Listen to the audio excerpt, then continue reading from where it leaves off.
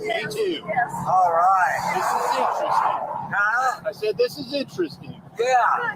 Okay. We're going around to Mexico. I saw the sign. Are you coming with us? I can't. I got to finish working tonight. Oh, man. It doesn't start till next Friday. You got time. Well, when you do 55 on the interstate, it's going to take you that long. I'm sorry. That's right. I said when you're doing 55 miles an hour, it's going to take a week to get there. Well, I can hit the warp speed if you want me. Well, I wouldn't put you to do that. I don't want you to get a speeding. Do you have a driver's license and your insurance for this? Yeah. Can I see it, please? Yeah. I'm going to get back over here. Yeah. I'm an ex-police officer. Are you? Where at? I was IPD, Indianapolis Police. Indianapolis PD. I got a buddy that works there, and I also have a guy I know that works at Roswell PD. Oh, really? Yep. Where's your driver's license? That is. No, it's not. You tried it.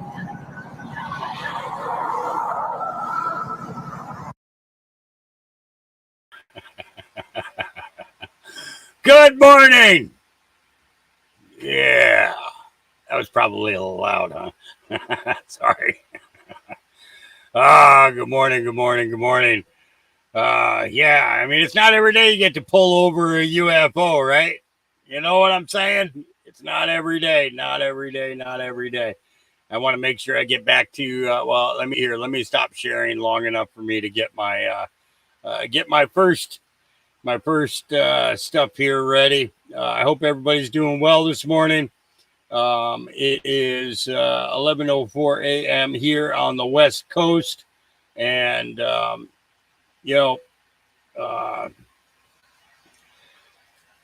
lots and lots of stuff is coming out. But I was talking to Dave just before I came live, and the one thing that I notice is that nobody's arguing about the information that each other are posting. Okay. What I see is everybody that is finding little tidbits here and there. What they're doing is they are they're taking the information and they are attempting to see if it goes along with and fits into the puzzle that they're trying to put together around this assassination attempt. And a lot of people say, well, people need to stop focusing on this assassination attempt and all this stuff. Listen, that's not going to happen. That is absolutely in no way, shape, or form going to happen. Okay. We are going to dog this topic until everything is solved and every person that is involved is held accountable for their part. No ands, ifs, or buts about it. That's the way it's going to be. Some things may seem a little bit in outer space. Some other things are going to be so grounded that you just can't. You just can't help but believe that this was literally and the saving of Donald Trump was an act of God, and I believe that the hand of God was absolutely involved with him surviving this. Okay. And, it comes to a point where we have to decide, we really have to look, we have to break things down for ourselves. We have to look at every angle possible. Okay. And we have to give everybody their opportunity to share their opinions, because that's what we're about, right? That's what we're about. We're about learning together, moving together, taking steps forward together. Too often we shut people down without listening to their viewpoint when There could be just one little intricate thing that is in what they're saying that literally fits into your puzzle. And, you know, it's coming to a point where we just have to start accepting each other for who we are individually, or get the fuck out of the way. It's that simple.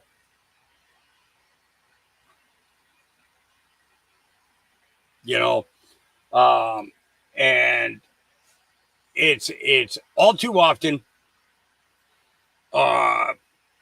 one person's narrative doesn't fit with another person's narrative, so you're 100% wrong and you're 100% right, and then you turn around a couple of days later and you find out you weren't freaking right at all, but you just totally trashed another person for their perspective because you didn't agree with it.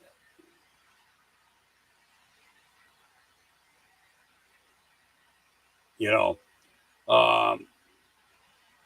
there's too much in this that tells me that there's more than meets the eyes. There's a lot more than meets the eyes. When I say trust the plan, I'm not talking about Q's plan. I'm not talking about Donald Trump's plan. I'm not talking about Joe Biden's plan. I'm not talking about Kamala Harris. I'm talking about our Creator's plan.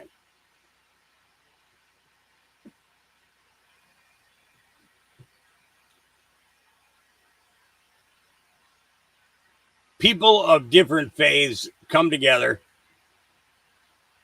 trying to figure things out. And I'll not have anybody bashing anybody's religion or their beliefs. That's not going to happen. Okay? That's not going to happen. People are who they are, and you either accept them or leave.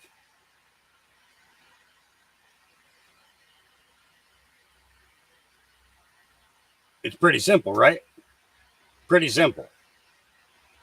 You know, I wish I had the speeds to turn my camera on so you guys could see me, but we got to avoid that for right now because obviously something's going on with all of this and I just don't get it. You know, I really don't.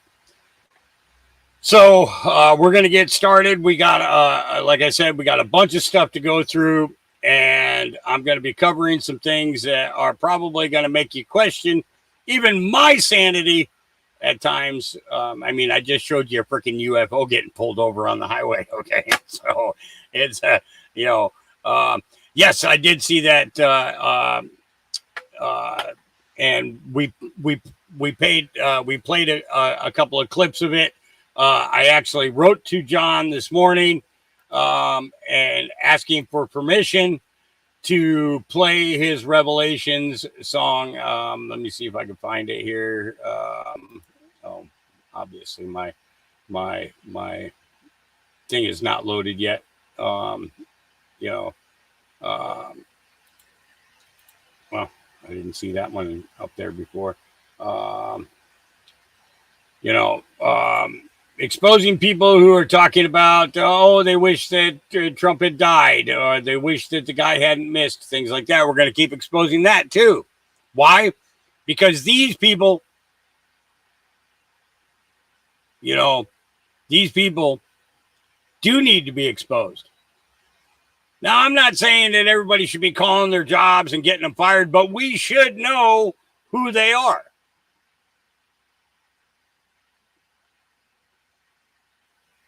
Okay. Now, if they're teachers working with kids that are fundamentally warping the minds of children, then absolutely, I think that the school should be contacted and said, listen, you know, everybody's got a right to free speech, but you have a right to not listen.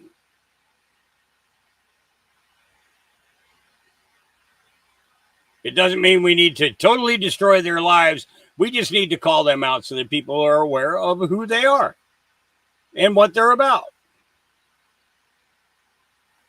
You know, that vet who went up to that lady in the grocery store and said, "Are you so-and-so?" And she said, "Yes." And so you think that Trump should have been shot?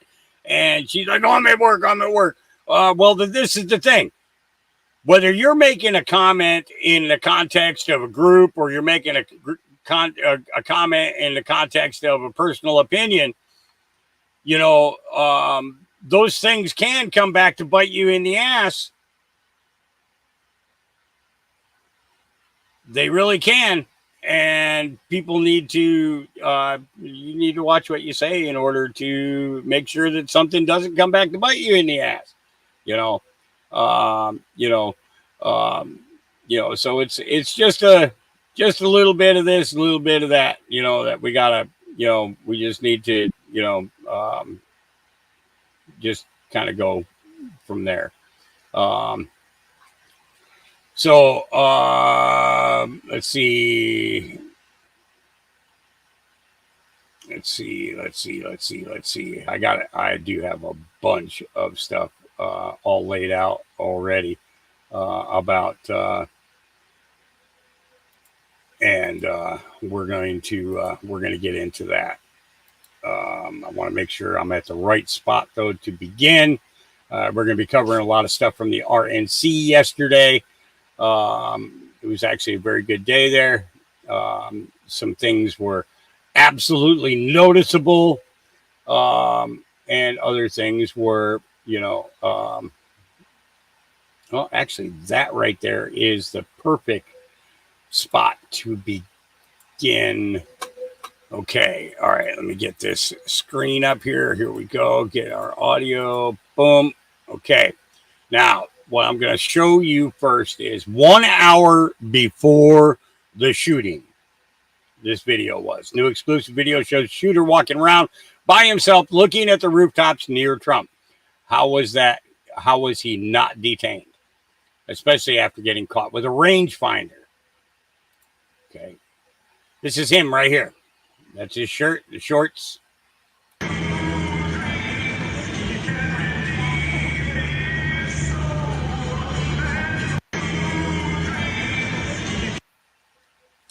Major security failures. Major.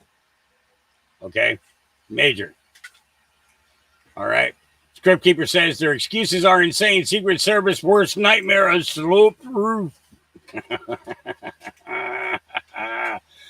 And I told you guys yesterday that X is moving their corporate headquarters to Austin, out of California. I believe it's in Hawthorne, California. Yeah, this is the final straw because of this law and many others that preceded it, attacking both families and companies. SpaceX will now move its headquarters from Hawthorne, California to Austin, Texas. Starbase. All right. I think we don't need their hypocrisy. Articles of impeachment have been filed.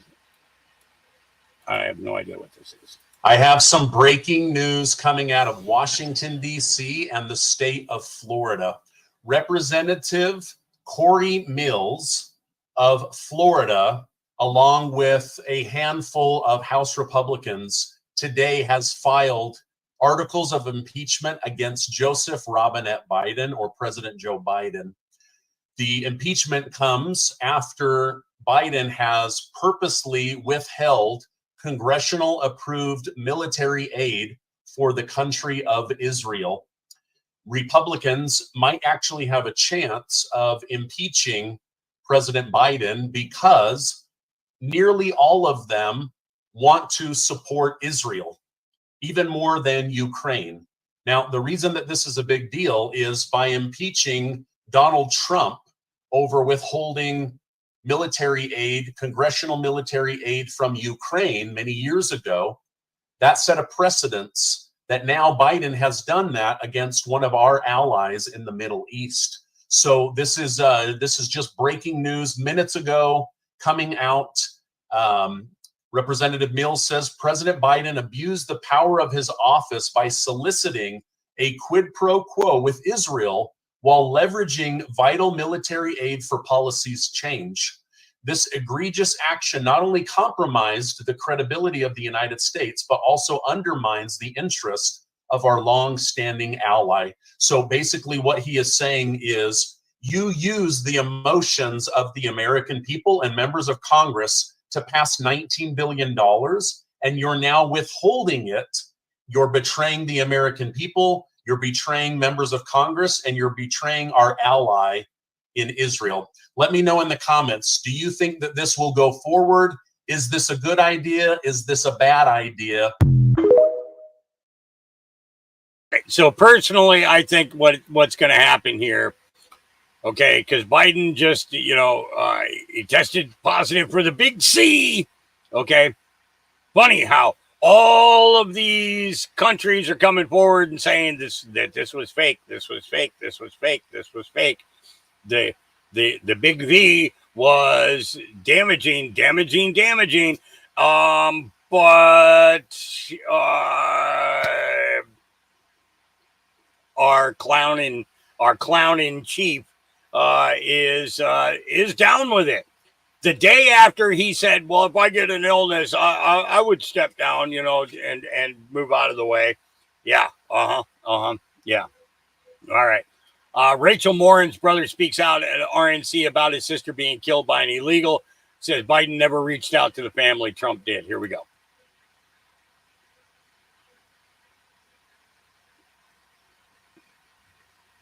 Come on.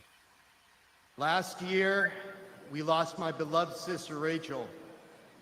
She went for a walk in one of our family's favorite places. This beautiful trail was to us a safe place where we pushed our babies in strollers, where we walked together as a family, where my wife and I got married, near what would later become the spot where my sister's body was found. Rachel, a joyful, accomplished athlete and mother of 5, was raped and murdered by a suspected illegal immigrant. This was described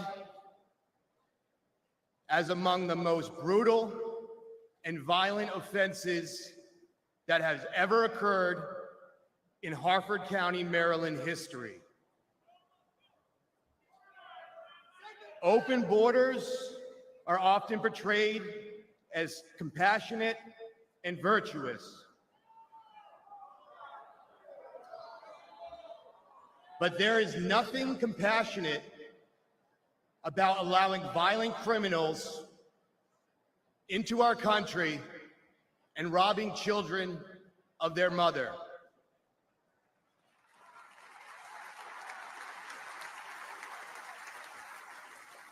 My sister's death was preventable. The monster arrested for killing Rachel entered the U.S. unlawfully after killing a woman in El Salvador. Joe Biden and his designated border czar, Kamala Harris, opened our borders to him and others like him, empowering them to victimize the innocent. Yet, to this day, we have not heard from Joe Biden or Kamala Harris.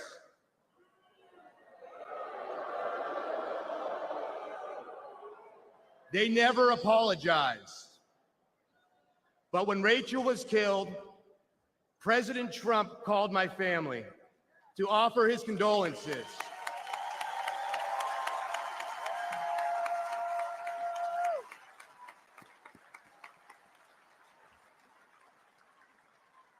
He wanted to meet with us. He cared. Makes a big difference when you have a leader who shows that they give a damn. Huge. There's a message to all of us who stand for America first. Here we go. That was a messaging event. Yes, of course they wanted him dead, but it was a messaging event because it was in broad daylight. the middle of the day on live TV. Crosshairs, I've been bullseye, and focus on him, focus on him, focus on him, focus on him, focus on him, focus on him, focus on him, focus on him, focus on the number of lies he told in the debate. Focus, I mean, there's a whole range of things. They wanted to assassinate him on live TV, blow his head off. Yeah. So that was a messaging event, not just to take him out, but to all of us who stand for America first, that we can get you the way we're getting him. That was a messaging event. And the thing is they literally almost started a civil war. You guys have no idea that they literally almost started a civil war. And they would have blamed every one of us instead of the people who should have been blamed. Yeah. All right. Eric Trump tells the crowd he's upset Vivek won't be able to debate Kamala Harris in the vice presidential debate. For Eric, are you a little bit sad that you don't get to see Vivek debate Kamala Harris for VP? By the way, I am. I am. By the way, Kamala was given 2 tasks, right? She was put in charge of AI. And as I always say, I don't think Kamala could spell AI. I totally mean that. There we go. And then second of all, she's put in charge of being the border czar. And what is the first thing that Kamala does when she's put in charge of being the border czar? She goes to Vietnam. I kid you not. So yes, I would love to see my man right here, my running mate in 2032. I would love to see him date Kamala. I mean, You heard it here first. It's sad. Guys, we got to get this country back, and Donald Trump will. Honestly, you saw the fight. When he's bleeding from the side of the ear, side of the face, and he comes out saying, I want to... His life would have been so much better not being in politics, and he wants to fight for this country. And honestly, it's going to be so much fun to watch term number 2. He knows where all the skeletons are buried. He knows where all the crooks in Washington, D.C. is. They have tortured him for years. He will take great pride in firing every single one of them. Yep. And that's exactly what we need. And by the way, I have more respect for this man than anybody. I hope he takes the biggest position in Washington, D.C. Woo! Because if there's ever somebody who will go in there and clean out an agency and rid them of the corruption and of the nonsense, it's Vivek, and he would have my full support, believe me. I don't want to speak. I don't want to get ahead of myself here, but what I've heard whispered is that Vivek would be excellent for DHS, which would put him in charge of the Secret Service. Yeah, well, Which would put you in charge of the they Secret keep Service. setting a really low bar for everybody to Yeah. clear here. I'll say this one thing on the point Eric made, though. We talk a lot about the mass deportations of millions of illegals from the country, and we're all in favor of that.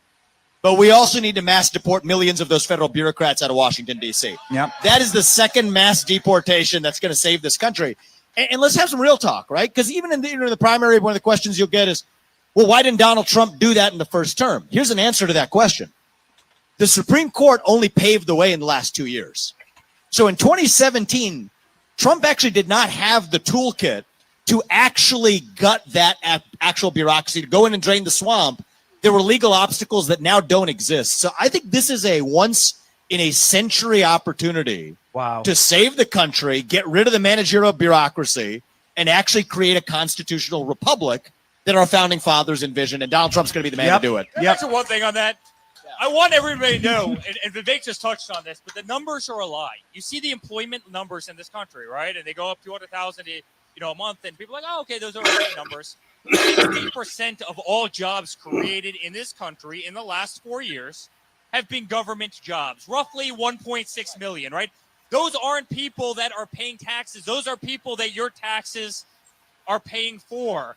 Yet no one wants to come out because the media is dishonest. No one wants to come out and actually break down those job numbers and tell you that those are actually half the jobs that are in there, over half the jobs that are in there. Your taxpayer, right? The 87,000 IRS agents, but across the federal government and across local and state governments, it's about 1.6 million. That's how augmented our government has gotten, and it's a disgrace. It's a disgrace. We need less government, a whole lot less government, not more. And yeah, I want everybody. We've got a good audience here. Let's just take a pulse on this. All right, it's going to be clunky. It's going to be a little clunky. And I do want to tell, before you do the Yep. poll, I do want to tell our viewers, because we have tens of Oh, we're looking thousands, the wrong we way. have hundreds of thousands watching right now. The reason why we're kind of in the round here is very Shakespearean. There's an incredible audience, hundreds. All right. Benny Johnson getting a little time with Eric Trump. Pretty cool. All right. Because they are no longer Republicans. Notable Republicans not attending the RNC. Well, personally, I think they're gone already. There are just fragments of their organizations left. But that's my personal opinion. That's my personal opinion. You ain't got to believe what I believe. I don't force anybody to do that. All right.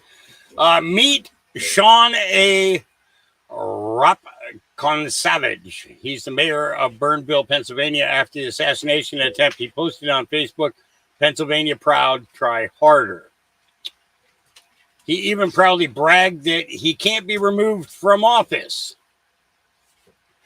It would be a shame if this went viral. And, yeah, Pennsylvania proud, try harder. That was the worst staging I've ever seen. That's pretty messed up. You should be ashamed. Yeah. And there is actually a petition going around to get him removed now. He needs to, Sean says he needs to be arrested and removed from office. How can anyone feel safe in a town knowing their mayor is okay with assassination and murder? And this is the thing, is that most of us don't think about killing somebody. But why did you take this down? Hopefully you resign Monday morning. And his response was, Brett Boyer, I didn't take it down, and I have zero intentions of resigning. Better yet, there isn't even a way for you to have me removed from office. And then, somebody else responded, you're a piece of trash and will regret this with the constant protests in front of your home. Yeah. That's how you do things, use your voice, but do it respectfully and tactfully, it's just, you know where I'm going with this. Yeah. All right. So, the U.S. Department of Defense is invading Dallas with 381 Haitian invaders. This is happening right now. Please repost and stay safe. And this is where they're flying them in. And this is the airplane company that's bringing them in. And it's all done by, presidential orders, so yeah. All right. We need a maximum push. Now, I don't really play a whole lot of Alex Jones, but sometimes the idiot actually puts something up there that's useful, and not sensationalizing himself. Here we go. Let me give you one bottom line. As a former government official, government's going to kill this guy. And the donor class can't just sit back on the sidelines and say, oh, well, don't worry, this will all work itself out. They're still going to have to go out and put a bullet in Donald Trump. And that's a fact. You take on the intelligence community, they have 6 ways from Sunday at getting back at you. While other networks lie to you about what's happening now. They're all going to pay in the long run. Yep. No way. Breaking. Thomas Matthew Crook's parents called the police right before the rally, reporting that their son was missing and they were worried about what he was up to. This is really disturbing news, and something is not adding up. I believe he didn't act alone. A lot of people believe that.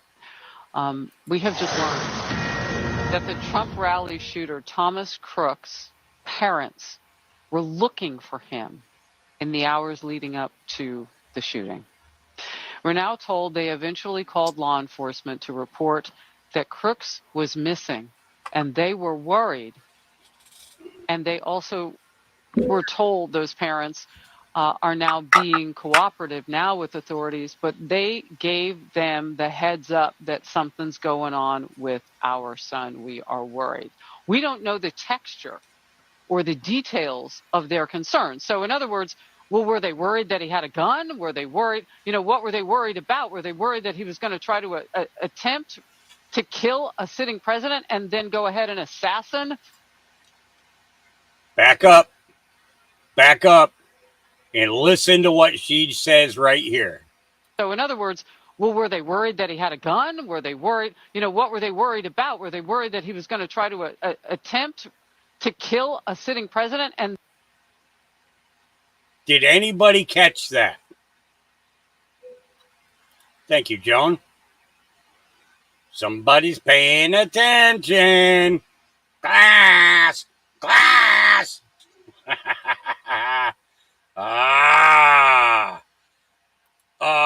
Okay, so let's go into this, Ace.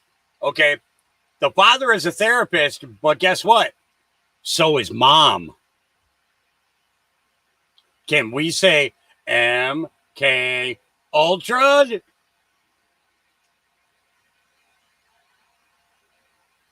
You know what I'm saying here, guys? You see where I'm going with this? All right, let's continue. then go ahead and turn into an assassin and kill another person and injure two others. It was an attempted assassination on Trump, but he managed to murder anyway. Are we talking about that? What were they giving the cops a heads up about? This is the first time we are hearing this.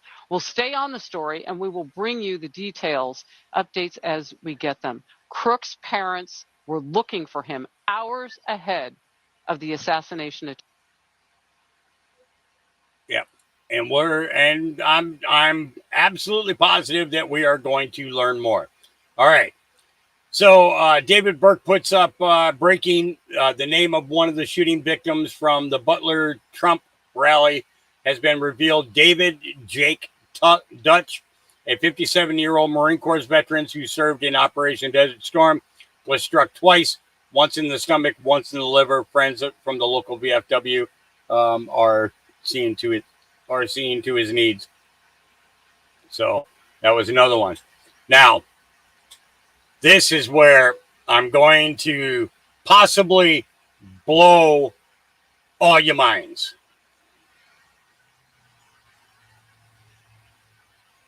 All right.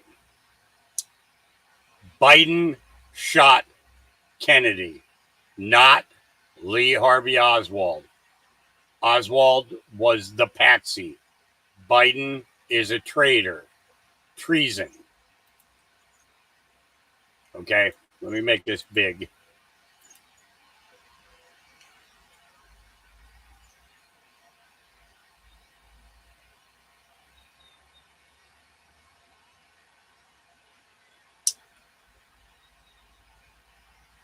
The 60-year plan unveiling the Lee Harvey Oswald and Joseph Biden connection.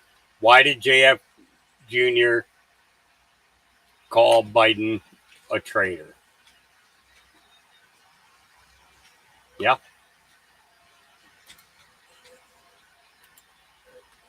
Just things are beginning to add up more and more and more. Carly Bonet says this.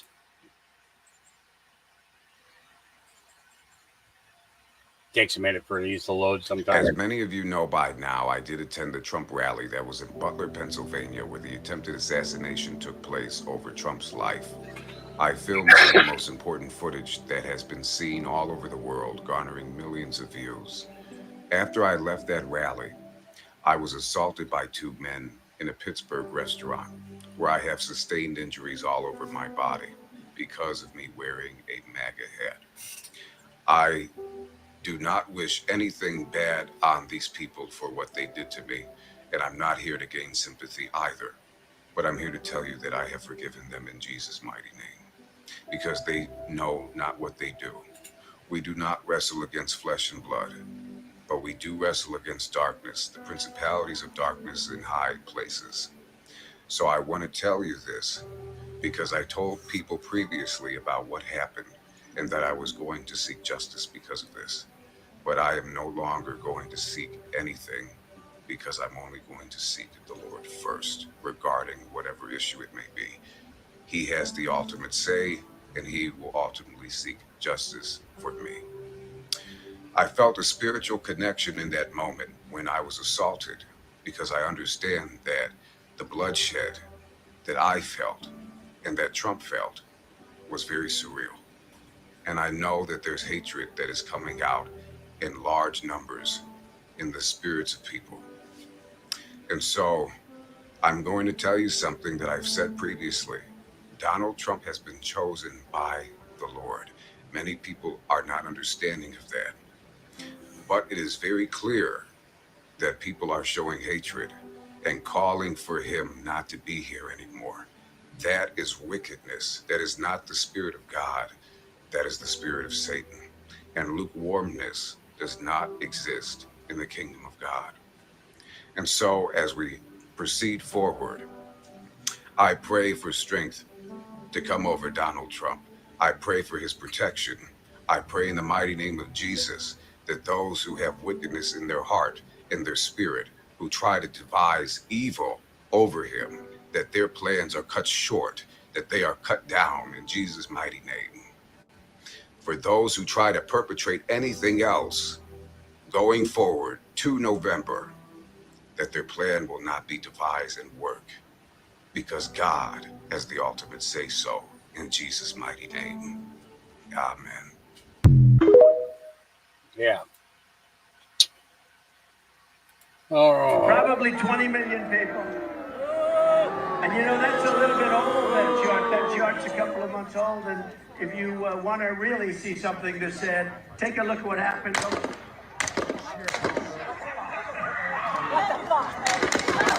Honestly, we don't need to see that anymore. All right. Biden just said that the George Floyd protests were peaceful. This is the Democrats' idea of peace, and this is him speaking at the NAACP just a couple of days ago.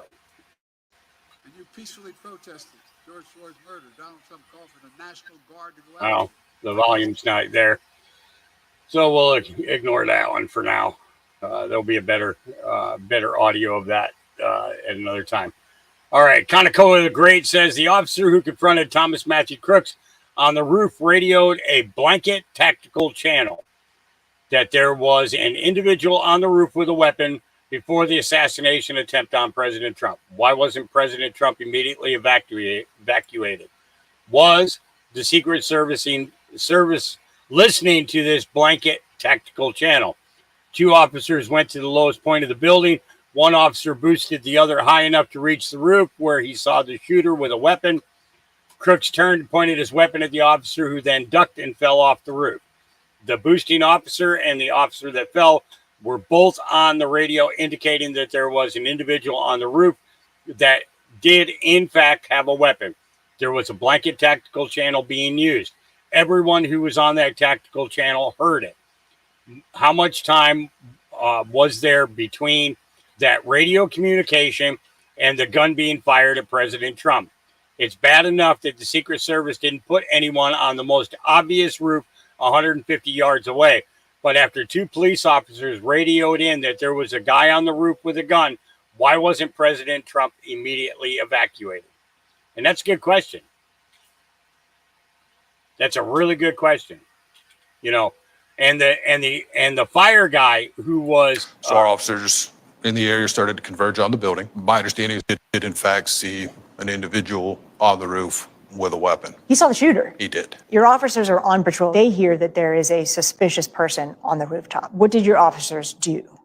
So our officers in the area started to converge on the building. My understanding is they did a full perimeter walk of the building, weren't able to see up on the roof. 2 of the officers went to what appeared to be the lowest point from ground to roof. 1 of the officers actually boosted the second officer up high enough for him to grab hold of the roof. When he was able to pull his head up over the roof, he did in fact see an individual on the roof with a weapon. He saw the shooter. He did. And what did the shooter do? Turned towards him, had the barrel of his weapon pointed at the officer. At that point, the officer's hanging on to Yes. the side of the roof, Yes. unable to pull a gun out, Unable to unable to defend himself, unable to reach his radio. any of that. Yeah. Yeah. Strictly defensive movement for him to lower his head, duck, lost his own grip, right? Fell approximately 8 feet to the ground. That's a steep drop. It's a good drop. Yes, Did he get hurt? he did. In that moment, did they realize there's a threat right now to the former president? They did. So both the boosting officer and the officer that fell were both on the radio, indicating that there was an individual on the roof that did in fact have a weapon. Who did they radio? So there was a blanket tactical channel being Everyone used. heard it. Everyone that was on that tactical channel heard it. Yes. How much time between that radio communication and the gun being fired at the former president? That I don't have that information.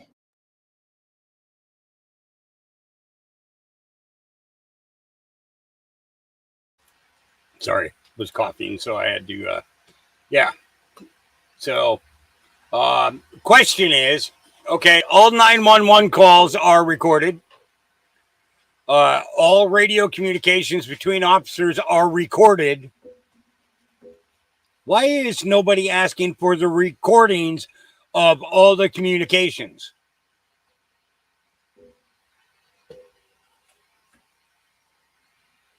You know what I mean? Why are the body cams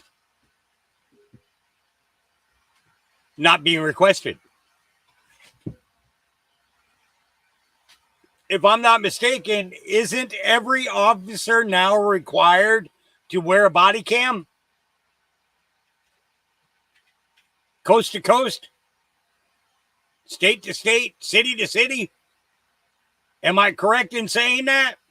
They're required to wear a body camera? Where is the body camera footage? Where are the direct communications recordings, and why are they not being released? Simple questions, right? Simple questions. And you want to know who brought that question up? My neighbor. I was loading up some dog food yesterday from the gate. And by the way, Julie and Judy, I want to thank both of you very much. The dogs appreciate you very much. They appreciate the toys that you sent and the dog bed too. As a matter of fact, Ahab has dominantly taken over the new dog bed. Yeah. He's going to be as bad as Honey was, a bed thief. Yep. All right. Bill Donald Trumpo says real love. This is a man who has sacrificed for his family and a man who has truly sacrificed for his country.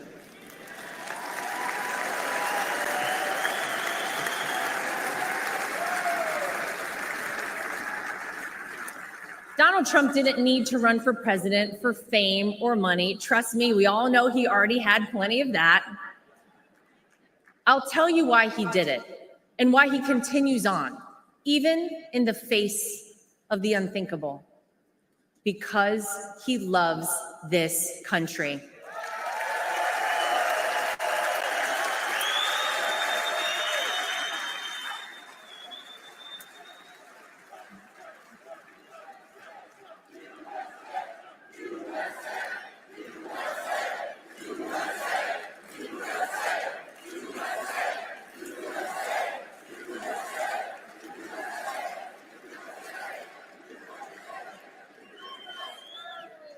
He did it for his grandchildren, for your children and grandchildren, and for the generations to come.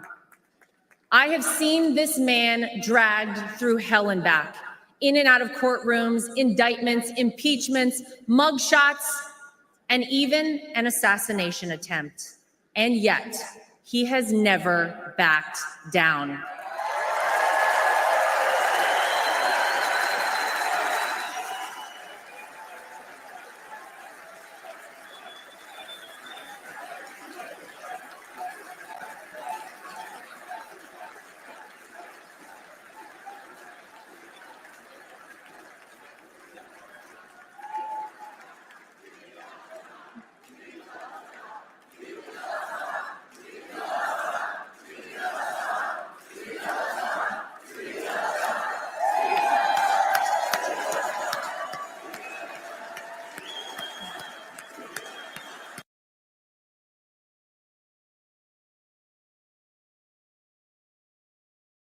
keep turning my mic off because I don't want it coming through a second time. All right. Wow. The Secret Service director just threw local law enforcement under the bus. Let's. You said that local law enforcement was responsible for that building. What did you mean by that? So Secret Service respects local law enforcement, and we could not do our job either investigatively or on our protective mission without them. In Pennsylvania, in fact, on that same day, they were also working the First Lady trip and a vice presidential trip. So I understand the constraints that they're under, and as I said earlier, we couldn't do our job without them. At that particular site, we divided up areas of responsibility, but the Secret Service is solely responsible for the design and the implementation and the execution of the site. And that's what I was trying to stress, was that we just divided up areas of responsibility, and they provided support to those areas of responsibility. And you mentioned the First Ladies, also been in Pittsburgh. You guys have a lot of areas to cover. Were any assets diverted from the former president's rally to her detail? No, there were no assets from the Secret Service that were diverted at all. Okay, so no one swapped out any of the posts, for example? No. Okay. CNN, of course, has reporting that the Secret Service increased security for former President Trump because of a credible threat from Iran. I've spoken with several people who look at the perimeter, hearing that news, look at the perimeter and say, how, knowing that there was a credible threat against the former president, how could that perimeter be so small that it excluded a building just 150 yards away from the podium? I can't get into the specifics of any threats, but obviously with all of our protectees, we're constantly monitoring the threats that are out there, and we design our security plan based on that, also depending on the venue and the environment that we're in. And on that particular day, a full advance had been completed. But this is also why we are doing an internal review, and we look forward to the external review as well. And obviously, if there are things that we need to change about our policies or our procedures or our methods, we are certainly going to do so. Was that perimeter too small? The perimeter encompassed the area that we needed to secure for the event that we had on that day. What happened is a terrible incident and should never happen. And we are obviously going to make sure that moving forward, we take whatever lessons that come out of this and adjust accordingly. Yeah. Let's just blame somebody else for your actions. All right. Shipwreck says, I'm done with TikTok for a while. Maybe for good. Here we go. I'm done with TikTok for a while. There was nothing in this video that hasn't been covered by 1,000 other content creators right now. It wasn't up for 7 fucking minutes. And I'm done. You can have it. You win. We'll still post my 3 or 4 or whatever videos every single day and comment my thoughts on different things, but I am only going to be posting those to X and Instagram. Mostly X. I don't get to Instagram super often. I really should, but I don't. X is where I'm going to be. I can't fight for this app anymore. My X is right here, up there.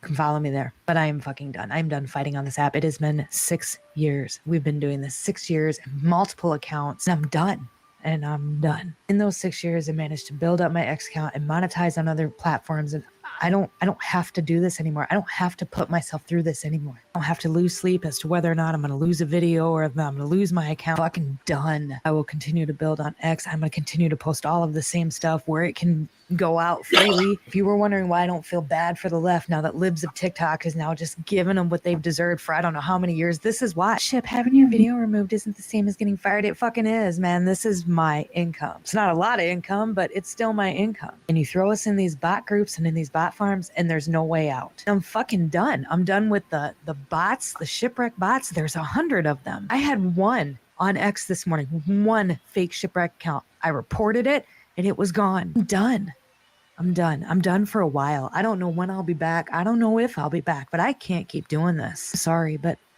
I'll see you on X. Yep. A lot of people are done with TikTok, because of their continued censorship of conservatives and Republicans. Anybody who has a different viewpoint than the fucking lunatics is either being blocked, banned, modulated, everything all the way down the line. Yep. All right. Conservative Ant says, I caught up with Maureen Bannon. We always pray for the benefit. War Room. All right, guys. So it's day 2 for me. We are out here in the main area where kind of everybody does interviewing and creates content and stuff. So right outside of the RNC building. But I'm here in front of Real America's Voice, and I have one of my very good friends. She has become like a sister to me. I love Maureen Bannon, and I'm going to bring her over because, you know. Hi, honey. Hi. How are you? I'm good. How are you? Good. So she's about to go on, right? You're about to go on and talk. Probably C or D block for our show. Okay. So I think that everybody wants to know, how are you guys doing? Like, as a family, how are y'all doing? So we're doing good.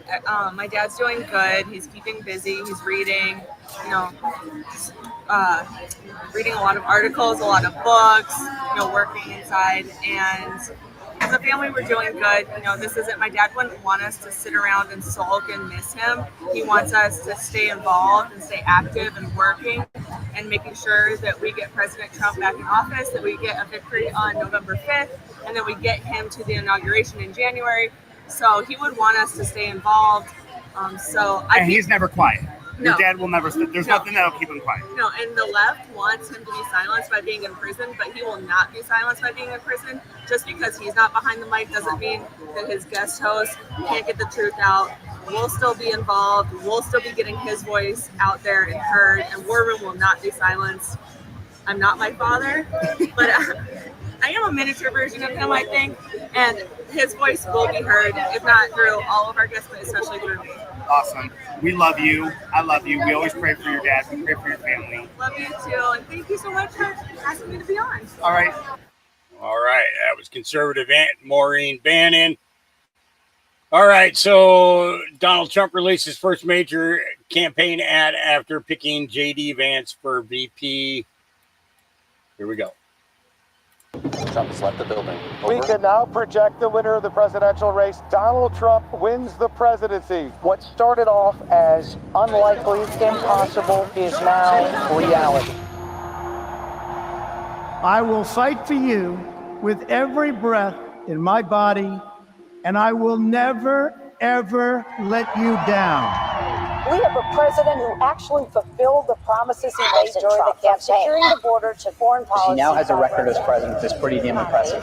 Breaking news out of Palm The FBI has executed an unprecedented search warrant at President Donald Trump's Mar-a-Lago estate. The former president has both sides of the political aisle up in arms. Dangerous and unstable moment in American history. The Justice Department has just indicted former President Donald Trump. For 7 years, they hated him, they targeted him, they hunted him. This is the epitome of the abuse of the prosecutorial power to preempt political decisions.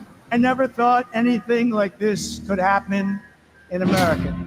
The only crime that I have committed is to fearlessly defend our nation from those who seek to destroy it. The more that a broken system tells you that you're wrong, the more certain you should be that you must keep pushing ahead.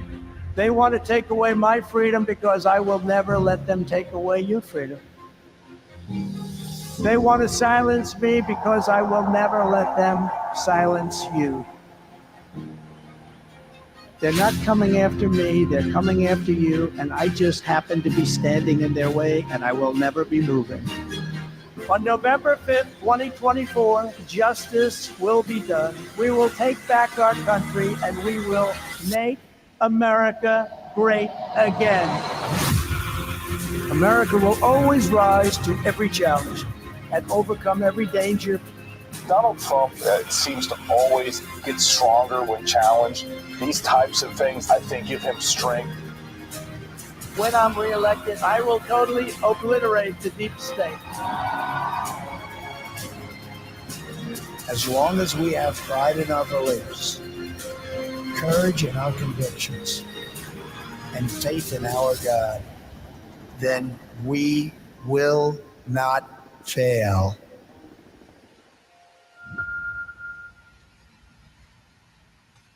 Great video. Yep, great video. Yeah. All right. Well, that says it all. And she was protecting Trump. Every last one of them needs to be fired along with the director. This is gross incompetence, and she obviously had no intentions of ever protecting him. She didn't stand up straight to protect him when they were taking him off the stage. It appears it's always been the Democrats emboldened to be vile humans.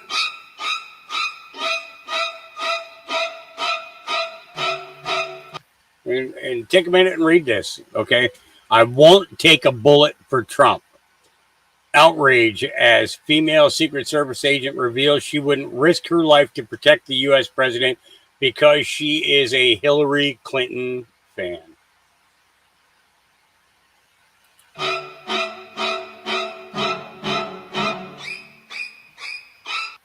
Doesn't need to be a Secret Service agent, shouldn't be in any federal job whatsoever. She probably shouldn't even be in law enforcement. Yeah. This doctor is giving advice, including medical advice for another person to attempt an assassination against U.S. presidents. Yeah. Michael's posts. Here we go. Michael Allen posted, this event highlights the importance of target practice. Opportunities for shots from 200 yards and are going to be non-existent now for both Trump and Biden. I get it. Buck fever happens. You get nervous. So if I could offer any advice going forward, it would be to take a clonazepam about 20 minutes before the intended action. It will calm the nerves. At the shot distances that will now be available moving forward, I would encourage using something other than an AR-15. I would consider a 6.5 Creedmoor or maybe a 7mm mag. Yeah, this is from a doctor. Okay, yeah. All right. Secret Service identified shooter 1 hour before the rally. Well, it turns out that they actually identified him a lot earlier than that.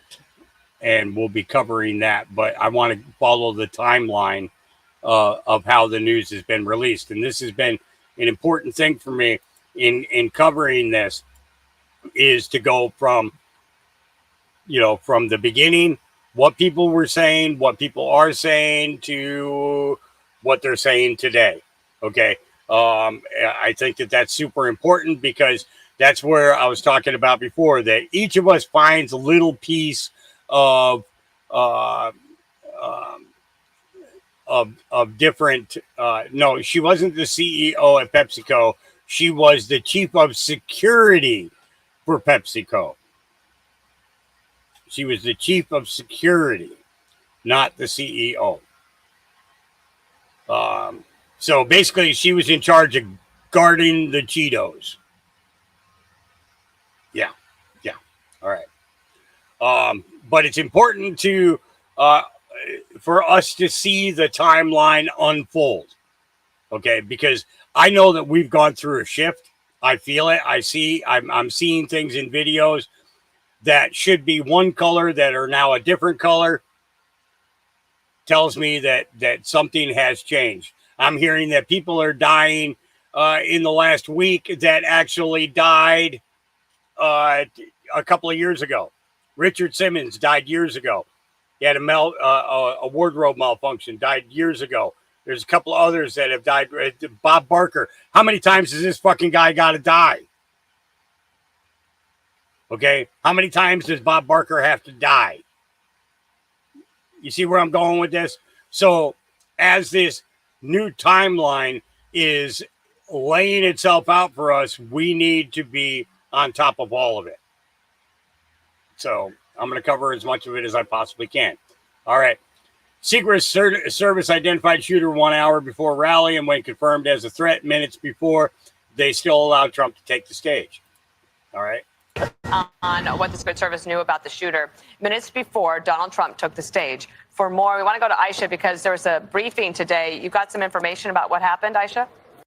Yes, thank you, Dr. Ruth. She died like 10 years ago, but she just died last week. Yeah, here we go. Dana, good afternoon to you. We just got a big information dump, and some of it is deeply, deeply troubling. So I'm going to hold your hand and walk you through this. Just bear with me here. A lot of notes that I'm going to look at here. Just about a couple minutes ago, these senators came out of this briefing with Secret Service. They've been asking for it for days now. Finally got it with the director and Secret Service staff. And the top headline that has come out of it, according to Senator John Barrasso, just spoke to him as soon as he hung up on this briefing. He said that apparently the Secret Service had identified as a character of suspicion this man, this shooter, because they saw a rangefinder on him as well as a backpack. And this all happened more than an hour before the shooting actually occurred. So they saw the guy and they identified this guy as suspicious. Now, more details coming from a source familiar here who was also in the meeting tells me that about 10 minutes before former President Trump went onto the stage, they had gone from looking at this guy as suspicious to now looking at him as a threat.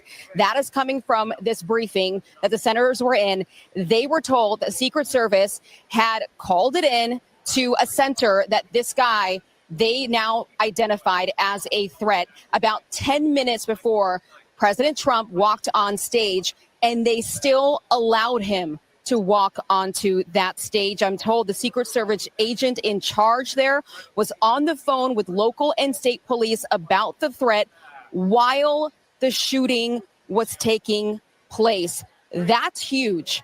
And that is raising a lot of concerns and now major calls for the director of the Secret Service to step down immediately. Yep. All right. Let's keep moving. All right. Raw News Alert says, according to Fox News, the Secret Service was aware of the threat about 10 minutes before Trump walked on stage and still let him proceed. Additionally, the shooter was identified over an hour before the shooting as suspicious because he was seen with a rangefinder. Yeah. Yeah. How about that? Yep. All right. So Joe Biden has tested positive for, you know what? You know, this thing here. Yep. Yep. This news comes on the same day he admitted in an interview that he would consider dropping out of the presidential race if diagnosed with a medical condition. He has officially canceled a speaking event. This marks his third in a couple of days. Yep. This guy here, should be made famous. Biden supporter tells women attending RNC that he hopes, well, I'm going to let him say it. He's an asshole. He should be locked up. Welcome to the ghetto. Welcome to hell. Welcome to hell. I hope your daughter get raped. Yeah, there's a piece of shit for you right here. I hope your daughter gets raped. I hope your daughter gets raped. This guy right here.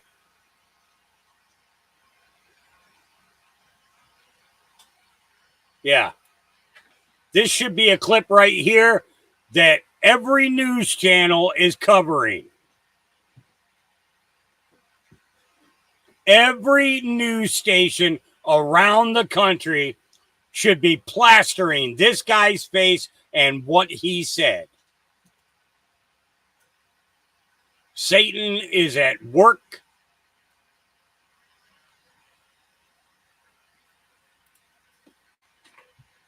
Satan is at work.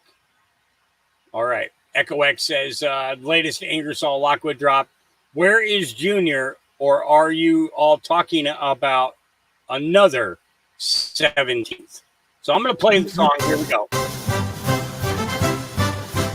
March on proud and strong. Stand tall where we belong. Trump is here to lead us right. Marching through the darkest night, 45 through 47, he's our guide, our gift from heaven. Junior steps into the fight, on the 17th he shines so bright. Make America great again, defeat the treasonous men. Globalist shadow fades away, Trump and Junior lead the way. Brass and drums keep the beat. Feel the rhythm in the street. With a swing and a sway, USA is here to stay. Red, white, blue flies high in the clear, patriotic sky. Under Trump, we will unite, holding on to freedom tight. Make America great again. Defeat the treasonous men. Globalist shadow fades away. Trump and Junior lead the way.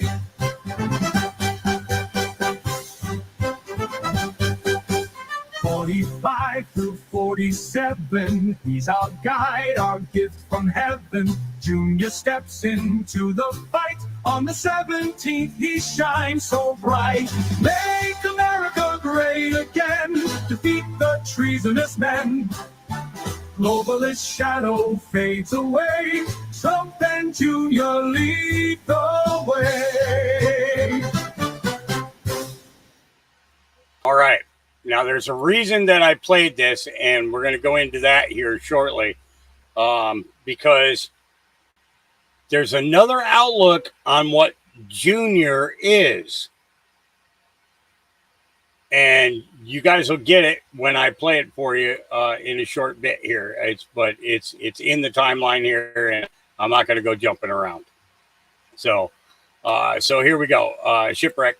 What's up, X? Glad to be here. Kamala Harris and JD Vance, they've been having these conversations about when the first VP debate was going to be. Trump just responded that, you know what, we're probably not going to rush into any debates because we don't know who the Democrat nominee for vice president is going to be. Feels like it would be unfair to Gavin Newsom, J.B. Pritzker, Gretchen Whitmore, or whomever Kamala Harris picks as her running mate. Because this is still going on. They're still trying to get rid of Joe. Chuck Schumer, no, not Chuck Schumer. Oh, bug-eyed Adam Schiff. He came out today in a formal letter and he's like, look, Biden needs to drop out because Biden's still in cognitive decline, even though Trump got shot. Like, that's still going on and it's still being discussed. It's not being discussed much in the news right now. Then in an interview, Biden's like, look, the only way I'm going to leave this race is if I get sick. The doctor comes to me and says, listen, you got the Alzheimer's or something.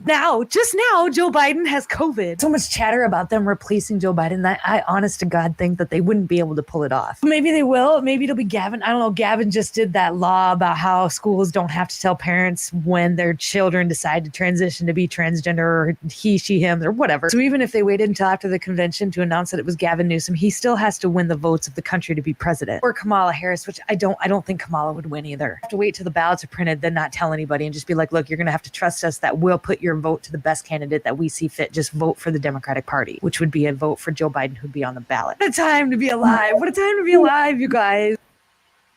Yeah.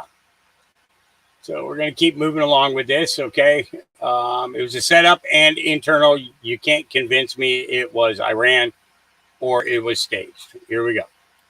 Extreme disparity between the trade volume and the day high for Trump stock DJT for Thursday, July 11th and Friday, July 12th, the day before the assassination attempt. And for the sake of transparency, this is above my pay grade. I don't know much about the stock market graphic that's going around. So if you know, here you go. But if it's true, okay, and everything that they're saying is true, then absolutely there does need to be an investigation. That means people knew about it. More and more that I'm watching this, the more and more I am convinced that this was an inside job and this wasn't some kind of false flag. It was 2 days later, the narrative immediately came out where they started talking about how Iran had a plan to assassinate Trump. They did go above and beyond to say that this is not in correlation with what happened in Pennsylvania, but we just found out. Really? No, you didn't. We've been telling you for a long time that if anything major happens like this or anything else, they're going to try and blame another country. We're not going to do that. I'm not even going to get too much into it, okay? I think the whole thing is bunk, and the general consensus amongst the people is that it's bunk as well. Talk about the Secret Service, because there's a lot of updates there. Secret Service director gave an interview after this all went down, and she had stated that they didn't place any snipers on the roof that the shooter was at because they felt like the slope on the roof was too dangerous. You betcha. That's a Secret Service sniper, by the way, on a sloped roof. Look at that dangerous slope. Now been confirmed that there was a sniper team that was actually inside the building that the shooter was on top of. Statements coming out from law enforcement that they came face to face with the shooter, with one police officer climbing to the top of the building, seeing the shooter, him and the shooter meeting eyes, the shooter pointing his gun at him, and all he did was fall back because he couldn't reach his weapon. He couldn't do anything. And then he started to try and call for help. They were like, oh yeah, let's get our team in here. And so they're trying to get the big response bus in there, and they can't do it because there's no contingency plan to try and get it through the fence. It's been confirmed that the head of the Secret Service was best friends with good old Jill Biden. The only reason that she has her job in the first place was because Jill Biden was the one that pushed her to get it. Somebody put together a forensic video of the moment that Trump was shot. You look what happened.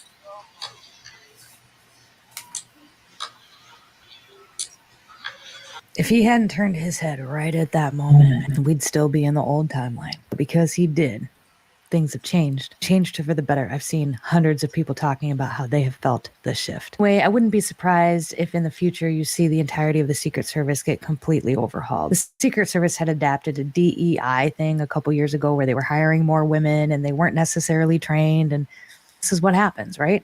And I'm a woman. I can say that. I'm embarrassed. The whole thing was misstep after misstep after misstep. And there's so many of them. It's hard to see the pattern. And it's hard to think that, hey, maybe you guys did not do something on purpose. Shooter, I don't know if it was MK Ultra. I don't even know if it was like really him. Tend more to lean towards an MK Ultra thing, considering BlackRock was in their school. As a loner, he was on the FBI's radar because of course he was. Why did 3 or 4 different Secret Service and law officials look at him while he was standing there, scoping the place out with his little gun scoper and not do anything? It was a setup and it was supposed to have an entirely different outcome.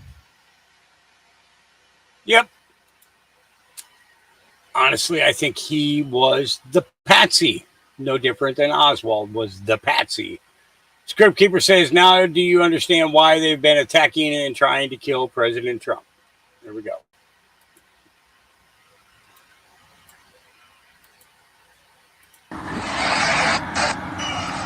In my former life, I was an insider as much as anybody else. And I knew what it's like, and I still know what it's like to be an insider. It's not bad. Not bad. Now I'm being punished for leaving the special club and revealing to you the terrible things that are going on having to do with our country. Because I used to be part of the club, I'm the only one that can fix it. Been trying to tell y'all. I'm doing this for the people, human smugglers. How bad is that? Human smuggling. People think of that as an ancient art. There are more human smugglers right now, traffickers they call them, than at any time in the history of our world because of the internet, unfortunately.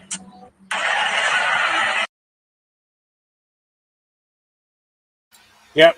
Script Keeper reminding where all of this started, where it all started. 90% of the people who are awakened because of what? The children.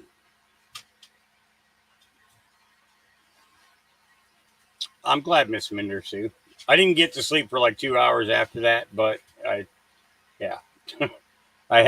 tried to start the small generator up and it gave me some problems. So I had to take it apart and reassemble it and get the valves all cleaned and everything else. And then I cleaned out the carburetor and it fired right up. So yeah. So I was up for a couple hours afterwards, but yeah, it was pretty good. All right. Benny Johnson, Kash Patel predicts Biden's next move now that he has tested positive after saying he would step down if there was a medical emergency. Here we go. Okay, so see, Kash, this is why we love you so much, and this is why the audience just adores you. I just made it up. Well, you just brought us there, right? Yeah. That's such a great point. So is this going to be the medical emergency? He had a flu, now he has COVID. And then next he's going to have some sort of malfunction, and then he's going to pardon his son. He's going to pardon his brother. He's going to pardon himself, because remember, presidential pardons aren't just good for retroactive criminal investigations. Presidential pardons are good for prospective criminal investigations. So you can basically give yourself carte blanche for your entire family so that you can never be prosecuted. Your family can never be prosecuted for any investigation the president determines in that pardon. So you think are we in the end game here? I mean, we were in the end game a long time ago when Donald J. Trump decided to run again. Yeah, okay. Okay, so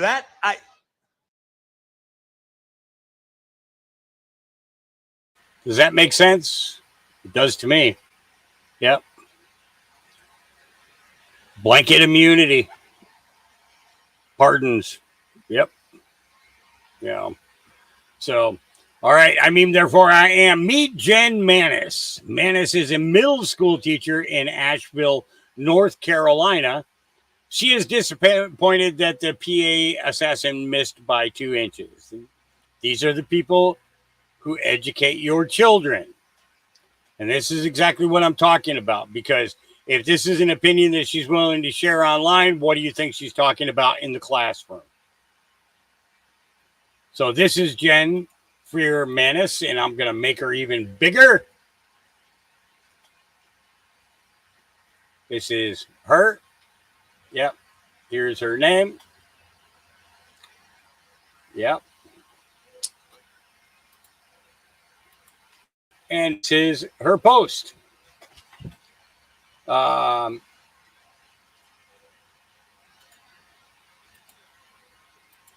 It's never too soon for this shitbag. Post you memes here. Well, let's just go into her comment. Okay. Here we go. Sharing this comment. Nobody has been this disappointed by 2 inches since Stormy. Yeah. Yeah. And this is her here. I'm going to make this bigger too. Open image in a bigger tab so people can see. Here she is here. And here she is here. Oh, she's only got 856 friends. Wonder how many friends she loses because of that. Yep. Breaking news from Vote Marcia. The Secret Service knew about the threat prior to my father walking on stage. Here we go. It was our Secret Service director and the deputy and the FBI. And this was not a classified call. It was not a media call. This was a call for senators to get some answers. So many of us had questions. And as I mentioned, I know there are 3 of us that were in the queue that had our hands raised that were not called on. They just ran out of time for I guess, a couple of senators that happened to be you, Mike Lee, and Ted Cruz. So people who are conservative who would probably ask the tough questions. We had some questions. The big thing is this: is you look at the timeline. They had spotted a guy with a rangefinder and a backpack. Yes. So they tag somebody, and then they locate him at 5:51. The sharpshooters are alerted at 5:53. President Trump is still allowed to go on stage. So they identify a threat. They're aware of a threat. They know this for 7 minutes, maybe even a little bit longer, right? I guess 9 minutes, and they still let him get on that stage. Yes. I mean, that can't be Secret Service protocol. Even before that, they knew there was a suspicious individual, and Senator Cornyn got the first question. Well, after Senator Schumer, Senator Cornyn got his. But here is the thing. If there is a threat and you know that there is a threat, play a little bit more music and see if you can resolve this and apprehend the individual, or do something, Don, so that you do not put the protectee and the people that are there in danger. And of course, we all, we are just so incredibly grateful that President Trump was spared. And we are so incredibly grateful that more people were not hurt. And we just mourn for those lost lives and for the trauma that people experience. But I mean, they allowed that to happen too, right? My father was blessed and got lucky, but you know, a great fireman. He was blessed patriot, and protected. I agree, but someone still died. I know we had Ronnie Jackson, Congressman Ronnie Jackson here. Right. His nephew was grazed by the bullet that actually killed the gentleman. And they knew that this was out there, and they didn't put things on pause because no one's starting to shoot if my father's not on that stage. That's right. But to know that there's a credible threat and to still let him go up there, that is totally against anything I've ever seen in the Secret Service. I know why would they when they do had that? even a potential threat somewhere else, they pulled my father off a stage. It turned out to be false. They didn't, you know, they don't take gambles like, well, maybe it's okay. That's not how they do it. So, wow. I mean, that's right. So you know, if you've made that assessment, then like you're saying, you punch the pause button. Yeah. You put things in pause, but you don't move forward. And there are so many. After I got off the call, I thought, I've got even more questions. Why did it take 2 days for the Secret Service director to be able to respond? Well, why does she say the buck stops with her, but it doesn't? She's not Right. going to resign. No one's getting in trouble. She should be fired. I mean, this is I mean, Marsha, I know you and I are not afraid of a sloped roof, slightly sloped roof, but Not at all. apparently tough Secret Service snipers are afraid of roofs. I'm walking up and down sloped walkways out here all over the place, and I don't fear it. It's so asinine, but guys, yeah. the timing that we thought, you'd question, oh, hey, did they find out while he was in process, while he was in his speech, and they're figuring out, they knew before they ever let my father get on the stage that there was a real threat. And that makes this all so much worse. It wasn't like they discovered it midstream and everything like that, but crazy. And of course, they won't take your questions or Ted Cruz's questions or Mike Lee's questions Or because give more substantive. yeah, Why? it's like the obligatory cover your ass call, and then nothing will Right, happen. but that's the nugget out of it. They knew that there was a potential threat. Yeah. They did not pause that event, and they crazy. allowed the event to go on. And we're just ever so grateful, as I said, that President Trump was spared. Thank you. And we just so mourn the loss. Well, thank of you life. very much, Mark. I appreciate you fighting for all of these things. I know your team is rushing you out. We were just having this conversation. I was like, hey, we're going live early and we're going to get that out there. But thank you so much, You Marsha. got I it. really appreciate it. And we'll definitely see you soon. Grateful for you and the good work you do. Thank you so much. Mhm. Well, guys. Marsha Blackburn, along with Trump Jr. All right, I thought that this would be a little humorous to all of you because of, we got all this serious stuff going on. We got to throw a little bit of comedy in there, right? So CrimeNet posted Dine and Dasher forgot her purse and came back or had to come back for it, but the manager refused to hand it over until they paid. Can we wait a minute? I don't want to walk. No, chill out. Chill out. He gonna give it to you. Chill out. Chill out. He gonna give you that shit. All right, you good. Chill out. No, chill out. He my purse. That's my shit. He gonna give you your shit, man. Chill the fuck out. I don't got. He gonna give you your shit. He gonna give you your shit.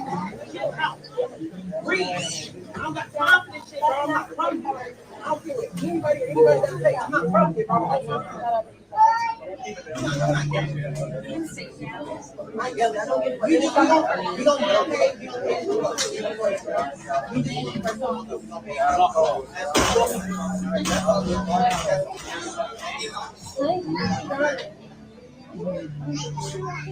You notice, okay, I want to point out a couple of things here. You notice she was standing here, she just texting away, okay? While this kid is trying to get her purse back for her, and the only thing she can do is, I want my purse. How about you pay your bill? Maybe you shouldn't have dashed. You know what I'm saying? Yep. All right. Wall Street Babe said we're supposed to trust the FBI to investigate the Donald Trump assassination shooter. The same FBI scaring donors out of donating to Donald Trump with threats of showing up at their doors. How do we know this? Well, let's take a listen.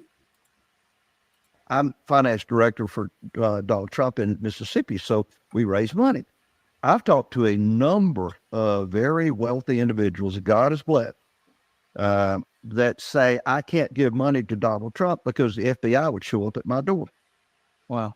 And think of what you just said. If you make a legitimate, honest campaign contribution to the Republican nominee for president, the FBI will come to your door.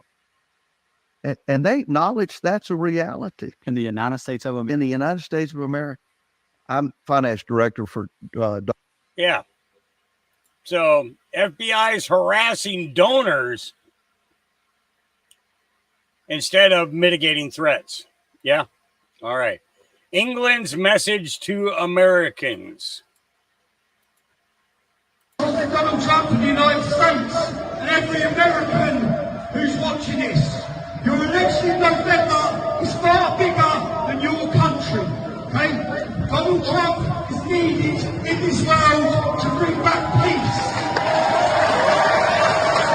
His leadership is needed to save the West. We want a country to be flooded. They are destroying our cultures. They're bringing us down. It's an attack on the West. There's only one person who can stop it.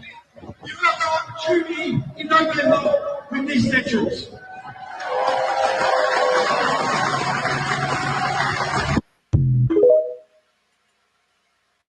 You know, I've said it before. Something happens in the United States, it affects pretty much the entire world. So this coming election isn't just about us, although that is what we need to focus on, because that is by rebuilding America and our foundation is what is going to allow countries around us to do the same thing, only with good shit instead of all the bad. All right, we're going to talk about timelines, timeline corrections, and I played some clips of this guy's conversation before, but I want to point out that he talks about a certain event where they tried to change, where they constantly tried to change the outcome, but there was something so big in the way that they were not able to alter it, and the prior politicians that had access to this program were losing their shit because of the fact that they couldn't change the outcome. Well, I think that part of that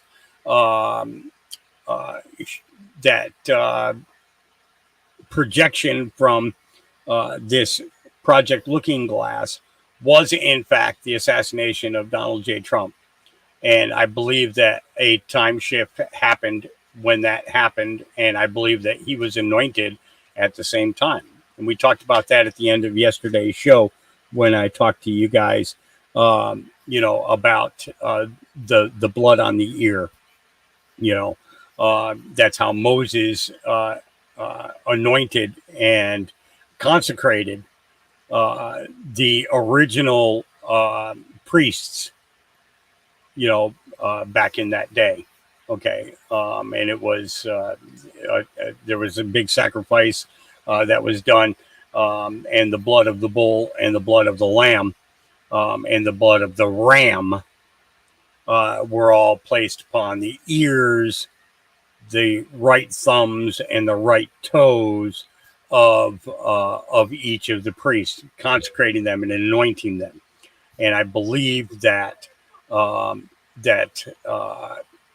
we saw that happen because, and this is why I'm going to say this, okay, blood on the ear, the right ear. What hand did he reach to his ear? His right thumb. And what was the thing that he wanted before leaving the stage? Get my shoes. And we heard all this live on Saturday when we were broadcasting this live, right? So let's take a listen to this. 7 minutes. It's not too much out of your day, I hope. Here we go.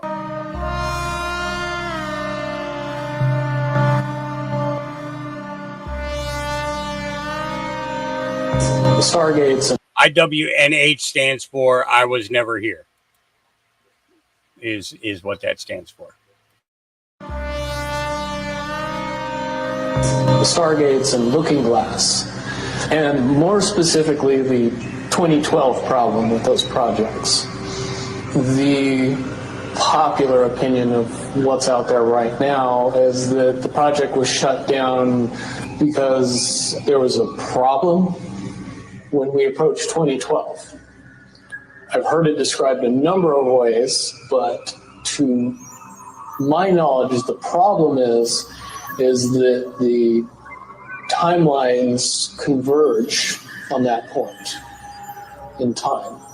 And when you know enough about the Stargate projects and the Looking Glass project to know how string theory works and how the possibility of possibilities works and how making one choice over here doesn't necessarily mean that the other choice couldn't exist at the same time.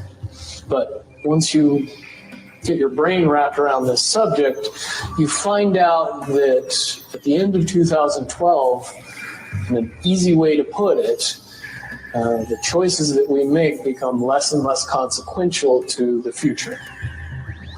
And eventually we're pushed into this bottleneck of time, no matter which choice we make.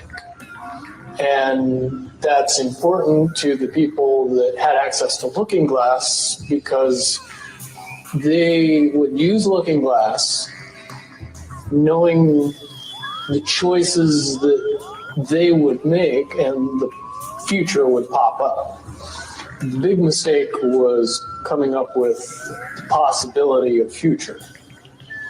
And when we started using a computer to say, well, if we make this choice, it's 79% possible that this scenario happens and 23% are possible or whatever, it's round numbers, that this scenario would happen.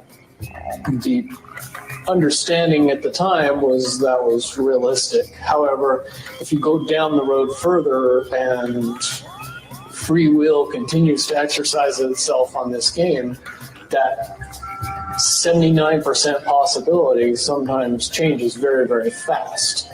But if you look at the situation in a point of time, it seems very realistic that that's the greatest possibility. What happened was people, very smart people, began to figure out that something big was coming up. Something that made it so all the possibilities of all the future scenarios of any choice, any possibility that was fed in and observed through the Looking Glass inherently ended up in the same future. And no decision, no possibility changed past a certain point. That's the big secret. All possible timelines lead to the same basic set of history in the future. That is what sends everybody that has all of the information, that knows everything, into a blind panic. The people that know everything about Looking Glass, that have gotten all the reports and all the information, the elites of the world, probably figured out that that was the end of the game. And nothing could be manipulated beyond that point. And the computer tells them, this is what's going to happen over and over and over and over again. All they become focused on is, how do we fix it? What I do know is that I was called in and asked to solve this problem, this timeline contraction problem. The timelines will contract down to some inevitable thing. There is an inevitable event.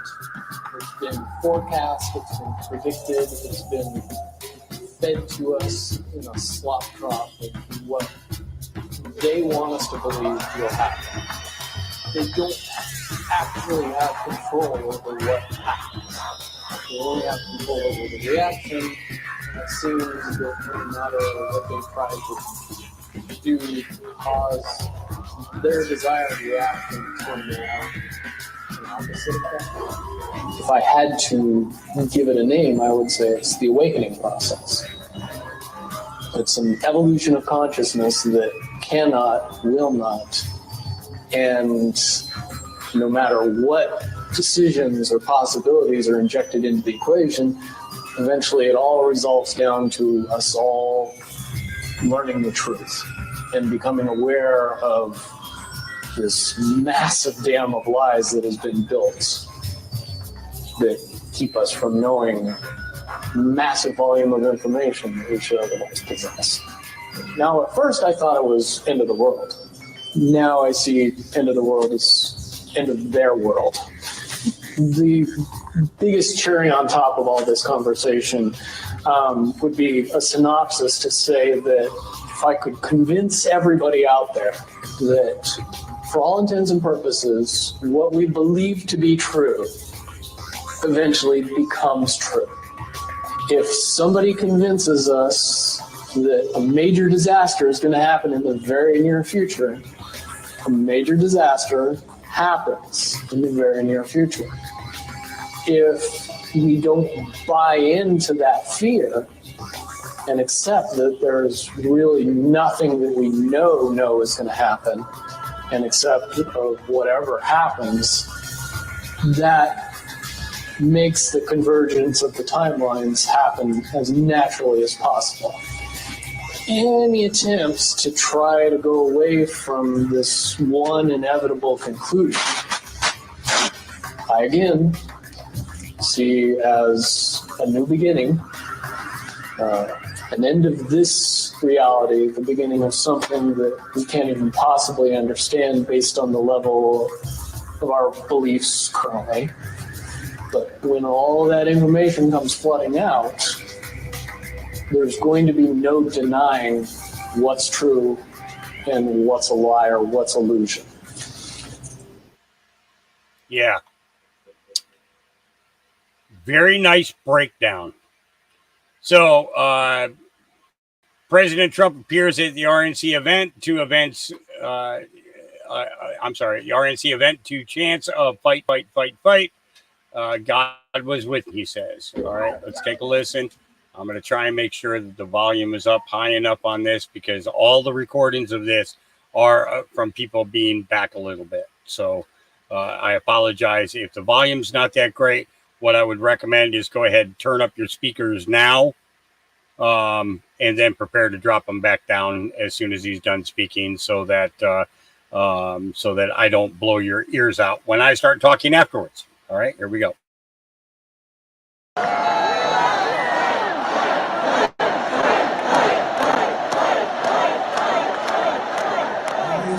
That happened, but I got lucky. God was with me, I tell you.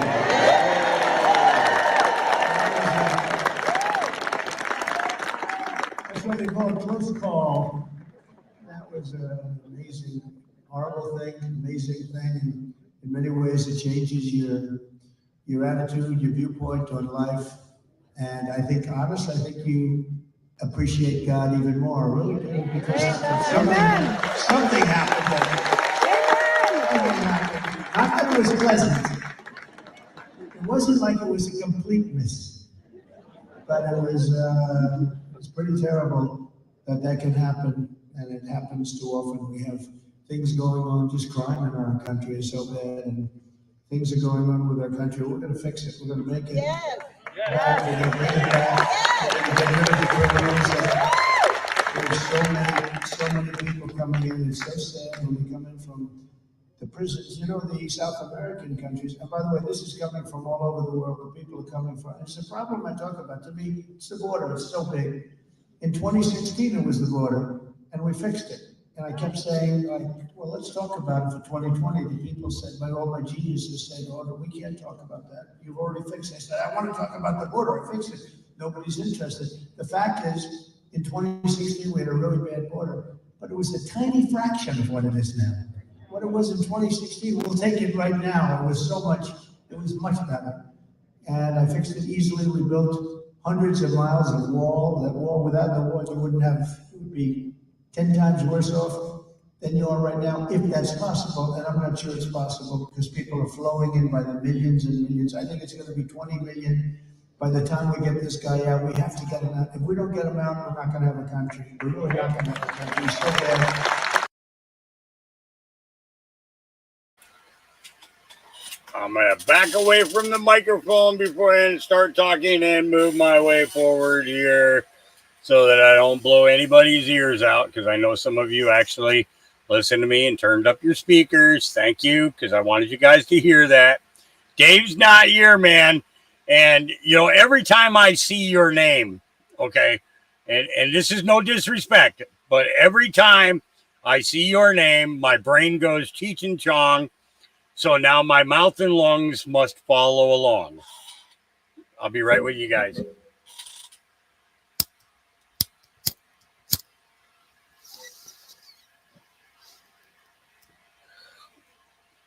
Okay. Oh, shit.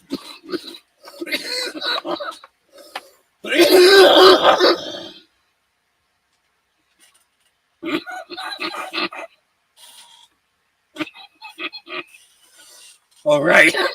Yeah. Oh, I forgot to say fire in the bowl. I'm sorry.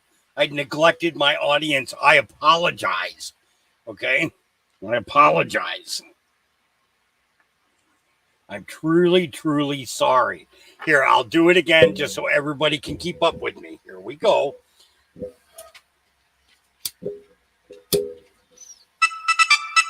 Have you guys ever imagined sitting back and, you know,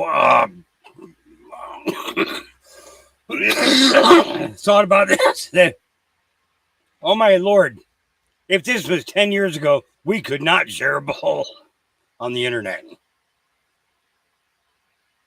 Right? And here we are today. Here we are today. You know, yep. Yeah, Dave's not here, man. It's me, Dave. Open the door. Dave's not here. Yep, I remember that. Oh, my Lord. I had the record. I had not seen the movie, although the movie had been out for a couple of years. But back then, my family couldn't afford, you know, to send 14 kids to the movie theater. You know what I mean? It's just, you know, if one doesn't, if y'all don't get to go, then nobody goes, you know? And that's, yeah. All right. My lungs feel better. My brain is ticking properly. Okay. So, we were talking about the short, right? That went on with DJT stock. Okay. And this guy did a little bit of digging. And the thing is if we go to, we're gonna do this before we listen to him. Okay. And all I'm gonna do is I'm just gonna type in Sidley. Okay, because that's the first name of the organization, and I know that. So, post 238, November 30th of 2017. 2017. Sidley Austin. Happy hunting, Q. Now, interesting choice of words. Okay, interesting choice of words. Sidley Austin, okay, in itself, okay, because that is the organization linked to the 12 million share short the day before the assassination attempt. But the next line is also very important. Happy hunting.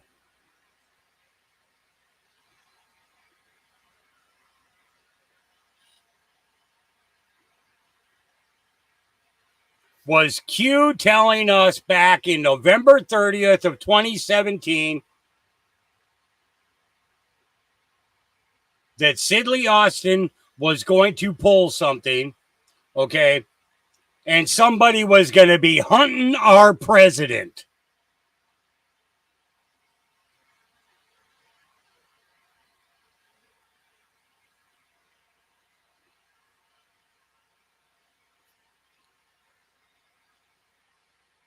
Am I making sense here? Am I making sense? Are you seeing where I'm taking you right now?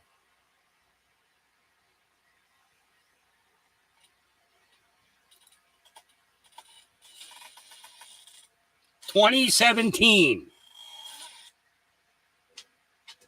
If that's not a future proves past, then nothing on this board is real.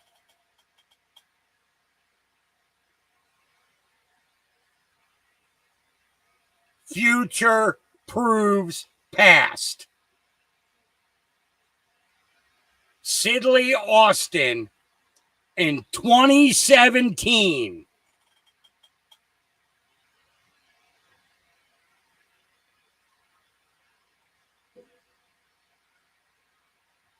You got it? You get where I'm going with this? Okay, let's take a listen to this guy now.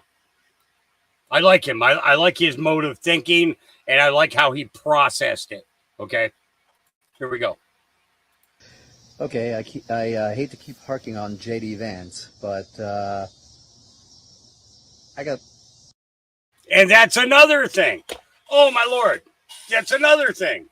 He's going to blow your mind. Here we go. Some information here, and this is actually very interesting. This is from, and I'm going to have to read this stuff, so don't mind me looking off camera. This is Q Drop 238 from November 30th of 2017. It just simply said, Sidley Austin, happy hunting, Q. Now, back in 2017, that had no meaning to me whatsoever. So I was like, okay, whatever.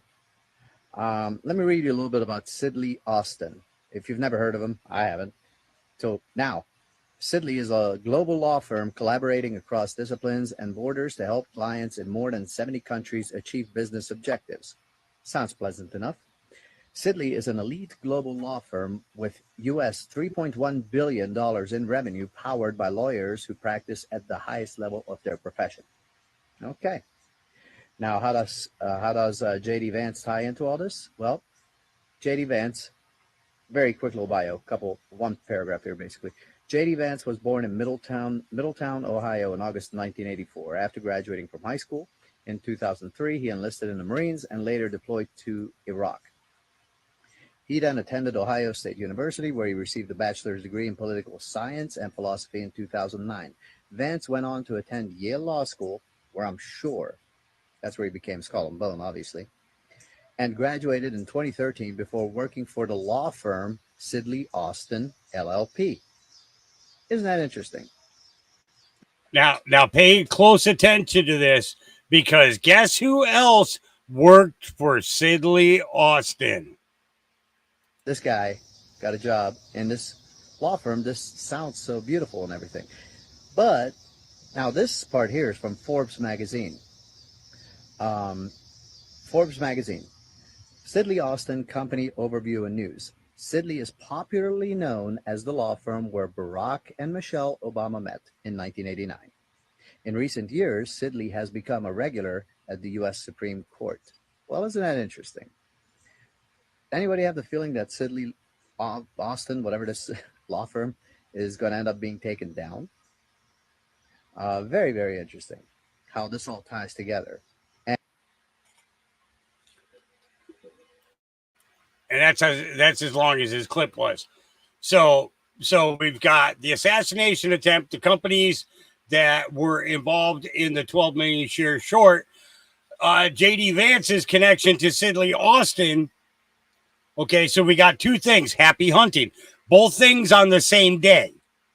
Okay, so basically the day before or 2 days before, okay, the assassination attempt, a day before, okay, this company, along with two other companies owned by the Bushes and Soros.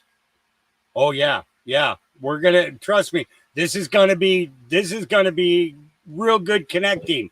Okay, plus the announcement of J.D. Vance.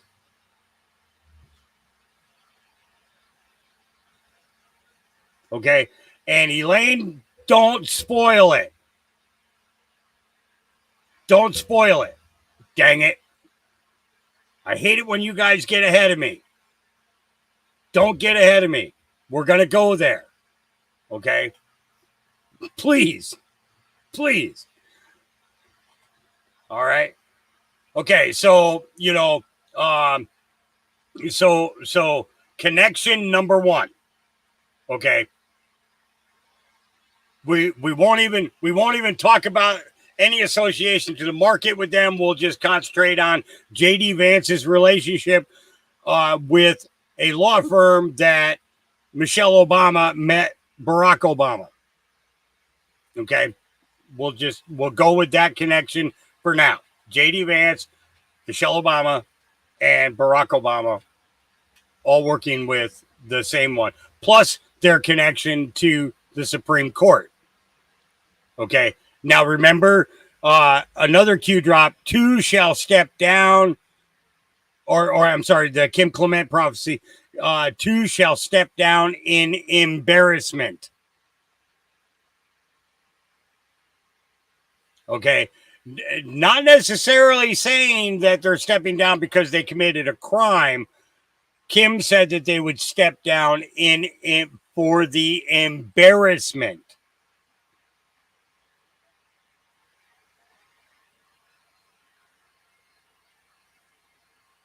Okay. What can be so embarrassing? I think it's going to have something to do with the connection between Sidley Austin and the Supreme Court. Then my next question would be, Sidley Austin going after a guy from a small, poor family in Ohio in comparison to somebody with $1 million backings coming out of college. Was JD a setup from the beginning? Just questions, All right. Okay. All right. So Kash Patel is speaking with Monica Crowley. That's her name, Monica Crowley. I'm glad that her name was actually posted on this one. I think she does a great job with interviews. I think she interjects a little bit too much, but not enough to have her annoy me to the point that I don't, you get where I'm going. That's it was like the other day we watched that one clip with Laura Loomer, and I know a lot of people don't like Loomer. I know it. I totally understand, it completely, but her interviewing skills is what I was looking at instead of just her reporting skills. Okay. The reporting stuff, some of that I can deal without because some of it just seems like really, really sensationalized and stuff like that. But her interviewing is spot on because she gives them the whole floor, and any question that she does interject is not to distract from the point, but to add to the answer. And I think that that's good reporting. That means that she's doing the investigative part of that story while doing the story. And I like that, all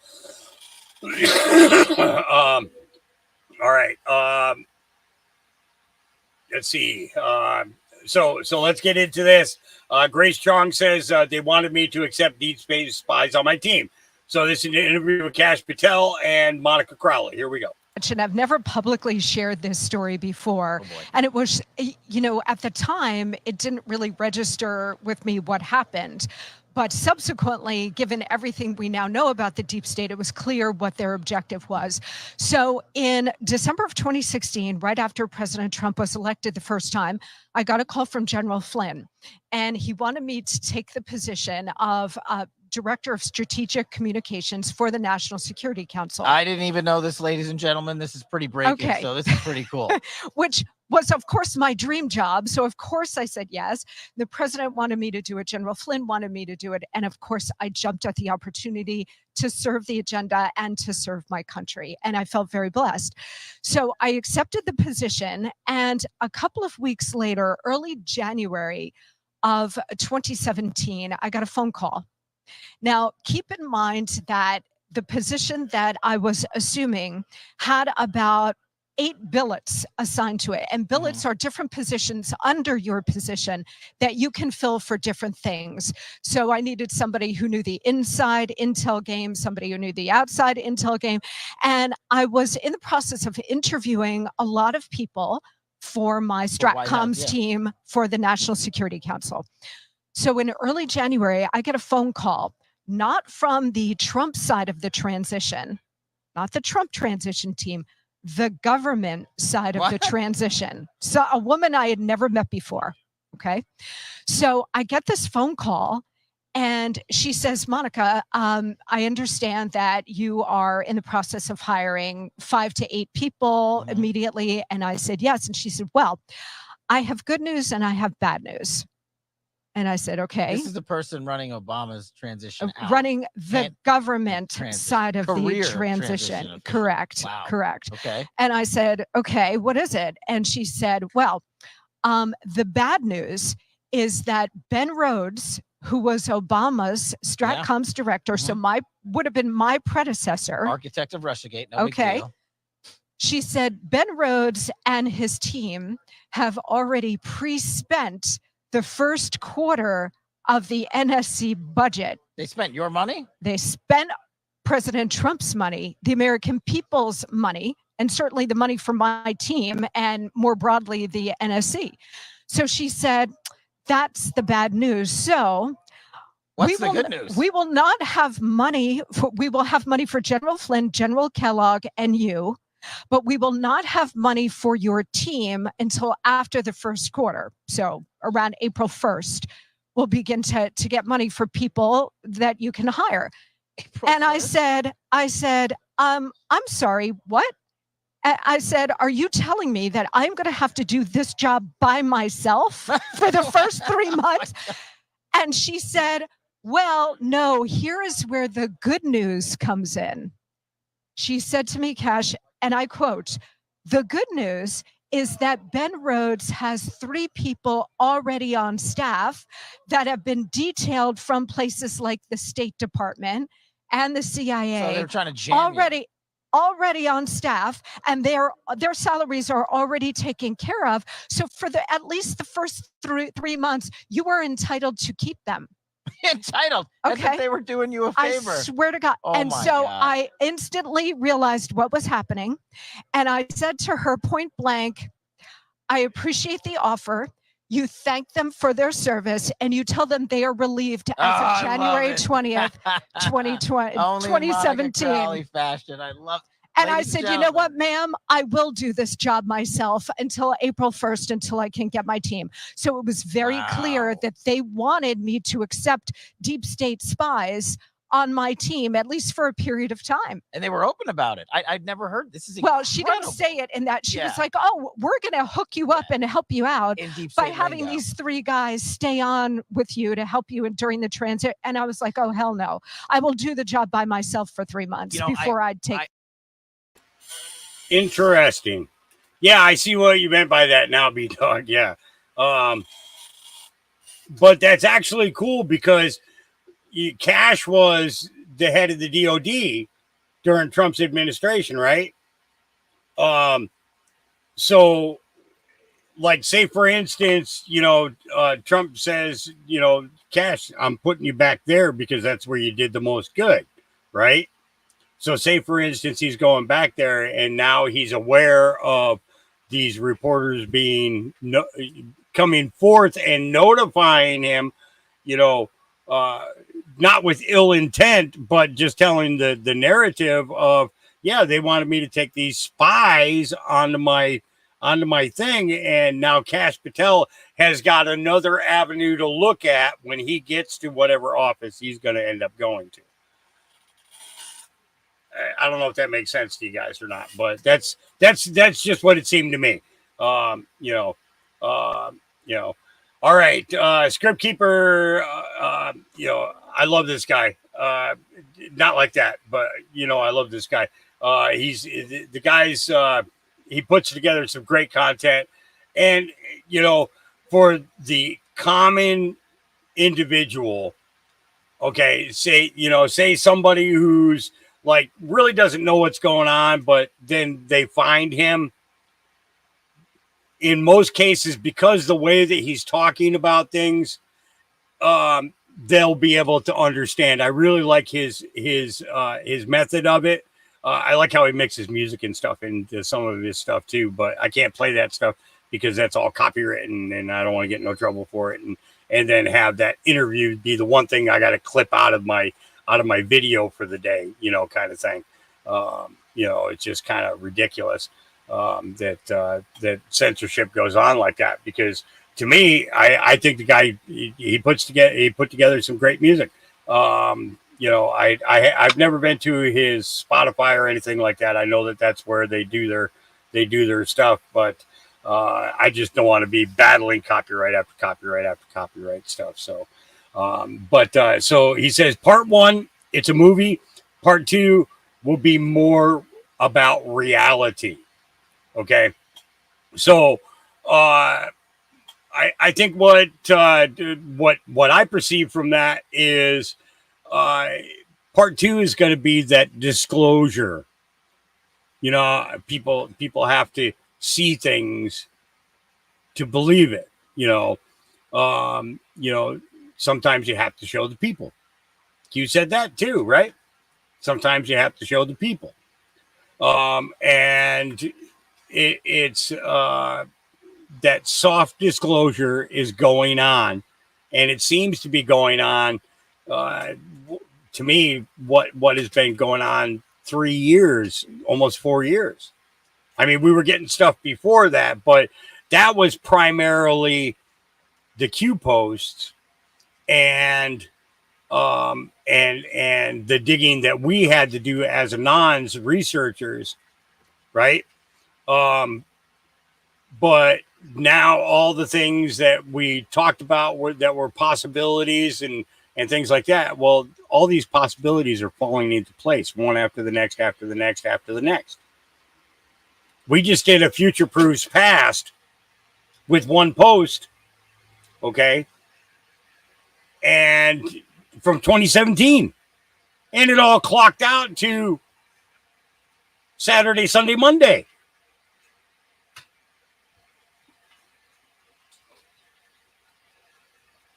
Well, actually, we should say Friday, Saturday, Sunday, Monday, because it was Friday that the company purchased or did the short on the 12 million stocks, right? So that was Friday. Then Saturday was the assassination attempt, and then Sunday was everybody just freaking out, wondering what's going to happen, how Trump is, all that. And then we got Monday, the first day of the RNC, and the announcement that morning, even before the RNC was opened, that Donald Trump released his statement in regards to selecting J.D. Vance. So, and we've got Happy Hunting, and we've got the law firm. All right, but let's hit Script Keeper. Here we go. Script Keeper. Seconds in popcorn. So he says, remember, Script said it was a movie. Then he said it wasn't. I'm still trying to get confirmation on which is it. Okay, you ready? Since you don't understand what I'm saying. Politics, your TV, your news anchors, the people that are on TV all the time. That's your movie. That's your movie. The people that you see that look different now. They were 5'7" at one time, and now they're 6'1". Or Donald Trump being shorter, or Donald Trump being taller, Donald Trump being heavy. Here, let me give you a prime. What do you see here? What's the main thing you see? Take a look at Trump's face. I'm going to show you something. I'm going to do this really slowly for you so you guys can see. Study the faces, the teeth, the eyes, everything. What do you see? What do you see? Pay attention. What do you see? Actors, different faces, media agencies, central casting, right? What does Trump always say? President Trump always says central casting. It's like a central casting movie. Right? Here, I'll give you more. Screenshot it. Here's another one. And another one. I'm gonna back that up. I want to back that up. Okay. So let's go through these pictures. Okay. So want to point this one out. What do you see here?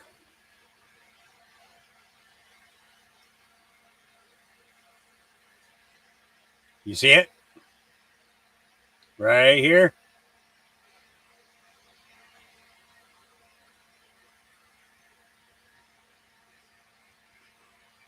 Anybody? Nobody? Maybe? Maybe not? I don't know. Okay. The smiles. He said to look at the teeth. Look at the smiles. Look at the teeth.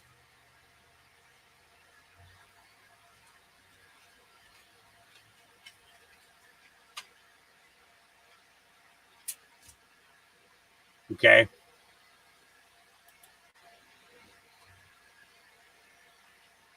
This is Hillary Clinton. This is Hillary Clinton.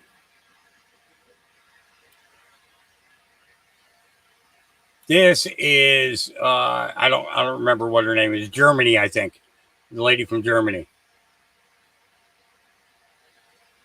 Look at the eyes, the shape of the eyes, the shape of the eyebrow, the slope of the nose.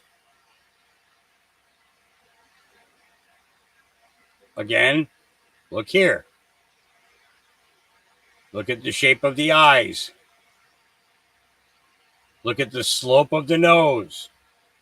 Look at how fat this particular part of the nose is, but it's absolutely not here. Okay. Screenshot it. Here's another one.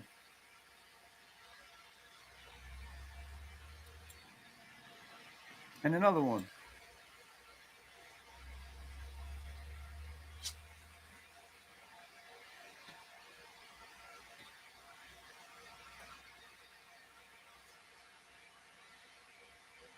Notice the difference on the upper eye, especially right here, and then the eyebrow and how the eyebrow sits, how the chin sits, placement of the lips. Oh, I can't stand.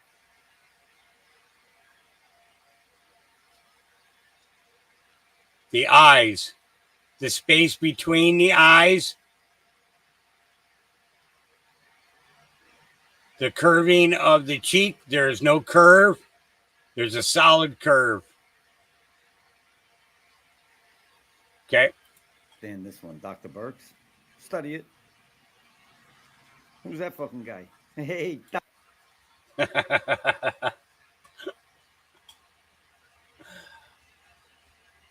wow. I'm me, boy. What's up with the turtleneck? What's this? What's all this right here? Huh? Yeah, I remember I said that last time, right? The turtle. Who's that? Your boy? Whoop. Putin?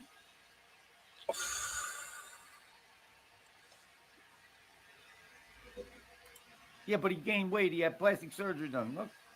You can't be pro-insurrection and pro-American. You can't be pro-Donald Trump and be Donald Trump. I mean, I was like, damn, what the fuck's going on with Kamala's neck, man? I'm like, it can't get no worse than... And then it fucking did. Look at this. You got like a pack of Franks hanging from there. Like, can I play with that thing? Can I flick it? And then this is my favorite, because this exists. We found it, just like we found the Donald Trump one. Hey, Benji, hey, BB, what's going on with the turtleneck? Oh, Mike Pompeo, you know? This matter's going forth, ladies and gentlemen. We're in a live exercise. President Trump's like, you should have told.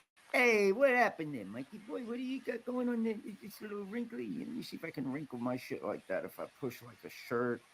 Oh, yeah, look at that. I might have something right there. Sure. Got the Great Awakening versus the Great Reset. They're all in on it. That's what we told you. It's not right or left. It's not Democrat or Republican. It's good versus evil. And anyone that can't see this or denies this, they're on a whole nother mission by themselves. Hold on, Israeli pornographers literally create Republican politicians and media stars the way they create porn stars, which, if you think about it, makes perfect sense and explains everything. They're prominent guests on Fox. They lead grassroots. Same thing with CNN and the Democrats too, guys. They lead grassroots rallies. They write columns at The Blaze. They are keynote speakers at CPAC and RNC PACs and this PAC, and a few were even used to blackmail perceived enemies of Israeli interests. And they all got their start as actors and models at the same Israeli-owned talent agency. These up-and-coming conservative superstars appear to have had, or currently still have, active profiles up at a shadowy Israeli-born pornographer Ami Shafir's Explore Talent National Justice camera. Shafir and QAnon conspiracy theorist Ron Watkins have a lot of similarities. This thread shows there is a Republican conspiracy that hires from a specific Israeli talent agency to infiltrate organizations and spread disinformation. Mikey Gill didn't break the lid off. Sorry, I was pronouncing his name wrong. Explore Talent is owned by Amiram Shafir, who made his fortune in pornography and phone sex sites. He's been accused of illegal wiretapping, the use of bribed police officers, collection of blackmail material on U.S. military officials, and ties to organized crime. See, look, like I said, is Explore Talent an Israeli intelligence operation? This is not, it's like, you know, nobody wants to talk about it. Y'all see the name? Go look at the name. Whoa! Nah, no, why would they be here, Script? You're lying, Script. You mean this guy right here? Yeah!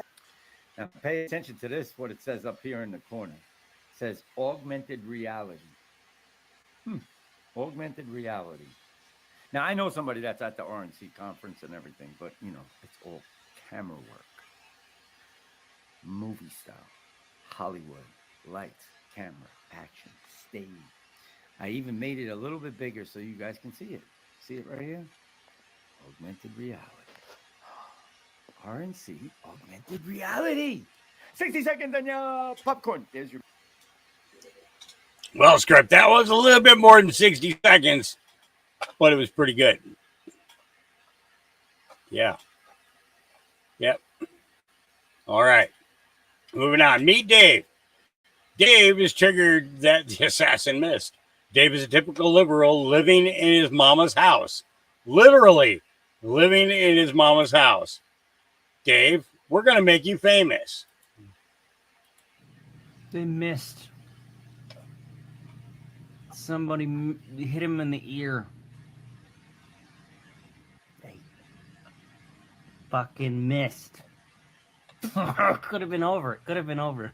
I'm living at my mother's house again, and she tells me, did you know that in this room that you're staying in, you can still unlock this door even though you don't have a key? I lived here for a lot of my life. I know how the bathroom, I know how that door works. Oh, you never lived in that room before. You can just take like a paperclip and you can... Mom, I know. How about this? I'm 41. I've seen that type of doorknob before. Does that work for you? They missed. Literally, a guy who lives with his mother is that upset. All right, here's Loomer for you. And this is what I was talking about before, okay? These are the ones that I could kind of do without, but some of the ones she does are pretty good, okay? Loomer unleashed the Charles Downs, just at the Charles Downs, just confronted Secret Service Director Kimberly Cheadle on video at a hotel in Milwaukee outside the RNC convention. It's only 24 seconds long, so you know she didn't get nowhere, but, you know. How's it going? Good, yeah. Do you agree with congressional Republicans' assessment that you should resign? Are you not going to answer? The Speaker of the House called on you to resign. Do you have a comment? Are you going to comment?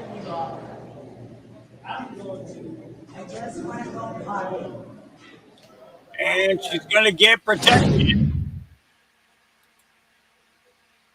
Here, go ahead. Get on that elevator. I'll keep him back. Yeah. This guy. I don't think this is him either. I think this is somebody else. Yep. Just something tells me. Because he had some shady business beforehand, too. So, here we go.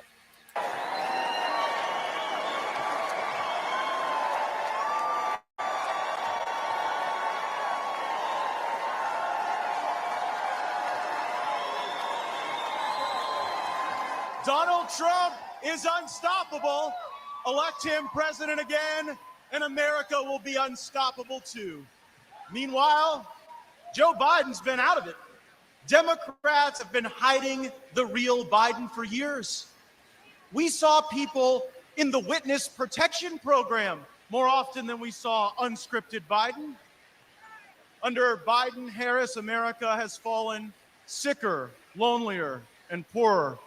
Under Trump, we prospered, we were richer, inflation was low, and there were two genders. Under Biden-Harris, not J.D. Vance. Inflation has gotten so bad, you can no longer bribe Democrat senators with cash alone. You have to use gold bars just so the bribes hold value. Oh, the swamp draining will recommence soon, and I will be President Trump's strongest ally in Congress to pass term limits, to stop taxpayer funding for political campaigns, to ban members of Congress for life from becoming lobbyists, and for the same reason you don't let the referee bet on the game, ban members of Congress from trading individual stocks. I am proud to stand before you, the only Republican in Congress who takes no lobbyist money, no PAC money. It's not good for me. I work for you, not them. President Trump, he'll never defund our police, but he will defund foreign aid to countries that hate us. And President Trump understands that if it isn't racist to check ID for a hunting license or welfare benefits or a fishing license, then it is okay to demand an ID to vote everywhere in this country in every election that's held.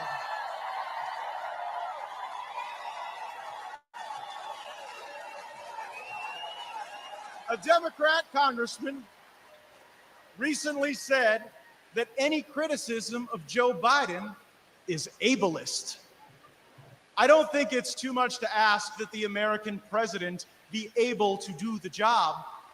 Kamala Harris isn't able to do any job.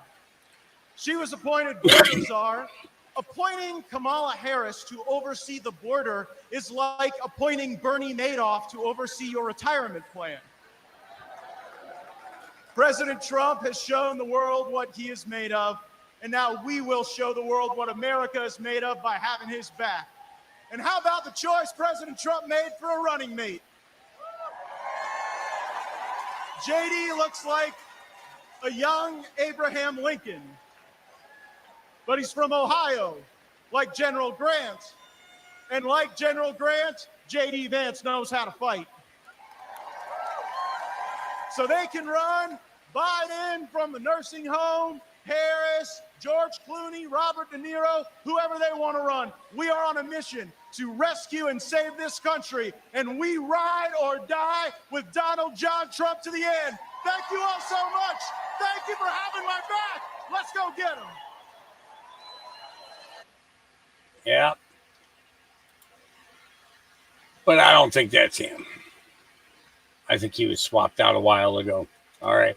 This is Wall Street Babe says Matt Tardio, retired Green Beret, prior law enforcement, who's an explosive expert, breaks down the significance of the Donald Trump assassin's transmitter found.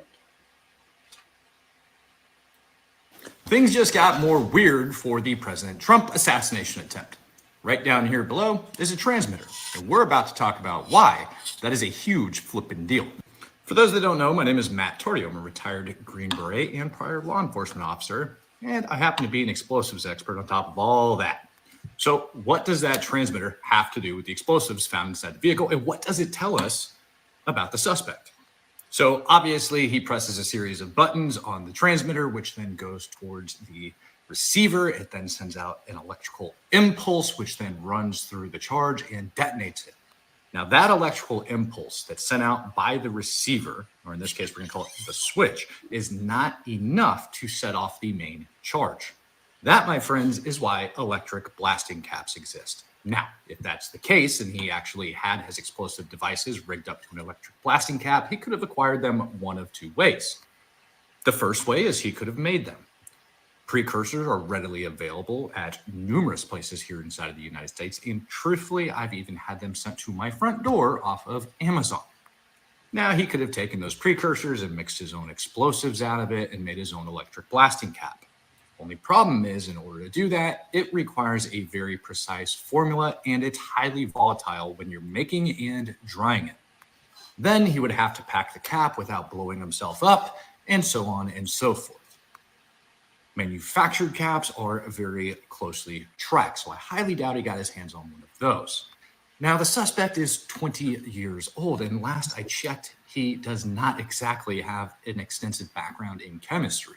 He'd also have to have a location to dry out the explosives after he manufactured them. And by the way, I want you to picture like a Breaking Bad laboratory. It doesn't have to be that extensive, but a lot of the same materials you see used in Breaking Bad to manufacture the meth is the same thing that he would be using in order to manufacture the explosives. It's chemistry. His parents would have seen that. They would have smelt it. They would have noticed. He lives at home, so he'd have to have a storage facility or somewhere else in order to make it. But again, it goes back into how the hell did the kid not blow himself up doing it? Because the temperatures have to be very exact, and if it gets too hot, you can freaking cause the whole thing to detonate right there on the spot. A lot of people are speculating and saying that because he doesn't have a social media profile, it's kind of weird. But I want you to look at it from a foreign actor's perspective. If you are going to be training somebody and giving them the means in order to do what this gentleman did, would you want them to have a social media platform? The answer is no, because all they have to do is make one dumbass comment and the whole thing is going to get tipped off to law enforcement. So you would want to recruit somebody like him who has been picked on in school, likely has a couple mental issues, but also has no real social media presence and likely gets his interactions online through different platforms like, I don't know, say 4chan or Reddit. Once they've got him recruited, then they just need to talk to him. Once they're talking to him, either through, emails, private messaging, whatever, right? There's a million different ways to do it. They don't even have to meet up with the guy. They can just give him a series of tasks. And then once he completes those tasks and they know he's good to go, then they can start dead dropping him the different things that he needed in order to conduct this attack. This whole thing looks shady as hell. Just another perspective. Just another perspective. Just another perspective. Yep. All right.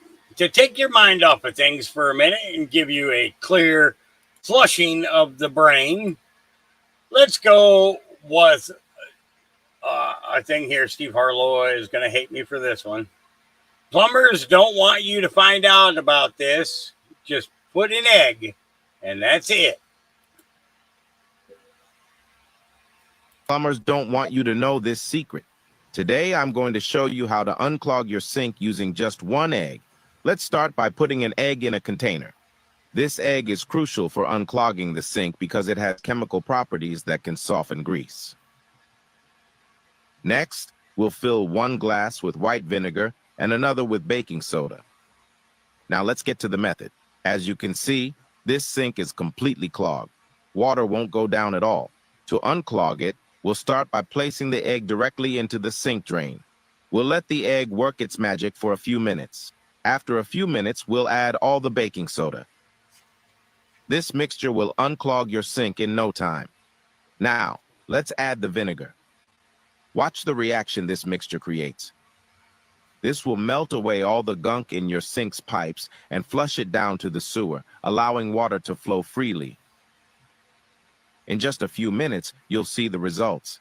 Look how incredible this is. Without any effort, the sink is unclogged and water is already draining. Isn't this tip amazing? Let me know what you think in the comments below. Did you know about this trick before?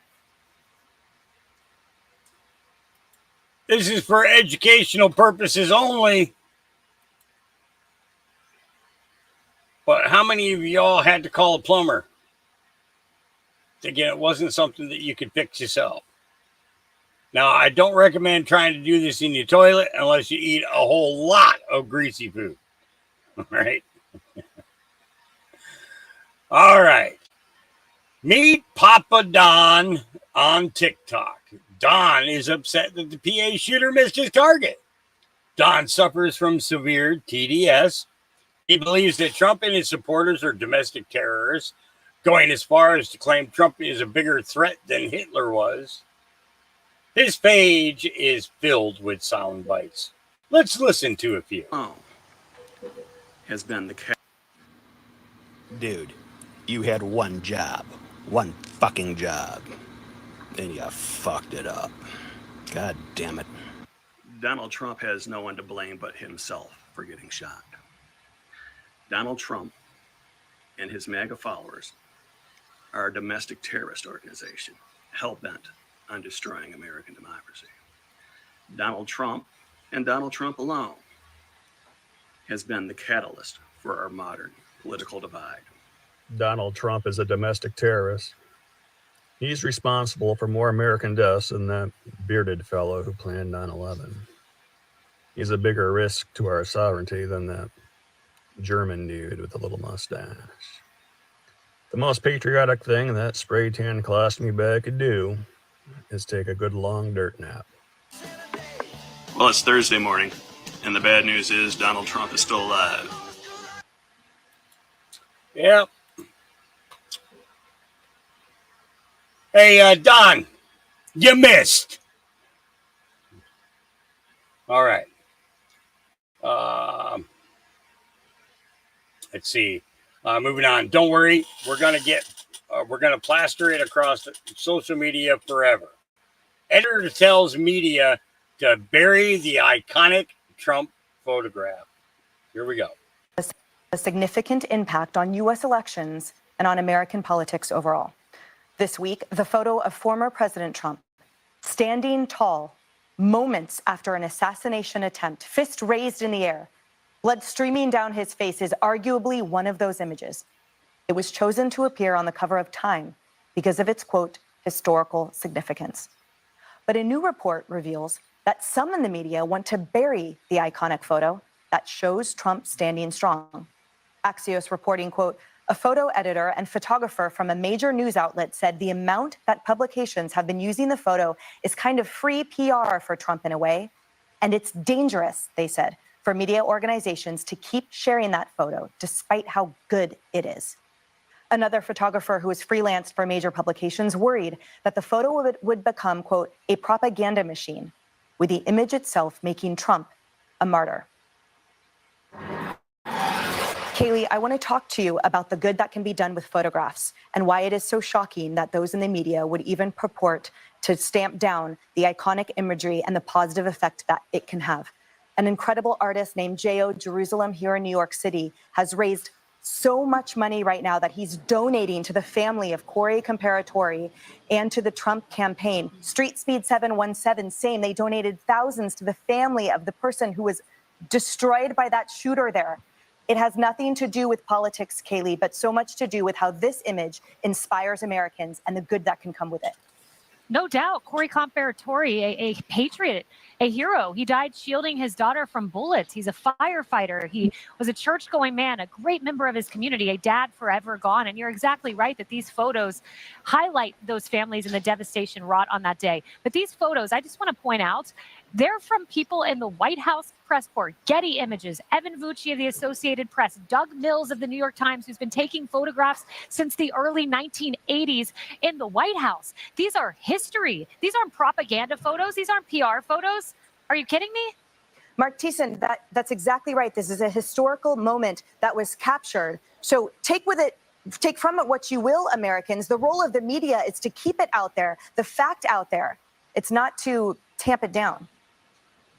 Well, first of all, I'm just in awe of these photographers who, when the bullets started flying and everyone was ducking, they stood up and got these pictures. These people are just unbelievable journalists. And the idea that any news editor would look at their work and say, we've got to suppress this, shows they learned nothing from the cover-up of the Biden cognitive story. You know, that Jill Abramson from the New York Times said that a lot of reporters didn't cover that story because they thought it would help Trump and how terrible that was. And now you're repeating this. This is why 7 in 10 Americans in a Gallup poll said they have little or no trust in the media today.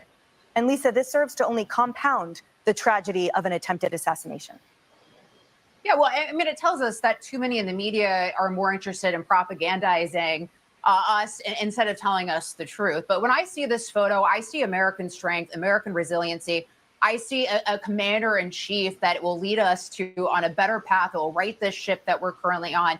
I see this photo and it makes me proud as an American. It makes me proud to go out and vote for Donald Trump. Me too. More outnumbered.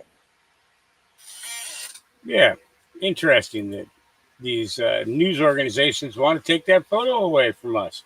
All right, here's a little comedy for you. Log of ground beef, then a quick little press down. Oh, nice. Nice to meet them all. Next, we're going to add in our pasta. Pasta. No. That's no. Go ahead. Entire jar of pasta sauce. Oh my God. Fold all your stuff back into the sandwich. She's a crazy. Call the police. She's a mental. She's a possession. Just like that. Let's take our original barbecue sauce, evenly coated all the way around.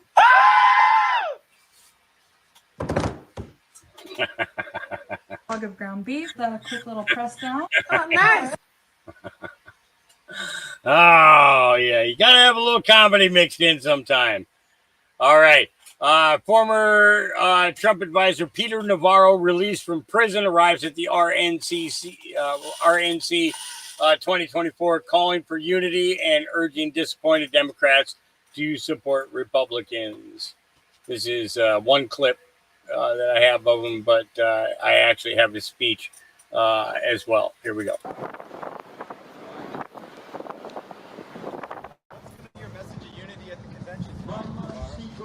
Our message of unity is quite simple. We have to unite this country, and every Democrat disengaged from, disenfranchised by, or disgusted with Joe Biden's America and the radical left turn that the elites of the Democratic Party have taken, come on down. Yep, just a little clip. Yep. We'll get some more in just a little bit. Now, if anybody was going to take over the Secret Service and do a complete investigation on the Secret Service, I would like it to be see it be this guy. All right. Breaking. Dan Bongino says there was supposed to be a tactical team on the roof where Thomas Crooks shot from, but they chose to post up in a second floor window instead. The only problem is I'm going to show you a photo of that building, and there is no second floor, and there's no window. All right. Bongino accused the Secret Service of bullshitting and lying to the American people. Bongino suggested that the sniper, well, here we go. A high-level source reached out to me last night and said to me that the rooftop that the shooter engaged from, as I told you last night during the Tucker Carlson special and then on Don Jr.'s show, was actually supposed to be posted by a local police department or non-Secret Service counter sniper team. So we're clear on the facts. There were 2 counter sniper teams from the Secret Service, 2. Those 2 were assigned to the scene. That rooftop was obviously deemed a threat. It was a line of sight issue. So because they didn't have the assets, and I'll get to why in a few minutes, it involves Dr. Jill Biden, who has an extremely low threat level relative to Donald Trump. This is the breaking news. For some reason, that local police department, this is not about Monday morning quarterbacking, folks. Again, this is not a football game. These are people's lives. For some reason, that local tactical counter sniper team didn't make it to the roof. What I'm hearing from sources is that tactical team positioned it through a second floor window, which cedes the high ground. Now, I wish I wasn't breaking this on my show. The fact that nobody is comfortable talking to the media because they're such insider hacks, and they're afraid they're all going to be exposed and they all have to come to me, candidly, folks, is a travesty. But think about what I just told you. For a second, everybody take a pause and a timeout. Think about the multiple security failures here and the lying. There was supposed to be a tactical CS team on that roof. They didn't make it to the roof. They chose a second floor window instead, which cedes the high ground, obviously, and nobody noticed. Nobody noticed that post, that CS post, was unmanned. Nobody had any idea. Now, this explains a lot. I gotta control the expletives. The bullshit here. I just said that. The bullshit you're hearing coming out of Secret Service headquarters. Now, does it make sense? Did you see a few days ago? And by the way, they're watching right now. Make no mistake. Did you see a few days ago? I don't know, about 3-4 days ago. The Secret Service came out with a statement through this PR flack, Guglielmi and others. And these guys should all resign immediately. And did you hear what they said? They did it kind of in a winky nod, sleazy kind of way, where they tried to pawn this off on the local. The local CS team never made it to the roof, counter sniper team. So when the Secret Service got massive backlash for appearing to pawn this off on the locals, even though what they were saying was true, even though it was the Secret Service's responsibility to check that the post was manned, the Secret Service then dialed the story back and said, oh, we're not trying to blame the locals. This is our responsibility. And then when they got backlash for saying, okay, well, if it's your responsibility, why was there no one on the freaking roof? Why was there no one there? What did the Secret Service director say? She came out with this ludicrous absurdity that, I don't know, man, the slope of the roof, we shouldn't be up there. It's like an OSHA violation or something. What, bro? What did you do? Let me tell you an OSHA violation. There are things in the motorcade and other security mechanisms we use, I'm sure probably aren't safe to be around. You think I sat there and went, OSHA, can we get a ticket on this item here? You do your job. You do your job and you keep the president alive. That excuse about the slope of the roof is another lie. Are you getting now what's going on? The Secret Service is lying so much and so often to try to cover up this total Charlie Foxtrot, if you know what that means, you military guys out there. They're lying so much that they're forgetting their lies. And they're not savvy enough, like a Jen Psaki, to lie effectively. There was supposed to be a local post. They never showed up, and no one from the Secret Service checked. They never showed up on that roof. Nobody checked. It also explains the possible hesitation by the other CS teams when this guy was encountered on the roof. Maybe they confused him for someone else, thinking it was posted up by locals, and it took maybe a couple of seconds to unscrew that. You're not hearing this anywhere else.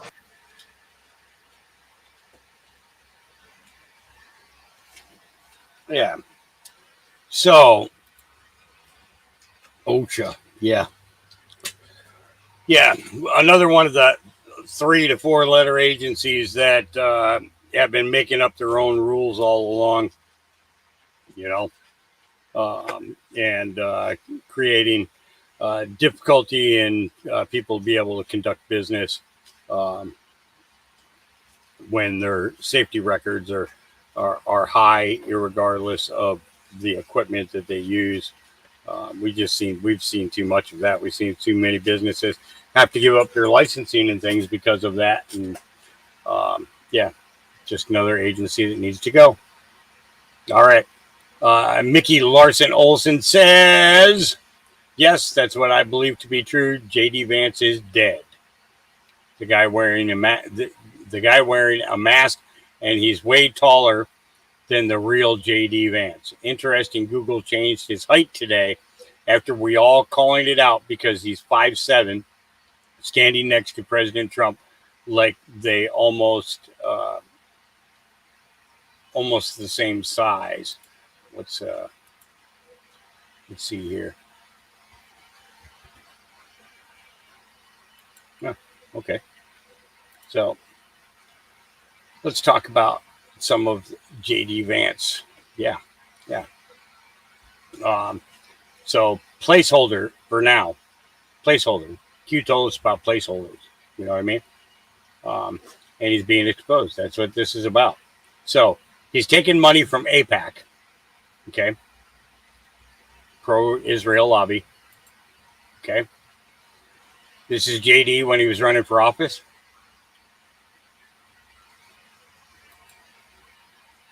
This is JD now.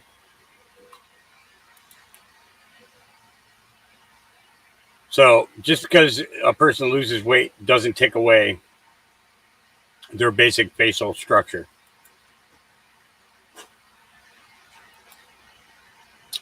You know, and my opinion, like with Pence, it's a highlight their criminal history. This is J.D. Vance's startup company, Ambrosia, the harvesting of blood of the young. Yeah. That's a company that he was involved with the startup. All right. This all sounds about right. Yep. Get ready to laugh because you're gonna. Well, that was an interesting news piece on the radio just now. So the FBI have officially concluded their investigation into Saturday's shooting in Pennsylvania. They have issued an arrest warrant for Donald Trump for interfering with a government-orchestrated assassination attempt, for leaving the scene of a shooting with only minor injuries, for unauthorized use of a miracle, and conspiring with God to survive. It sounds like another witch hunt. Okay, I'm going to play this one more time. Listen closely to what he says. Well, that was an interesting news piece on the radio just now. So the FBI have officially concluded their investigation into Saturday's shooting in Pennsylvania. They have issued an arrest warrant for Donald Trump for interfering with a government-orchestrated assassination attempt, for leaving the scene of a shooting with only minor injuries, for unauthorized use of a miracle, and conspiring with God to survive. It sounds like another witch hunt. Yeah. Don't you know, some shit like that is going to be, that's pretty much how the left thinks right now. He just said it. You know, I put that in yesterday and it showed that he was 5'7", and you're right. It is saying today that he's 6'2". Yeah. So after 30, I guess you still grow a couple more inches, you know? Yeah. Okay. All right. Tom Holman at the RNC. I thought this was very good. I think you guys are going to like this. Honestly, he's like one of the only guys that I think is actually legit, is like himself. I think he's like in maybe 10 to 12 people that I think that are actually themselves. Okay. I really think that this is Tom Holman. All right. Here we go.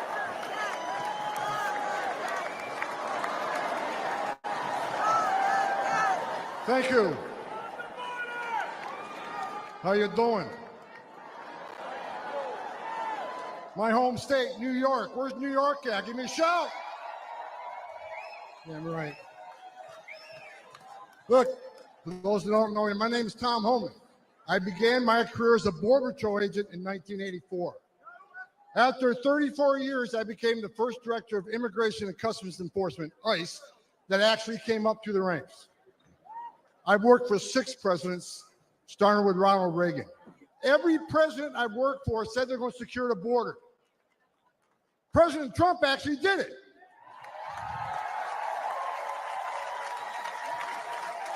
He created the most secure border in our history, and that's a stone cold fact. The data proves it, and guess what? He's going to do it again.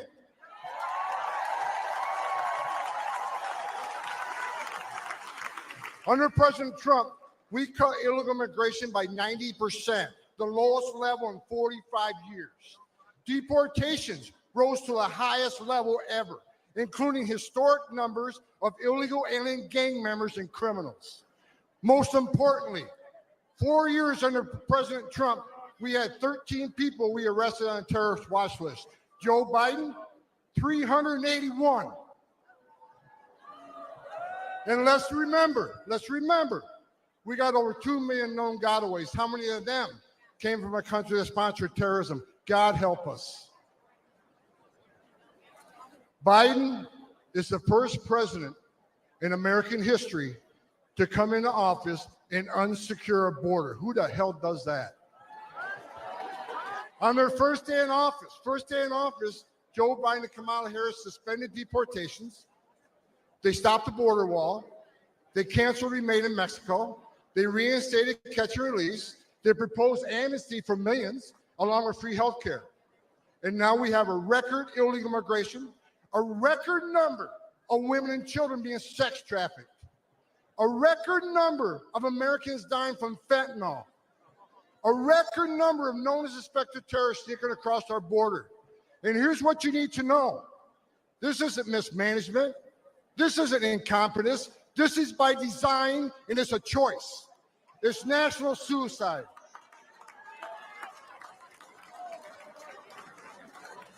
But you know what? On November 5th, the American people do have a choice, and they're going to stop this madness. I got a message. As a guy who spent 34 years deporting illegal aliens, I got a message to the millions of illegal aliens that Joe Biden's releasing our country in violation of federal law. You better start packing now.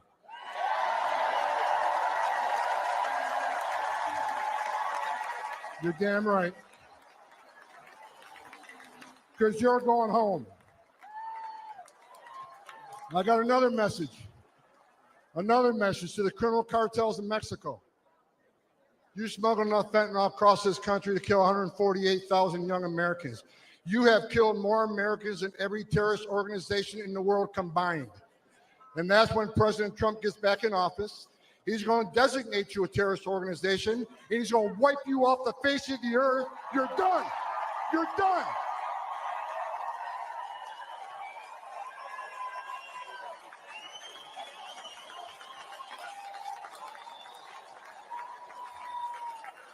President Trump is going to end the Biden-Harris open border madness.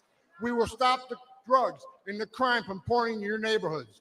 President Trump has proven to the American people that he's a warrior. And he's going to make America safe again. And you can take that to the bank. That's Tom Homan. I'm telling you, he is one of the absolute few that I think are legitimately who they are. Yeah. He has aged, but he has aged properly in the sequence of events here. He is one that, you know, all the full same characteristics, and he doesn't look like he's wearing a mask. You know, so so touching on what I said before about Bongino running a task force to investigate, well, somebody else had the same idea. Every single morning, we're very online. I got my entire production team here. Yes. Every morning at the top of our feed is dozens of people calling for you to be put in charge of a special task force to reform the Secret Service every single morning. I think you and I know the boss pretty well. We were at the UFC with him, right? And I just had Kash Patel on. And I think my take on it is this is hilarious. Benny just takes over this interview with me on my own show, but that's cool. I actually People enjoy wanna that. know. Yeah, I like that. I think my take on it is, and you do the same thing. The boss calls and asks you to serve your country. You do it. And I mean, I wouldn't do a salary or anything like that. But you know, there are a lot of good people out there. I'm not the only one. And I really hope if it's not me, which, you know, I hope you can find someone else. I think after this weekend, you and I are both like, you know, WTF, you know, over. Yeah. So that's just throwing something into the narrative, right? You know, giving a little bit of a aspect. So, all right. First off, welcome home, Peter Navarro, and you know, welcome back to this semi piece of freedom that we get to experience here in this current state of what's going on, but at least you're no longer behind bars. So we're going to take this 10-minute recess for me to go to the bathroom, walk around, get some coffee, and you guys get to listen to Peter Navarro speak at the RNC. Here we go.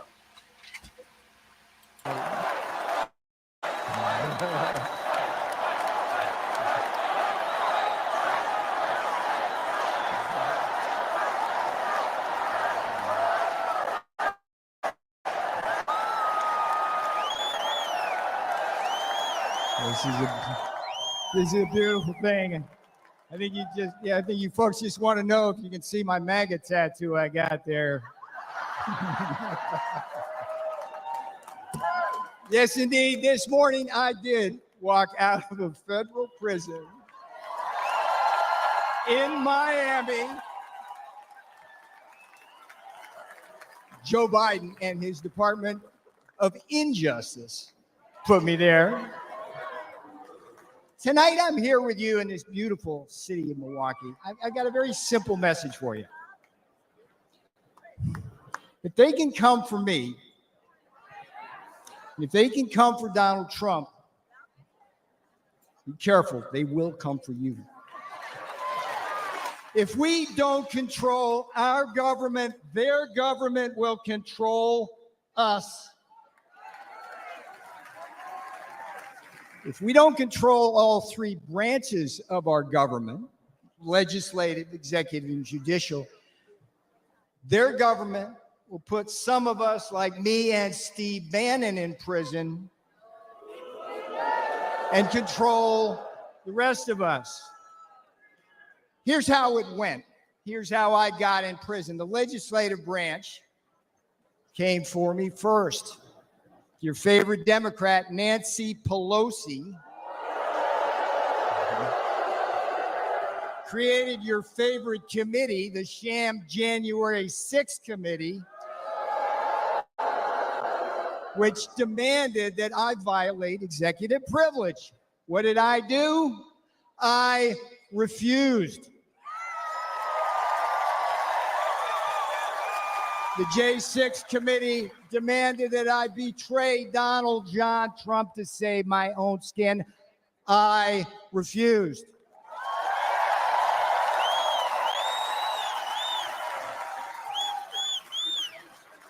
Here's the thing about the Constitution. They demanded that I break the law because they have no respect for it.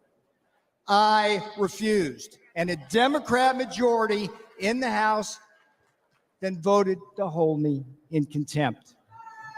All right, what happened next? The next jackboot to drop was the executive branch.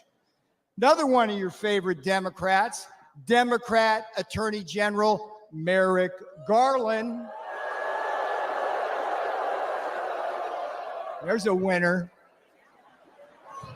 Him and Jack Smith indicted and prosecuted me for criminal contempt of Congress. Now, here's what's weird about it. It's something that Democrat prosecutors refused to do against one of their own, including two guys with blood on their hands, Eric Holder and Alejandro Mayorkas, the great border czar, right? They've actually gotten people killed for decades. For decades. The Department of Injustice right now, the Department of Justice policy stated, hear me out on this, if Congress slaps a subpoena on a senior White House advisor like me, the advisor's duty is to politely tell them to go pound sand. That's exactly what I did. So far we got two branches, legislative and executive. The judicial branch delivered the final blow. Just as, here's another favorite of yours, just as Democrat Judge Juan Marchand, you know this guy? Did to Donald John Trump in his Manhattan kangaroo court, another Democrat judge, a guy named Ahmed Maida, keep your eye on this guy, Ahmed Maida, Obama appointee. They stripped me of every possible defense. And then what? Just like in Manhattan with Donald Trump, they threw me to the wolves of an anti-Trump jury. And where? The D.C. swamp. They convicted me. They jailed me. Guess what? They did not break me.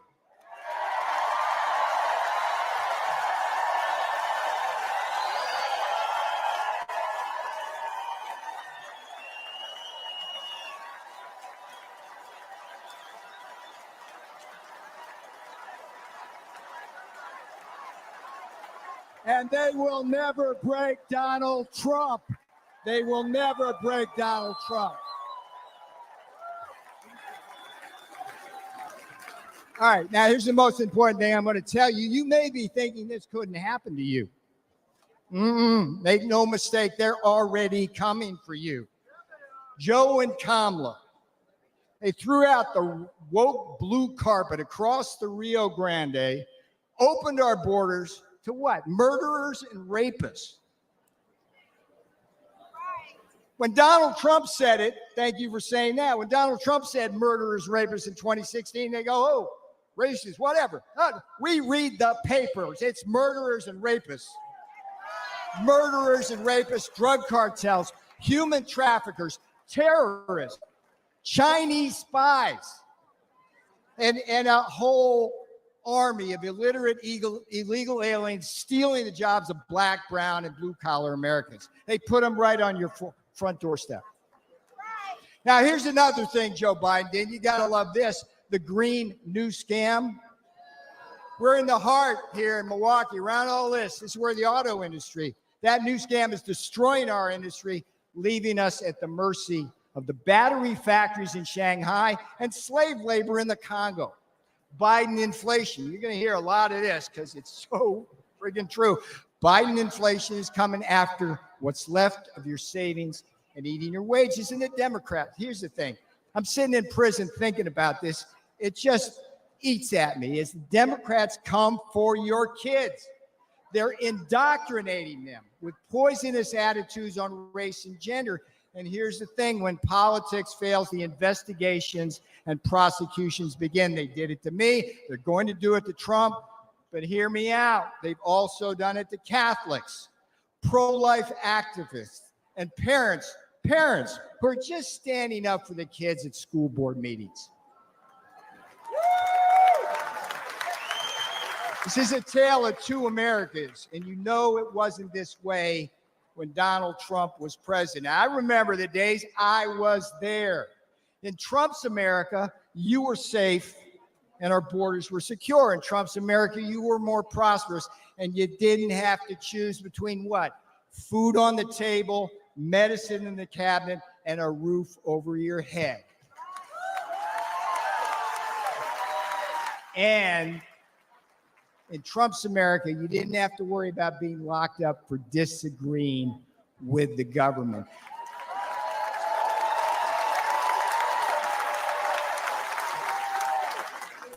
I went to prison so you won't have to.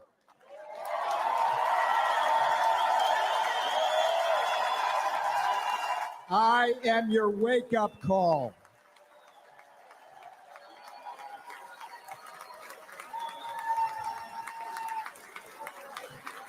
All right, this is where I'm going to have fun now because I'm going to leave you now with the last three words.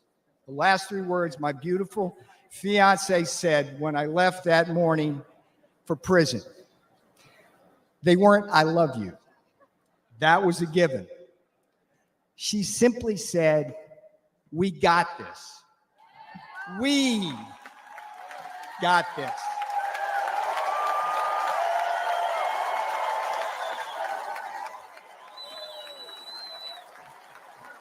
That's what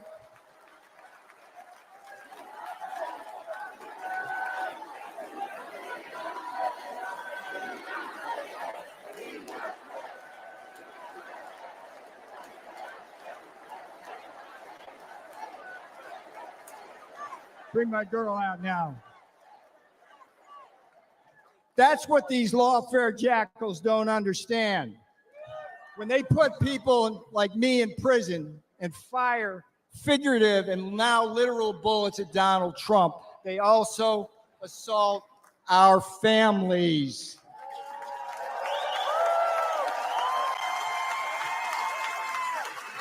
On election day, America will hold these lawfare jackals accountable.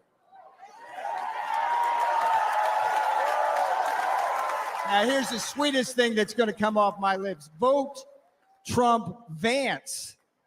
24 for Trump 47.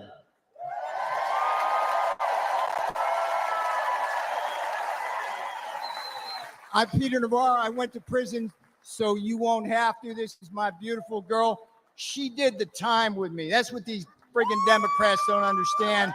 They do this to our families. She's my girl. Yeah. I love you. Let's win. Do not let up. Do not let up. Pedal to the metal till November.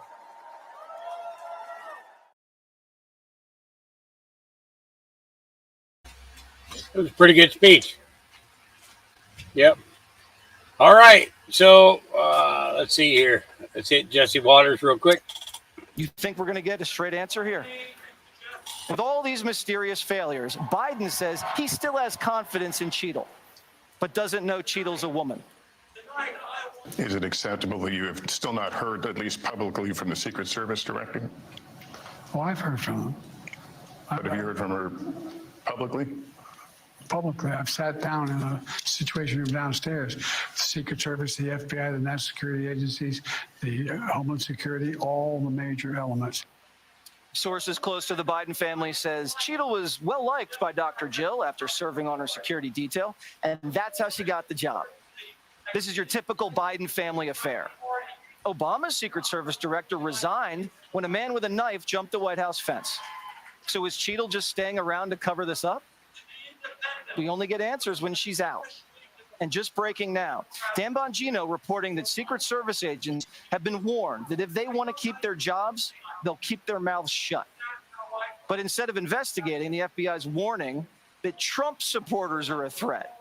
The Bureau says Trump supporters will probably avenge the assassination attempt and shoot somebody. Another Whitmer kidnapping setup? We don't know. The minute we stop asking questions, they win. Yeah. Yep. All right. This is where I said, very, very interesting. Seems like it's time for the Batman to get on his super bat computer because this could have been a riddle all along. Let's take a listen. What if it wasn't JFK Jr. all along? It was another Jr., but nobody even thought about it. Hear me out, okay?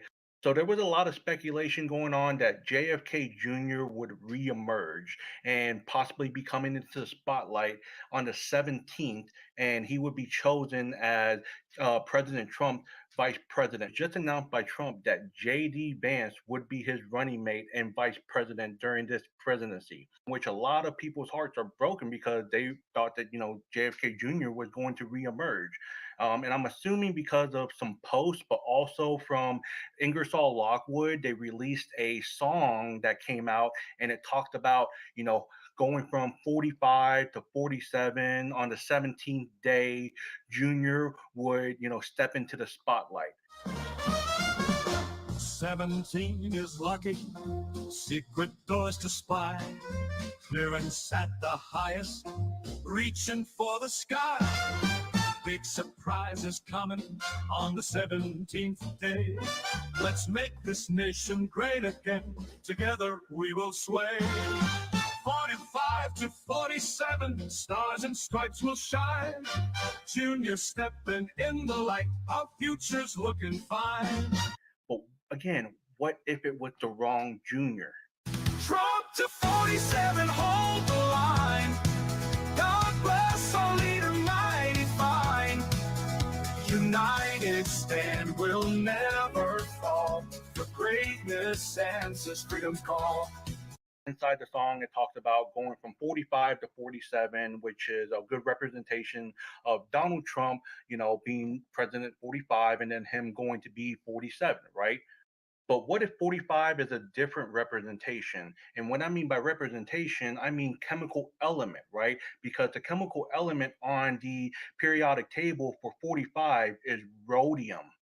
And the chemical element for 47 is silver. Y'all remember a few years back, rhodium actually went on a parabolic run, right? And then now the price is actually, is on the bear market.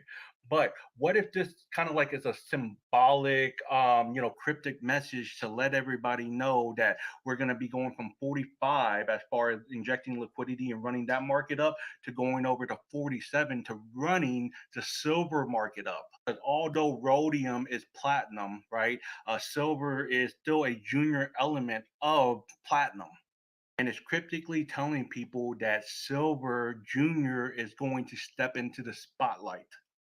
Because we already know, based on the U.S. debt clock information, not just the secret images, that silver is basically the short squeezes of on all short squeezes right now. It's highly leveraged. I mean, I put out a thread yesterday where, I quoted that silver on the low end would be $12,000 an ounce. And I broke it down to how it could be as high as $1.2 million an ounce, based on the information in the derivative market and how highly leveraged it could be.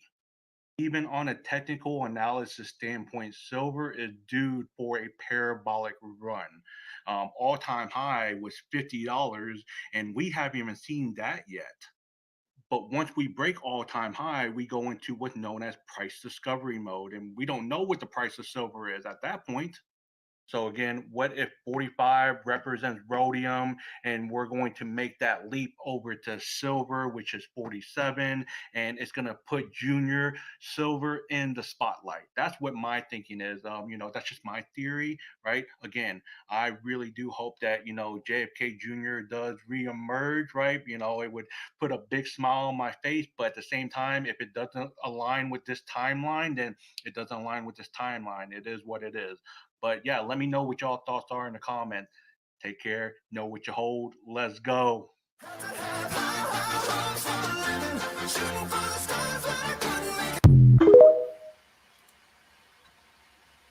So, yeah, he's taking a breakdown that from Ingersoll Lockwood, and honestly, I don't think it was a bad take on it. It was kind of interesting that if we all of a sudden see a shift in the silver market now,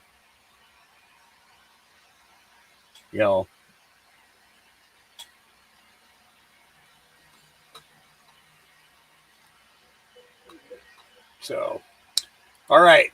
The general manager of Harry's Banana Farm responded to this, or the disgusting sign he put up that read, "How do you miss a head that's that inflated?" He has since taken down the sign and put up a different sign. Here we go.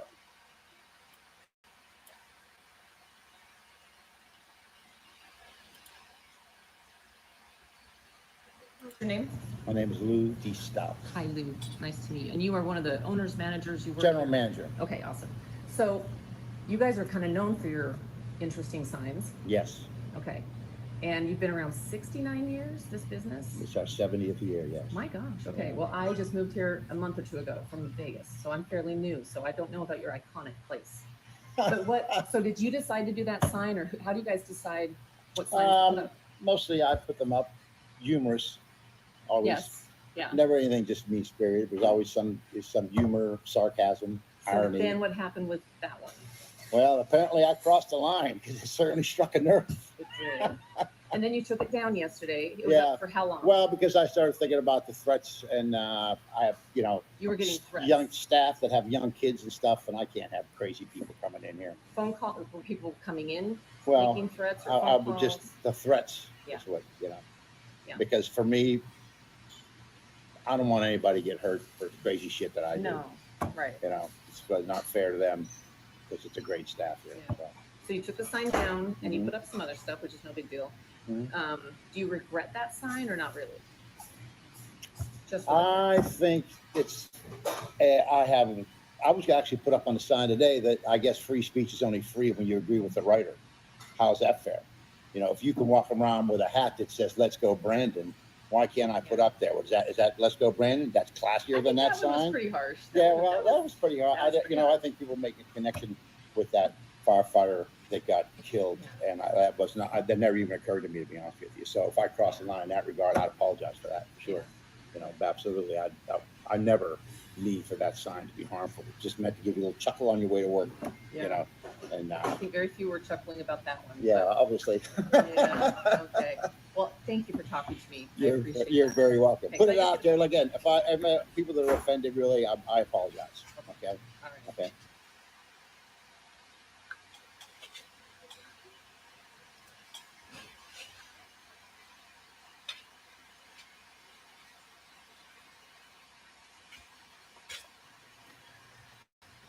I was so nervous going in there. And yes, I am a former investigative TV reporter from Idaho, a long time. I don't do that anymore. But yeah, I was actually pretty nervous because I just didn't know how they were going to respond to me walking in because they've had so much hate the last 24 hours. But they're very nice. I forgot to ask them about the other sign that I did see photos of on social media, apparently about like, can't Biden take out Trump and then claim presidential immunity. I saw pictures of that. I wasn't able to verify that they really put that sign up, but it looked like they did. So anyway, another news station is showing up there to interview them. And the only other question I forgot to ask him was he concerned about this impacting his business, his bottom line? But for him to pull the sign down, he did say it really was just about the safety of his employees. But I am sure that he will be more thoughtful in what he puts up from now on, knowing that people are watching all around the world. So. Yeah. All right. So Colin Ruggs put out 2 police officers phoned into Blanket Tactical Channel. This is the Butler town manager. All law enforcement were notified of a suspicious person somewhere on the grounds. Once the suspicious individual was identified as being in the vicinity of the AGR building, our police, who were primarily assigned to traffic duty and traffic control, did in fact, because of proximity, move towards that building to assist in trying to find and identify, the suspicious person. It's a light manufacturing office building. I'm not aware of a very specific assignment, not being part of the planning meetings, to whether or not anybody was truly assigned, dedicated to not only the building but that immediate grounds. I don't have that answer. One of our police officers, long term, police officer here with our department. Once that suspicious individual report came out and our police arrived, in the immediate area of the building, they did do a perimeter search. We're unable to see the person on top of the building from their vantage point. So one of our other police officers, 2 total, literally boosted one of our police officers up high enough in the air to grab hold of the edge of the roof. approximate height of 12 feet from ground to where he was able to grab a handhold. Officer pulled himself up to where his head was above the roof. Did observe an individual on the roof. Individual was identified as having a weapon and did point that firearm at our officer.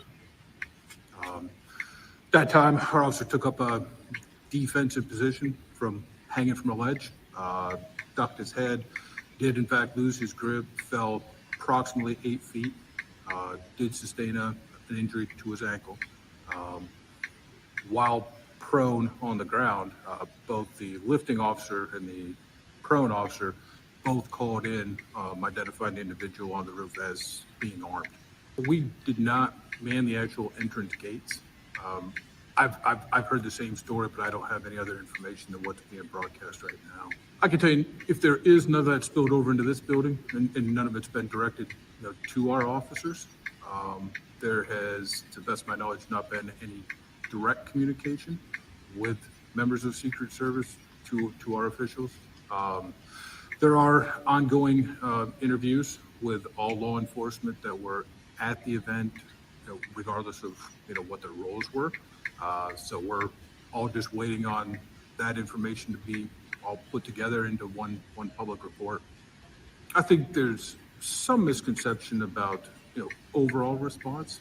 I can only speak for our officers transitioning from what was supposed to be a primary traffic control assistance to where it became a person of suspicion or a suspicious person.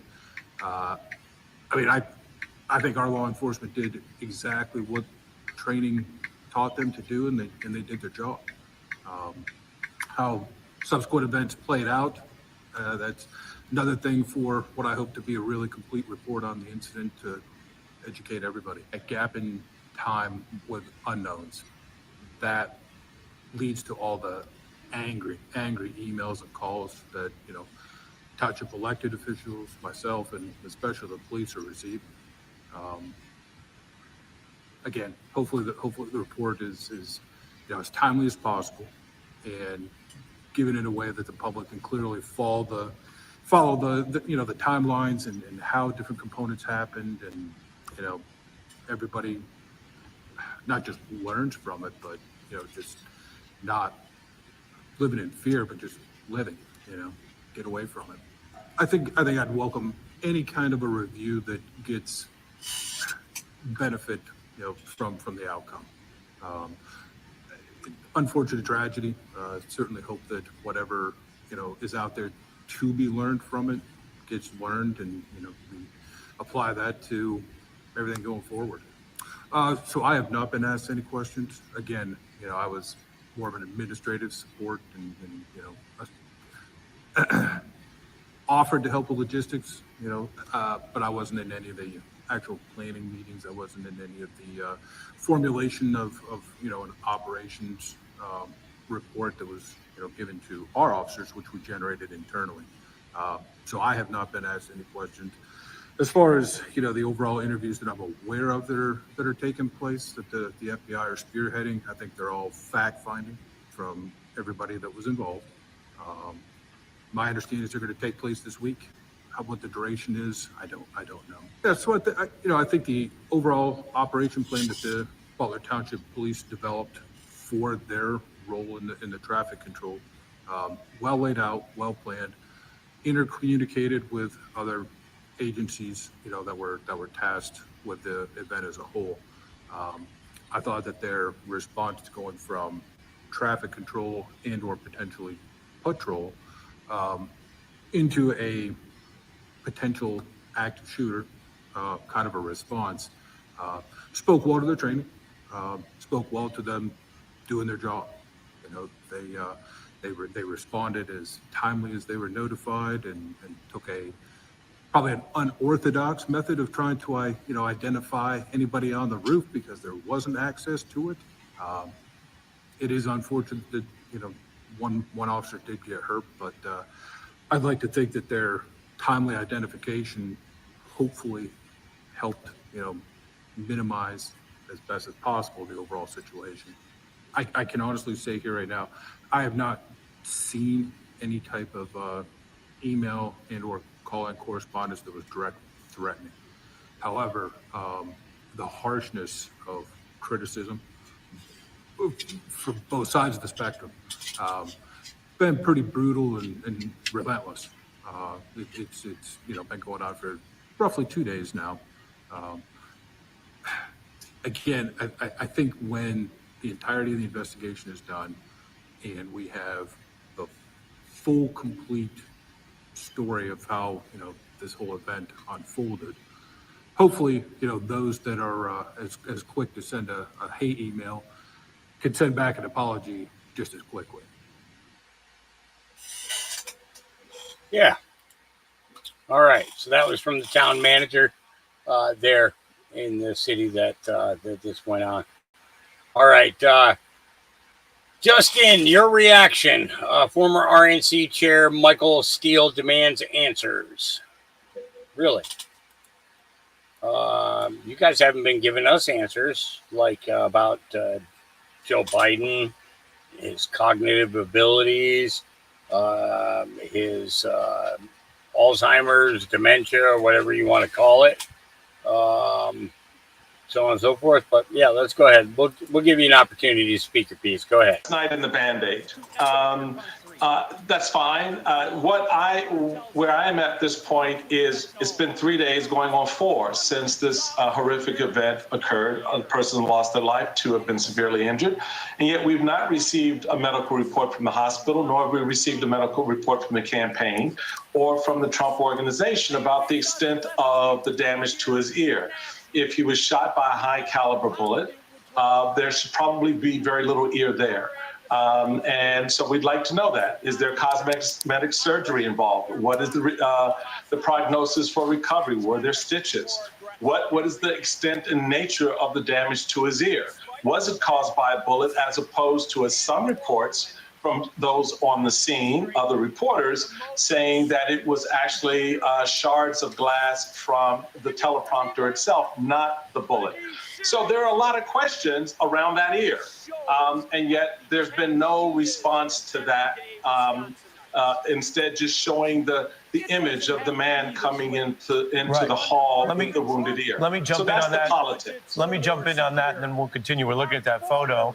Michael Steele is correct. While there is a certain amount of time that could be understandable for any medical scenario, the calls around the current president's medical condition, the questions around his capacity, right, are also the same questions you have in a medical event like this. Certainly, the public would want to know as much as possible about both incidents, and the Trump campaign has not been the most transparent.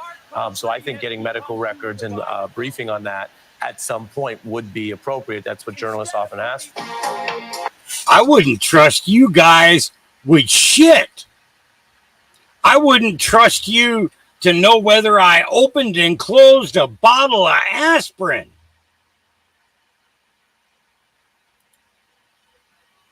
I wouldn't.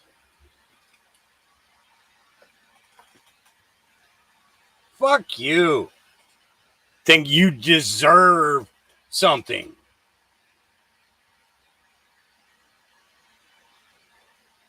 When it's time for us to know things, we'll know things.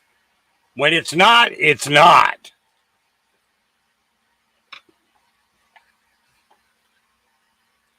Why don't you give us your medical records? How about that? How about you just open up all your medical records for everybody in America to see?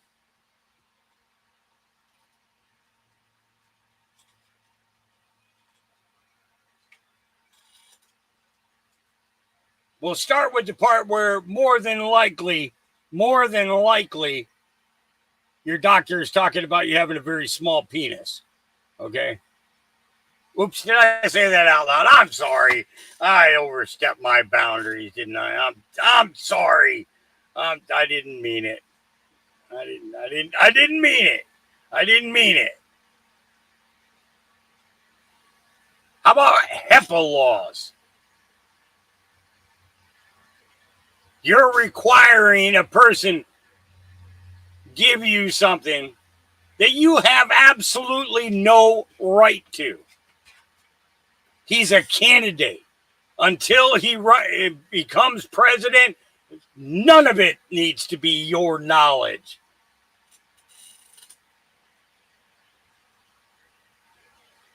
I didn't mean to say that, guys. I didn't mean to say that.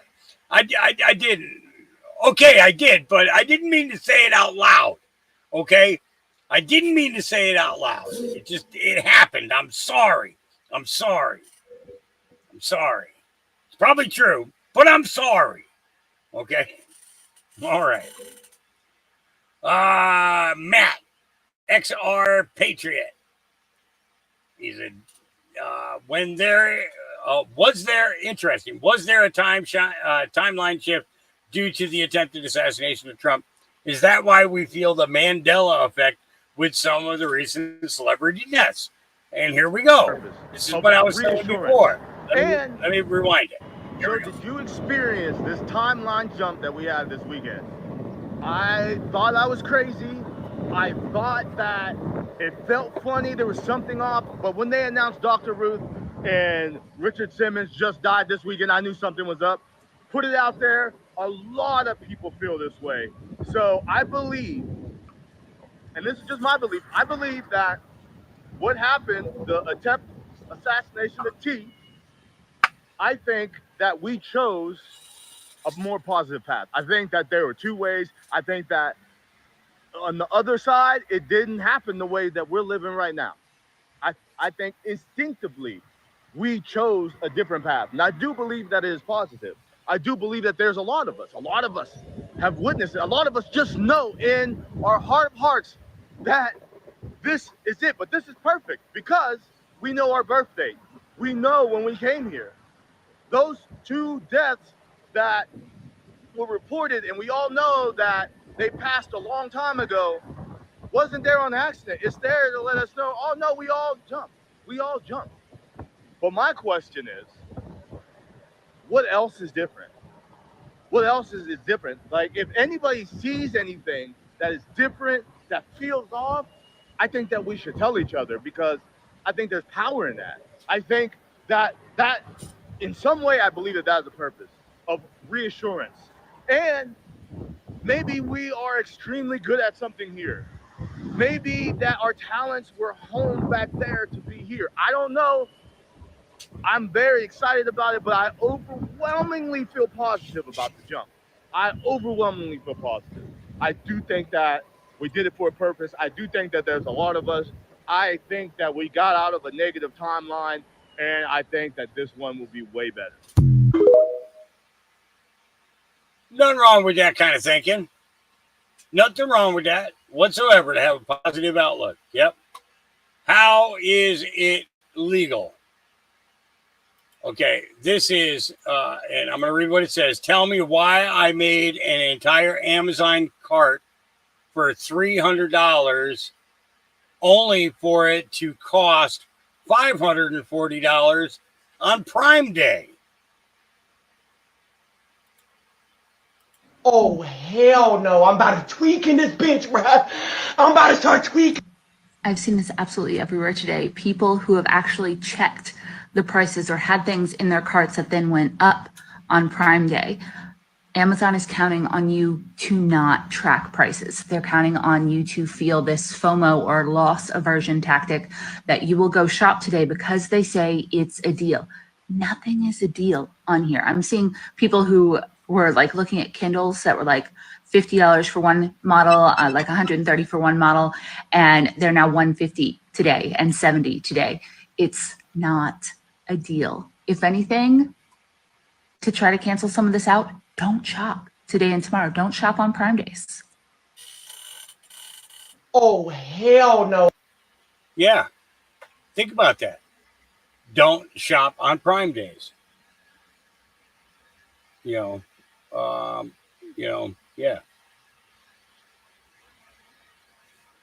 are you talking about? I'm in the middle of a podcast.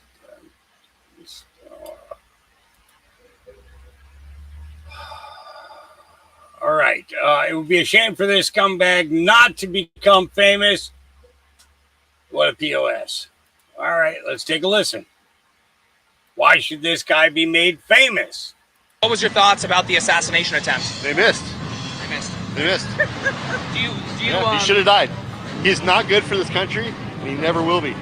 Ever. He's the worst person that could be ever in politics. He's not even a politician. So you're disappointed that the shooter missed Donald Trump? 100%. 100%. No, well, nothing. He should have died. She doesn't like him as much as I do, but she's a little more sympathetic to people dying. Do you think that the shooter was justified? He did what he wanted to do. Do you think it was justified? Like, do you think In he? his eyes, I'm sure it was. But you know what? Since he missed, I can guarantee you there's going to be 100 people that are going to try to not miss. Would you support that? Yeah, 100%. He doesn't need to live. He doesn't need to be a president. Well, you don't need to live. How about that? Oh my God, he said I shouldn't live. Yeah, maybe you shouldn't be alive. That's a demon walking among us. Yep. Wall Street Babe says the Democrat Party is finished. Ex-Democrat voters finally realizing voting Democrat has always been their problem. Here we go. You know what's crazy about all of this is people are straight brainwashed. In my almost 50 years, I used to vote Democrat a lot because that's what you was taught. You grew up, But then as I started getting older, I'm like, no, that's the problem.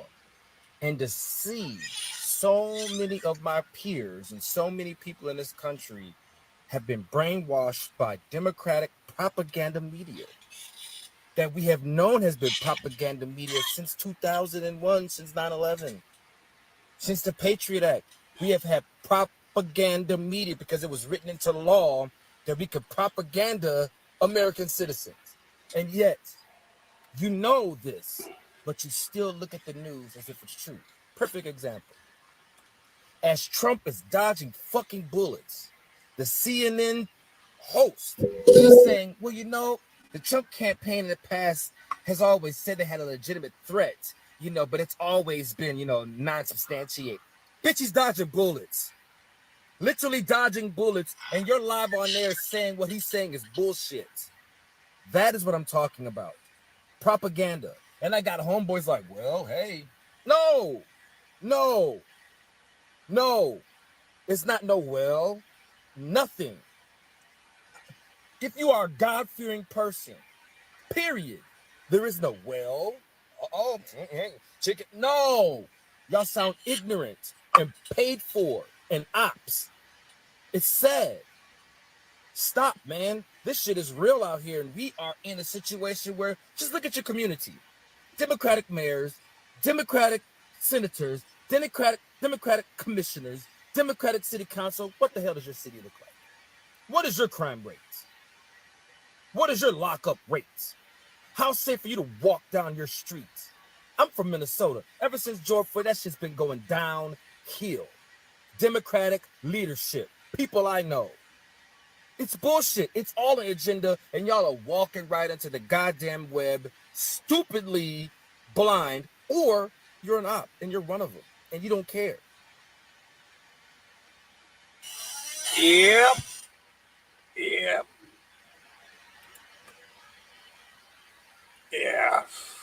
All right. Here's Mayrox with the U.S. debt clock. And this is from 7/17/24, Unlock the Future. Here we go. Hey, you guys, we got a new U.S. debt clock message. Today is Wednesday, July 17th, 2024. They posted it at 11 a.m. Eastern Standard Time, which is a little different because they usually post it at noon. I think last debt clock message, they posted it at 1:11. So that's pretty much, I think, the first that they posted it at 11 a.m. Eastern Standard Time. But anyway, the message reads, unlock the future. And we have a huge, it looks like Golden America that looks kind of like a vault. It says, own a share of America, the new USA dollar. It's a stock, it's a bond, it's a bankless revolution.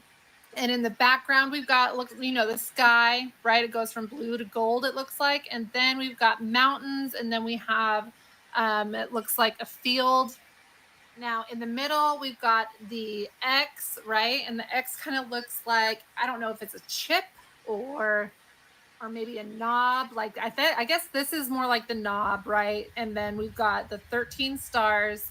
We also have the green and red, and the green is right at the top of the 13 stars. And the X just keeps going, right? So that we've got a bigger X throughout America. It's a little bit more vibrant. And then on the each side, we don't have the angels. We have the American eagle with the 13 stars. Here's kind of what it looks like zoomed in. Now, I was really trying to find some content to explain a little bit more about the U.S. Treasury dollar and how it applies to the stock, the bond, and the bankless revolution. And we have the vault, right? America is its own vault because the land and the commodities are all going to be backed by, are going to be the assets that the U.S. Treasury dollar is going to be backed by. So in essence, you will own a share of America by owning the U.S. Treasury dollar or owning anything that is backed by any of these assets. Now, when it says unlock the future, you guys, I am hoping and praying that this is close. And we have so many signs, especially today being the 17th. We have been waiting for, well, actually, I've been waiting to do the video because I was waiting for something to happen today. Because it being the 17th, there was a lot of hype that something substantial was going to happen today. We've got a few things that happened today. I don't know if they're anything substantial, but I'm just going to kind of go over them right now. So one of the clues that we've always been told is that once things are a go, right, that Biden would have to step down from office or he'd have to be removed from office. Now, a lot of us have seen this today, said Biden would step down if a medical condition emerged. But what they're talking about is him stepping down from being the Democratic nominee for the election, right? But right after he says this, we're starting to see all this news that Biden tested positive for COVID, right? And he had to cancel his speech in Nevada. Now, all this just happened today, and we know Nevada is supposed to be where either the Treasury is supposed to be or the headquarters for the Treasury is supposed to be in Reno. Correct me if I'm wrong, but I know that Reno is probably one of the important cities in Nevada in regards to the RV. So it's interesting that right after Biden says that he would step down if a medical condition emerged, he wasn't specific. And then right after that, he said he tested positive for COVID and canceled his speech in Nevada. And now we're getting news that he's self-quarantined in Delaware, at his house in Delaware. And then we get this Q drop today, right? It's got today's date, the 17th. After all of this, it says, we've got this Q drop that says, how do you provide cover for invalid positive test results? Coincidence, right? Okay, and then it says, think pawpaw, the swamp runs deep. The news is fake, the war is real. So what a coincidence is talking about a positive test result the same day that Biden is tested positive for COVID. And then just in, the Senate Majority Leader Chuck Schumer told Biden it would be better for the country if he ended his re-election bid. Things are stacking up and it's not looking good, at least for Biden anyway.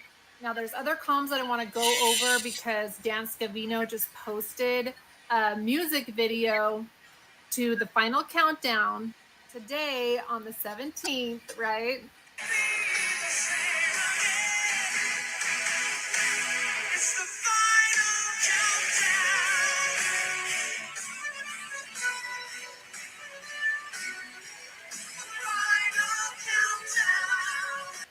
And then this Q drop 5, 4, 3, 2, 1. It says now that the Russia, this word is a proven lie. When do the trials for treason begin? And then we got all of these flood comms, like this article on July 12th, right? It's the Three Gorges Dam opens floodgates, discharge to ease pressure as upper Yeah, I don't know how to pronounce that, but it says braces for heavy rainfall. We got this. Okay, and to make a point, I showed you guys a video a couple of days ago about, somebody was claiming that the dam itself broke. That wasn't true. That wasn't true. They opened the floodgates, okay, and the levee didn't hold. The levee is what broke, not the dam. And that's why those villages were flooded the way they were. Okay. Evacuation notice yesterday. The evacuation notice says breaking, evacuate now. Emergency services ordered evacuation for parts of Nashville, Illinois, due to imminent failure of dam after NWS flash flood warning. So that was yesterday. Also, another flood call we had yesterday was Drake's Mansion flooding due to a heavy rainfall. That was all over X and Telegram. And then we got another video from Crash with a news clip of the media admitting Trump is a sitting president. Were they worried that he had a gun? Were they worried? What were they worried about? Were they worried that he was going to try to attempt to kill a sitting president and then go ahead and assassin? To kill a sitting president? A sitting president? So I'm curious if Biden's COVID diagnosis is a step closer to this green light, right? Things are adding up the way we've been told they're going to add up. And we know that Biden would have to step down or he'd have to be removed from office in order for the green light to be given. The green light to unlock the future, you guys. So exciting times, you guys. I'm sorry I'm late getting to this because I was waiting and waiting and waiting for something to happen so I could go over it. Nothing really happened except for Biden being diagnosed with COVID. So anyway, just piecing things together. That's all I really have for you guys for this Dead Clock message. I will see you guys on Sunday. All right. So there were a couple of things that she talked about there.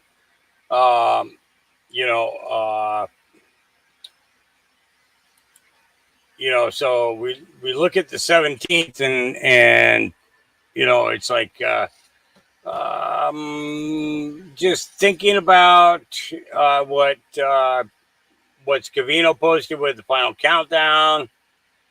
I think things are going to become a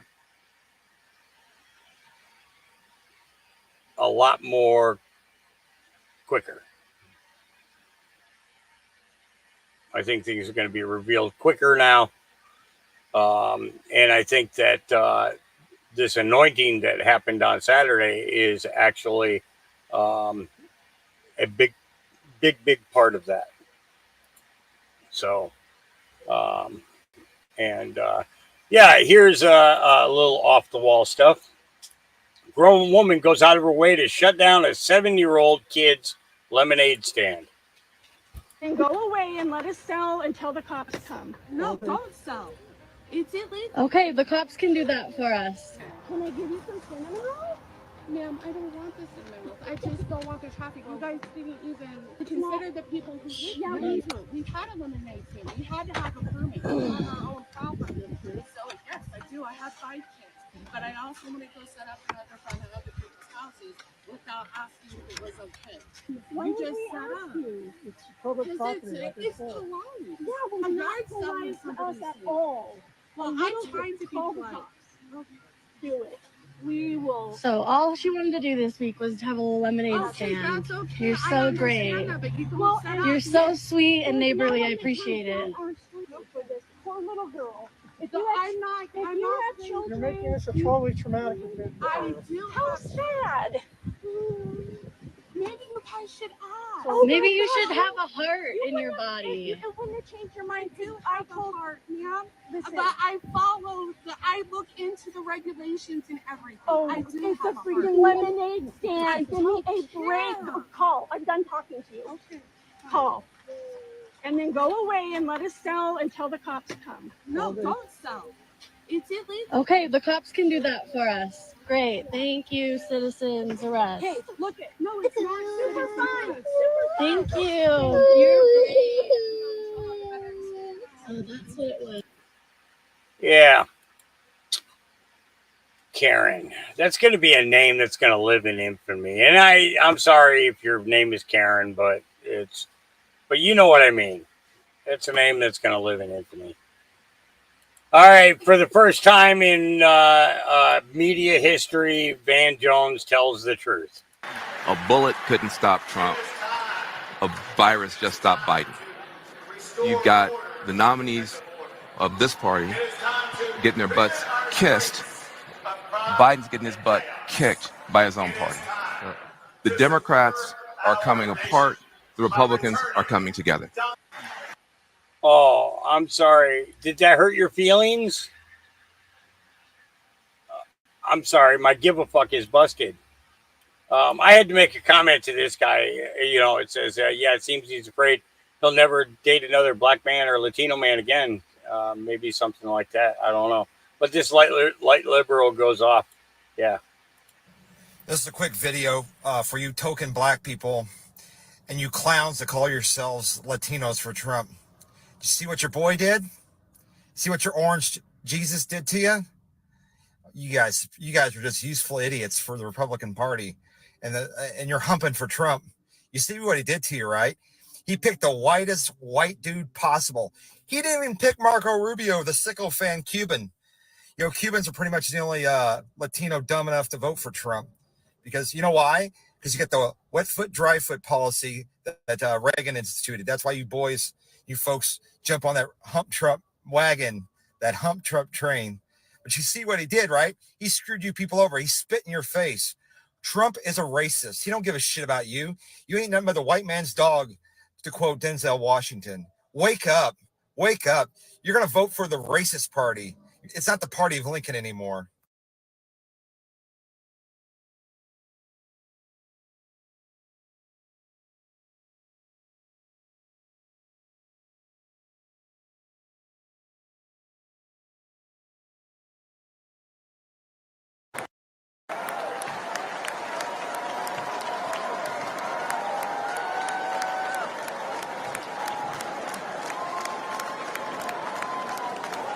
Good evening. February 3rd, 2023 began like any other Midwestern day, but in a heartbeat, everything changed. I'm Trent Conaway, the proud mayor of East Palestine, Ohio.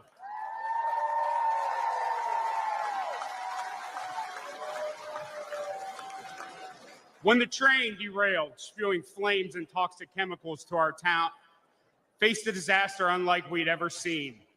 And in the chaos, we witnessed a clear contrast between leadership and incompetence. Our first responders didn't hesitate. They raced to the scene, they battled the flames, and evacuated our citizens. And for that, I want to thank every one of them tonight.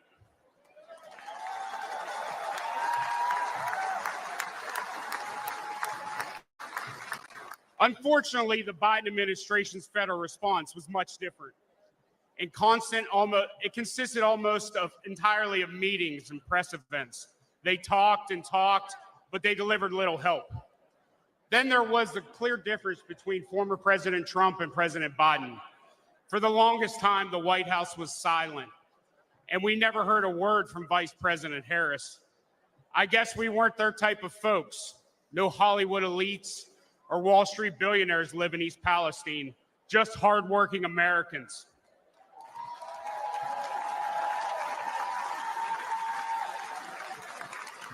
But Donald Trump cared. First, he called to ask permission to visit, not wanting to intrude, and then he asked how he could help. When he arrived with fresh pallets of drinking water, he met with everyone, from first responders to local officials and residents. He toured the derailment site. He listened to us, and he shared a meal with volunteers at a local McDonald's. His presence was genuine. His concern was real. After a year of criticism, President Biden finally did show up. His appearance was brief, forced, and scripted.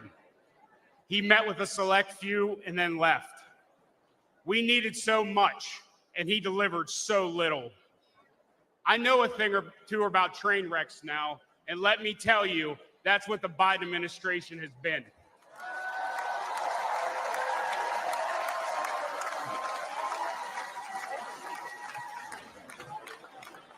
Before President Biden derails our entire nation, we need to act. We need a leader who values small town communities as much as big cities. We need a president who loves all Americans.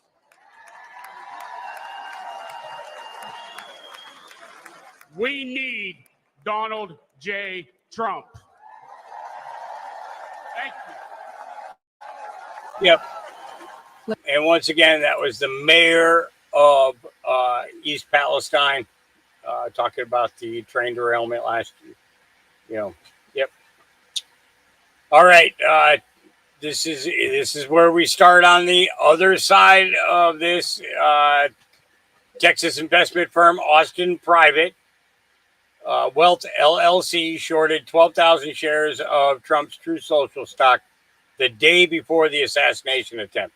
Here are some of the organizations that received donations from the investment firm.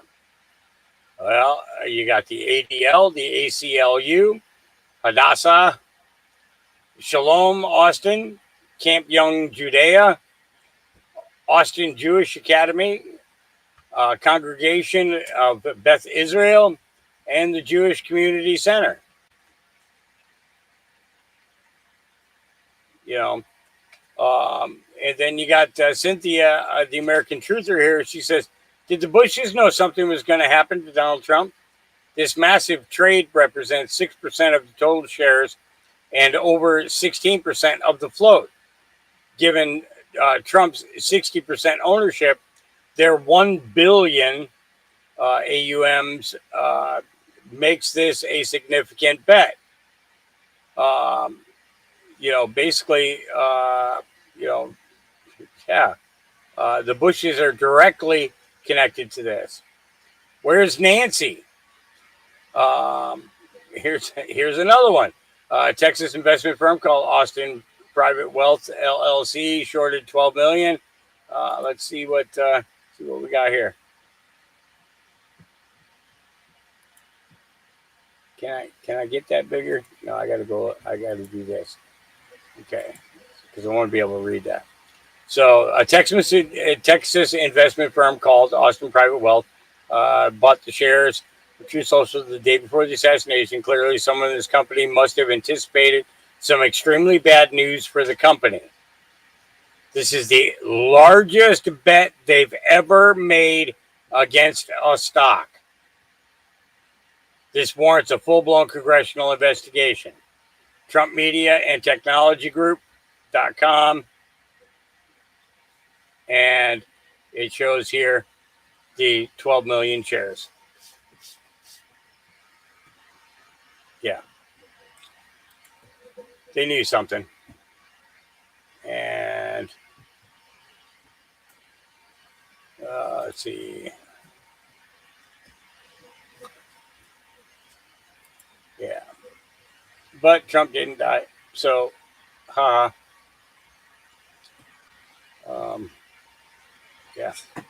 So, 1,500 AI investors. I've spent the last few months curating a list of the top 1,500 AI investors.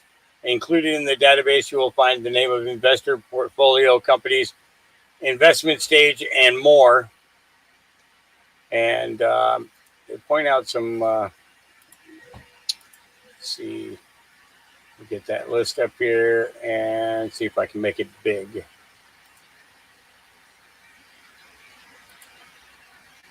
There we go. Image in the new tab. And it tells you, it gives you a breakdown of all this stuff. And who the founders are, the dates founded, stuff like that. So it's a good way to look things up. All right. Back to this. Trump enters the RNC day 3. Look at this Secret Service now. 1, 2, 3, 4, 5, 6, 7. All men. Got rid of the women. Got rid of the women. So let's. A candidate right there making another surprise entrance. Let's listen in.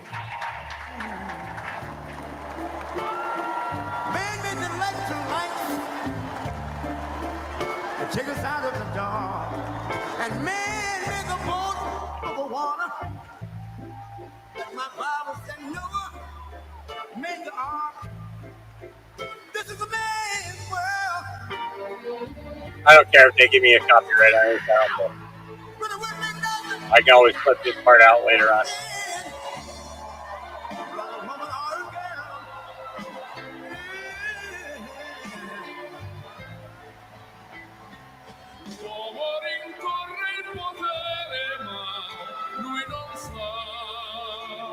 It's one of Trump's absolute favorite songs, by the way. And that's Luciano Pavarotti. He walked out on the stage while James Brown was doing a live performance, and he turned it into a duet. He had already performed, and so James Brown was surprised. Yeah, it was pretty significant. Here we go. This is coming from Los Angeles Times. When your friends turn against you. So California Congressman Adam Schiff has now asked Biden to leave. He's going to kiss up to him, though. Here's the quote: has been one of the most consequential presidents in our nation's history. His lifetime of service as senator, vice president, and now as president has made our country better. And here's the quote, but, and you know if it came before the word but, he probably didn't mean it. That's how our language works. But our nation is at a crossroads. A second Trump presidency will undermine, blah, blah, blah, blah, blah. The choice to withdraw from the campaign is President Biden's alone, but Schiff believes it's time for Biden to pass the torch. Breaking news. Yeah. Not that anybody should listen to him, but this is where my biggest question about Biden getting the big C. Why is he walking around shaking hands with people in Las Vegas after he tested positive?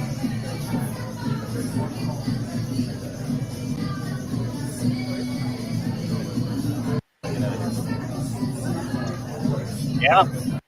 Why is he? You see it? He's holding her hand. Is this girl going to test positive now too? Or did you give it to him? Yeah.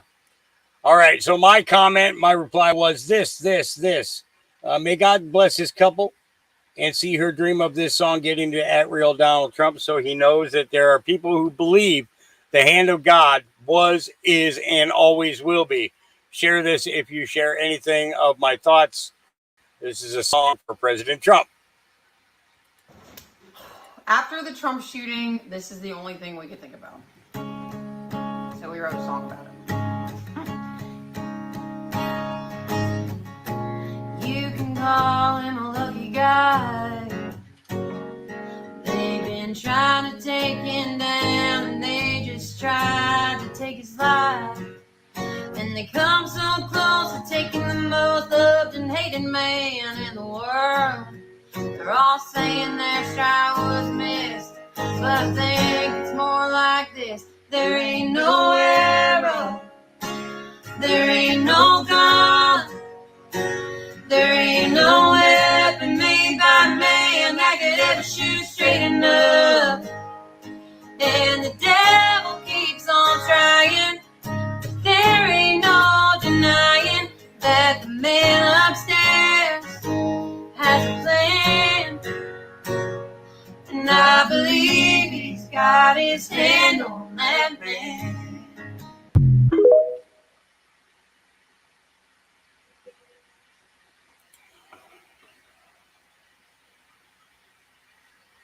Yeah.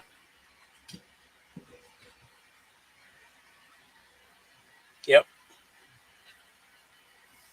I think they need to finish that song, and I think they need to put it out themselves.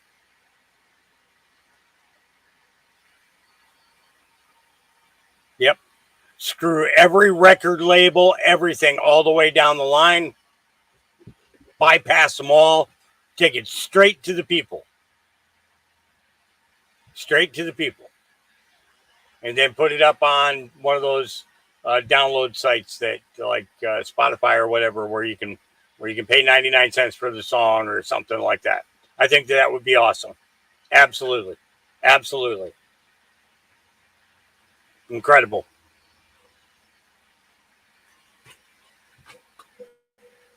I'm not crying, you're crying, says Carly Boone.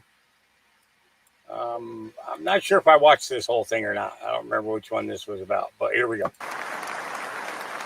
Ladies and gentlemen, please welcome to the stage the Gold Star families Oh, yeah. of our fallen All right. heroes.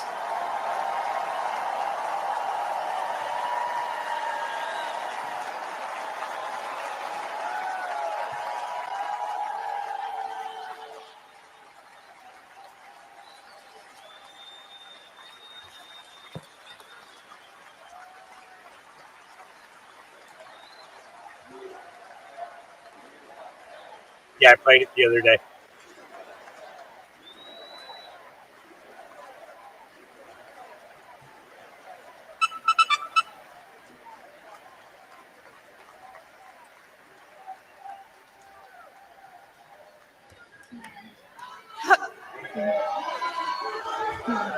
Hello, America. I'm Christy Shamblin. My daughter-in-law, Sergeant Nicole Leanne G.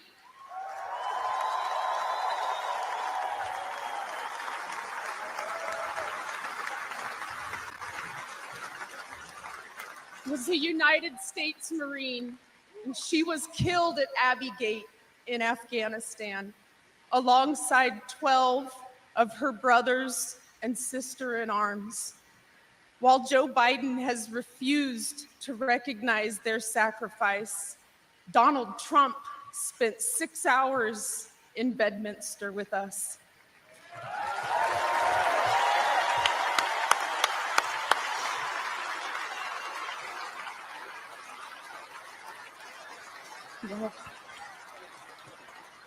He allowed us to grieve. He allowed us to remember our heroes. Donald Trump knew all of our children's names. He knew their stories, and he spoke to us in a way that made us feel understood, like he knew our kids. Donald Trump carried the weight for a few hours with me.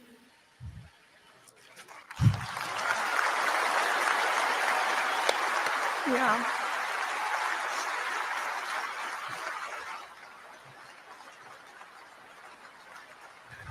And for the first time since Nicole's death, I felt I wasn't alone in my grief. Thank you.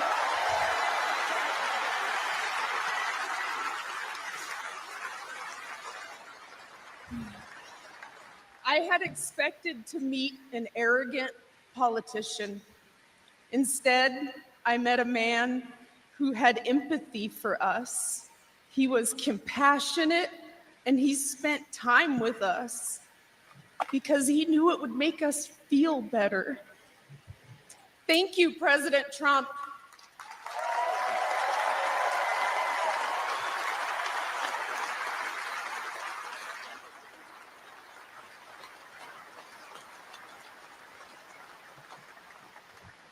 I'm Cheryl Jules, Nicole's aunt. Joe Biden said the withdrawal from Afghanistan was an extraordinary success. An extraordinary success. Look at our faces. Look at our pain and our heartbreak. And look at our rage. That was not an extraordinary success. The humiliation of our nation was not an extraordinary success.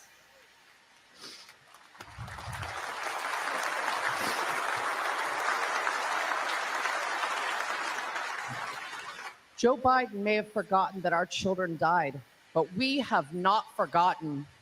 Donald Trump has not forgotten.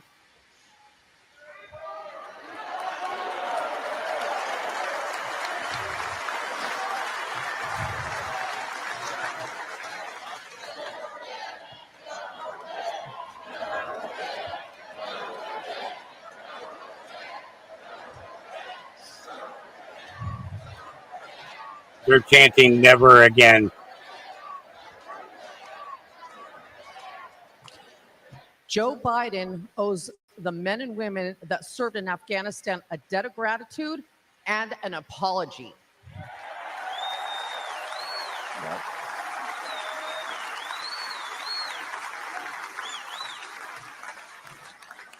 Donald Trump loves his country and will never forget the sacrifice and bravery of our service members. Join us in putting him back in the White House. Yep. All right. Okay. Your globe is useless. This isn't the first video I've seen of the sun pulsing. I've also noticed the birds chirping outside my window loudly around 2 a.m. as if it were sunrise. Things aren't normal. Hey everybody, I just made a video of the sun kind of flashing. Now I want you guys to watch this. Now I'm going to use my welding shield. And we're going to watch the sun. Now let's count in between those flashes. 1, 2, 3, 4. 1, 2, 3, 4. 1, 2, 3, 4. It's consistent. Every 4 seconds. Why is the sun flashing like this? Is this even our sun? 1, 2, 3, 4. 1, 2, 3, 4. You know what I mean? It's consistent. Like and share. Get this out. What is this thing? Is this even our sun? And yes, off to the right hand side there, that's all sun or flares or whatever. 2, 3, 4. 1, 2, 3, 4. What is going on? I noticed before the eclipse, I was on a phone call with my buddy and I was like, you notice anything different with the sunlight? It just seemed a little different. And even today, it's a beautiful sunny day. And surprisingly, not a chemtrail in sight. Which is a good thing. Yep. Which is a good thing. Yep. All right. Let's see. Confirmed. After already being an incredible spokesperson for President Trump, I asked Alina Habba if she would consider taking the role of the White House press secretary. Here we go. You're such an incredible spokesperson for President Trump. I think we all love Alina Habba. I have a question that everybody's asking, every person watching, hundreds of people, thousands and hundreds of thousands on the stream. Will you be White House press secretary? Oh, I don't know. I was actually asked this for the first time today. Somebody asked me if I would go in the administration. I'll say this. I believe in God. I think God put me here at the place I am today for a purpose. I believe that everything happens for a reason. And I believe that if that's part of God's plan, then that is what it is. But I'm going to follow my great President Trump wherever the hell he goes. I'll tell you that right now. That sounds like a yes. That's you'll have a lot of office cleaning to do when Karine Jean-Pierre, you kick her out of there. I'll have better outfits, that's for sure. Bring your Narcan. Eric, that's straight savage. Yeah, because we'd hate to see somebody overdose. Yeah. All right. I mean, therefore, I am California Karen. See, here we go with another Karen. All right. Says if Trump wins, she's not having a second baby. Well, it might be a good idea that you don't procreate. Yeah. Here we go. Embarrass yourself. Here we go. If Trump is successful in this next presidential election, I will not be having another baby. I'm Thank currently you. a mother and desperately want to have another baby. However, since Republicans have politicized my uterus and reproductive health care, overturned Roe v. Wade, and made women's health and bodies part of their political agenda to be controlled, I do not think it is safe even in California, even in blue states, to have a pregnancy in a Republican-controlled country. If Trump is successful, Yeah. I'm sorry that your uterus feels that way. Maybe you could go to another country and kill your kids. Okay. Just saying. Chaos in Brooklyn, New York this morning, and many arrests as residents protest a new homeless shelter Mayor Adams is constructing in their neighborhood. Now, what I want you to notice is, I'm going to turn down the volume on this because it literally through this whole video, it's just noise.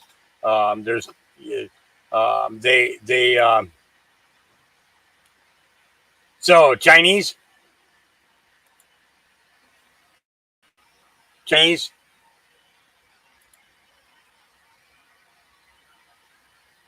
all Chinese, all Chinese.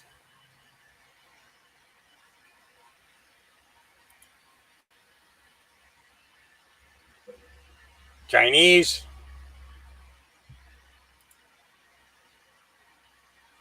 Sikh. The ones who are putting it up are Sikhs, spelled S-I-K-H, I believe. Okay. They're the ones building the shelter, and the Chinese are out here. No more. You can't have any more of our. You can't have any more of our community. You're taking all our hotels. So why should we give you the opportunity to, do what you're doing and stuff? So Chinese, yeah, funny how that happens, huh? Eyes on the DNC. See something, say something, stay frosty. We cannot let them get away with something which they will then turn on us. We've established a narrative that the USS, United Secret Service, is incompetent. They desperately want to get rid of Joe. Here we go.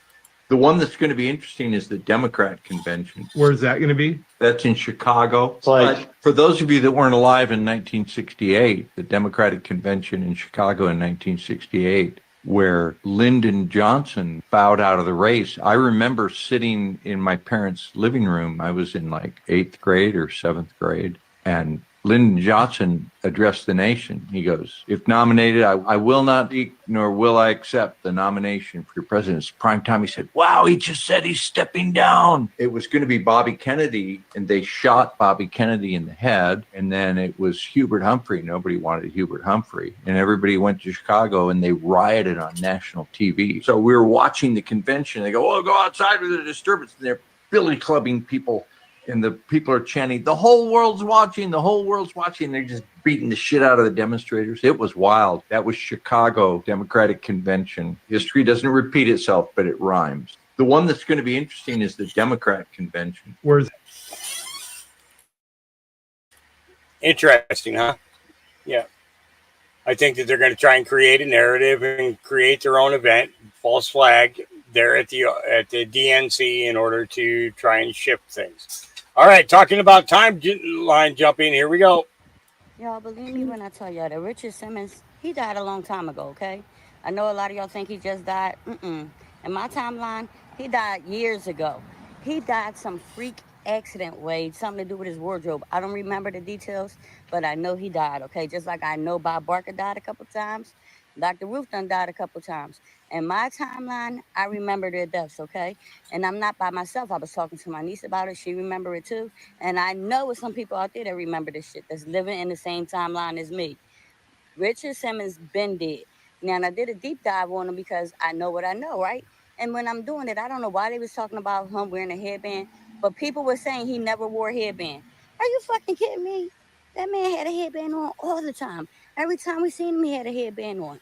Listen, I know what I know, and I know I ain't crazy, and I ain't big on conspiracy either, but I know it. I know this timeline that I'm in. Richard Simmons died a long time ago. And if y'all remember the same shit, put it in the comments. And if y'all can think of other people, put that shit in the comments too. This shit is happening more and more frequently too. Talk to you later. All right. So yeah, these timeline shifts, I'm telling you, So the Secret Service claims that the sniper team was set up in the building the shooter was on, yet make the mistake of saying the second story window. Well, here is the building. And guess what? There is no second story. There's no second floor.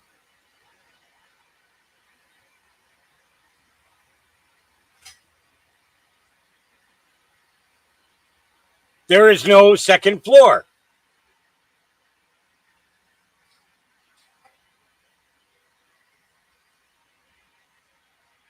So bringing more massive holes in Secret Service explanation events.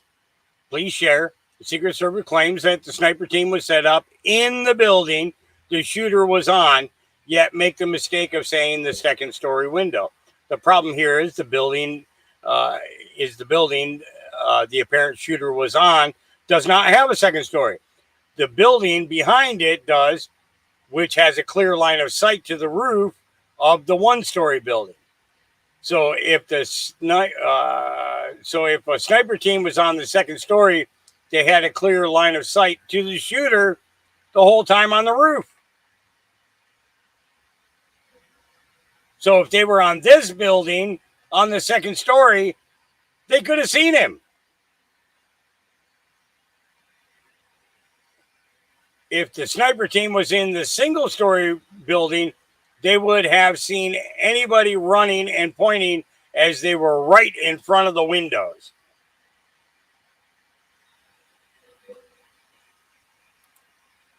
Just saying. Just saying. Come on. We're smarter than that. All right. Wall Street Babe says the Democrat propaganda never stops. Biden administration paying for advertising trucks displaying the message dictator on day one. He said dictator for a day. I would begin mass deportations of everyone here illegally and drill, baby, drill. That's it. That's all he said. What happened to coming together and toning down division, hate, and extremism? Just another Joe Biden lie. So let's check this out. The left is so predictable. And they have them all lined up outside the RNC building. Such hypocrites. Yeah. So check this out. The left is so for green deals, right? Carbon emissions. What do you think these are doing, running idling engines and projecting things about Trump? You think this is a green deal right here? Such hypocrites. Yep. All right. As I says here, as Kevin points out, an assassin's synthesizer. Remember, there is major brainwashing and mental illness in this country. Are you looking and seeing it yet? And this is what Kevin Sorbo had posted, was Linda Peterson saying, damn it, he didn't die. Well, at least one supporter did. I'll take what I can get. My heart goes out to the family of the shooter. Know that he died doing what needed to be done. Hopefully someone will accomplish the task before we vote. Yeah, somebody should be paying her a visit. Yep. All right. Funny, he tested positive for the big C, but went around shaking hands at the restaurant, is what I said.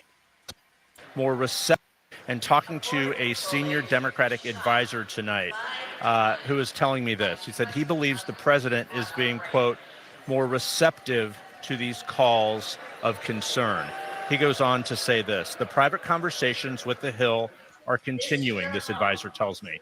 He's being receptive, not as defiant as he is publicly. Goes on to saying, talking about Vice President Kamala Harris, who initially he wondered how she may fare in a campaign should it come to that. I'm told now he's asking questions saying, do you think Kamala can win? Again, this advisor offers caution saying this: it is still unclear where he's going to land, but he seems to be listening. So, Jake, what we do know, this is a new moment for President Biden. Tomorrow marks 3 weeks since the debate in Atlanta, as you well know. He's heard so much concern from across the Democratic Party time is running short. The Democratic National Committee was thinking about starting their nomination process next week. That is now on hold. That will not begin until August 1st. So there is a bit of time for the president to make his decision. But hanging over all of this is the same thing as it's been for the last 3 weeks. If not him, who? But tonight, as the president flies back to the East Coast from Las Vegas, it is certainly a new moment for him and his potential candidacy, Jay. Yeah, interesting, huh? Yeah. I'm not going to go into that one. This one is funny. I signed her out is super valid. Derek, Yes? what are you doing? I'm taking Harper. I signed her out. What do you mean you signed her out?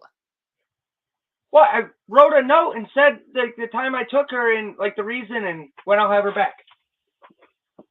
This isn't a library. This is my dog. Why are you taking my dog? It's about to storm and you're not home. She doesn't like storms, dude. Okay, so you're just taking my dog. Oh, yeah. Harper, do you want to go with this bad man? Oh, stop it. Ah! Ooh. All right, dude. I'm going to bring her back tomorrow or the next day or something. Tomorrow. No. Maybe. Yes. Hey. Derek, Yes? what are you doing? I'm taking Harper. I signed her out. What do you mean you signed her out? Well, I wrote a note and said the time I took her and like the reason and when I'll have her back. This isn't a library. This is my dog. Why are you taking my dog? It's about to storm and you're not home. She doesn't like storms, dude. Okay, so you're just taking my dog. Oh, yeah. Harper, do you want to go with this bad man? Oh, stop it. Ah! Ooh. All right, dude. I'm going to bring her back tomorrow or the next day or something. Tomorrow. No. Maybe. Yes.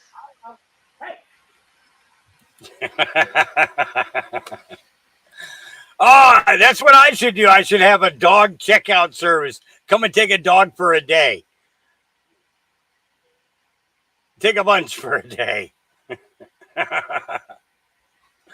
Oh, Lord, that was good. That was good. We needed that. Okay, so I want to point this out to you guys. I want you guys to pay very, very close attention to the end of this video. Okay, I want you to pay close attention to the end of this video. But watch the whole thing, okay?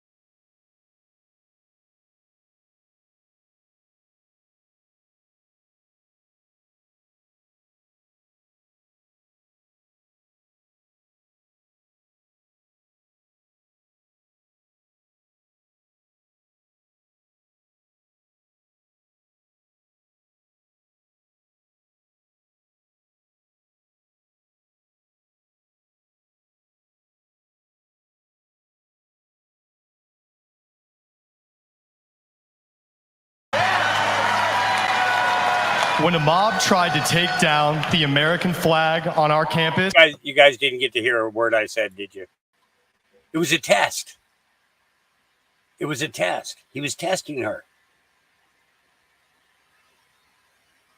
He was actually testing the entire restaurant, because look at the reactions of these other people, right? This guy, he just gets up, looks at him, but walks away. Okay, right? This girl, she sees him, but she's got a job to do. She's got a job to do. She gets her job done. Okay? And then these people are basically, she's like, hey, look at that guy over there. And this girl looks over like, oh boy, we're not going to do anything to help. Right? This girl looks, and he's still having problems trying to get food. She takes off her gloves. She sits down. She said, can I feed you? Can I feed you? Now, what's crazy is these girls right back here are like, oh my God, look at that. That girl is feeding him. You get where I'm going with this?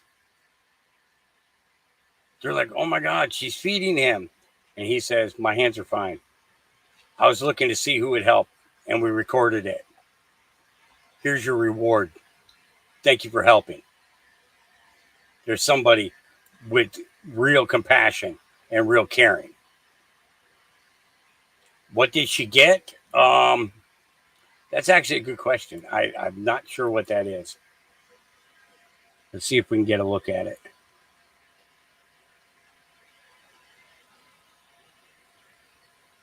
Your screen is as big as mine, so I can't tell what that is. Maybe it's candies. Hold on. Let me put my glasses on. See if that's any better.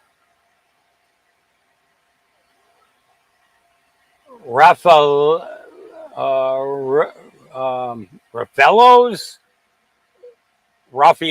or something like that. I'm not sure.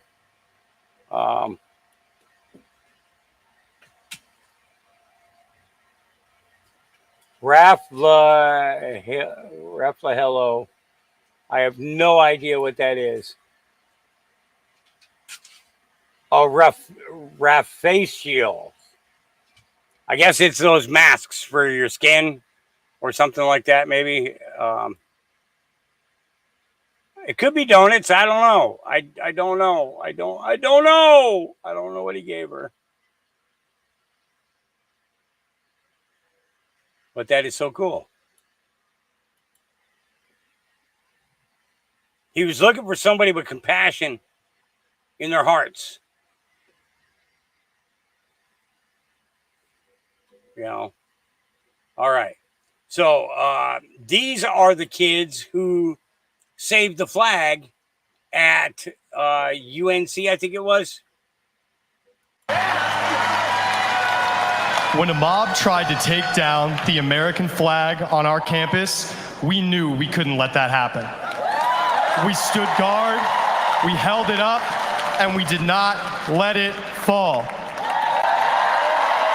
It was all about respect, not just for the cloth, but for everything that the flag stands for.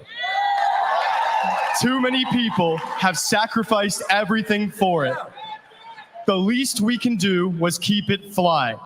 And tonight, we are proud to honor our flag again.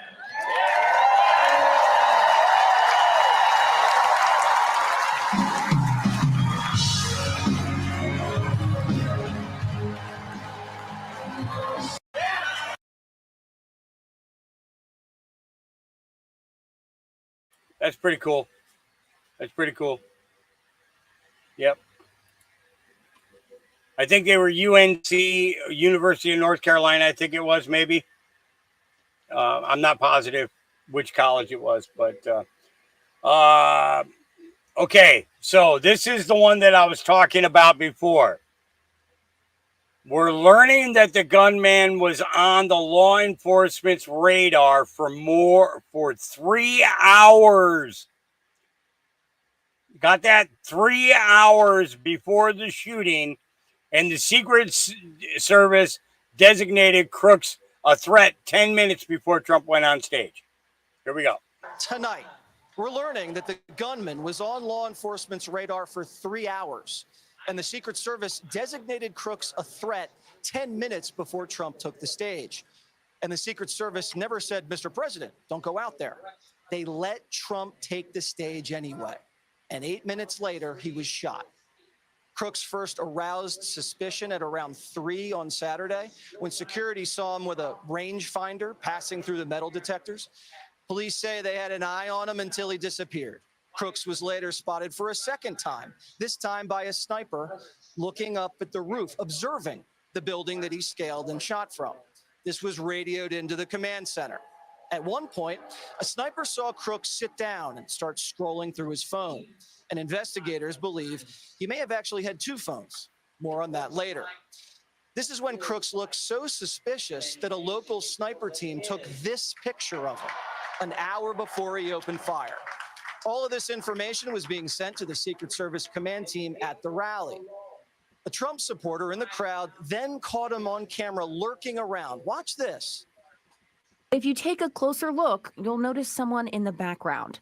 The timestamp is 5:06, and the video appears to show 20-year-old Thomas Crooks lurking near a building just past the secure parameters of the event itself. As the video pans to the crowd, you'll notice law enforcement vehicles stationed in the area as well. As the camera moves back towards the building, Crooks appears to be seen again. Blink and you may miss it, but it likely shows Crooks was in the area for more than an hour before the shots were fired. Another local sniper team later saw the shooter return to the building again, this time with a backpack. Again, the locals alerted the Secret Service command post, who still hadn't done anything. Then at that point, Crooks climbed up an AC unit and hoisted himself atop the building. Once he was on the roof, the Secret Service was alerted that there was a designated threat on the roof. Again, the locals had to take the lead. 2 officers responded, and this is how it went down.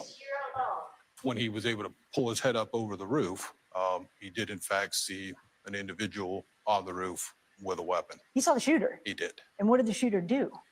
Turned towards him, had the barrel of his weapon pointed at the officer. At that point, the officer's hanging on to Yes. the side of the roof, Yes. unable to pull a gun out, Unable to. unable to defend himself, unable to reach his radio. Any of that. Yeah. Yeah. In that moment, did they realize there's a threat right now to the former president? They did. So both the boosting officer and the officer that fell were both on the radio, indicating that there was an individual on the roof that did in fact have a weapon. Who did they radio? So there was a blanket tactical channel being Everyone used. heard it. Everyone that was on that tactical channel heard it. Yes. Every Secret Service agent and every local officer knew there was an armed threat on the rooftop. Secret Service protocol requires the president to be evacuated immediately. But they let the president step on stage like a sitting duck. A 20-year-old with no military training was able to outfox a Secret Service team and local law enforcement for 3 hours and open fire from a roof of a security watch post 150 yards from the most famous man in the world. And the Secret Service was aware of this guy the whole time. All they had to say was, Mr. President, sit tight for 5. Don't take the stage yet. We have a threat. We need to handle it. They apprehend Crooks and Trump keeps his ear. But that didn't happen.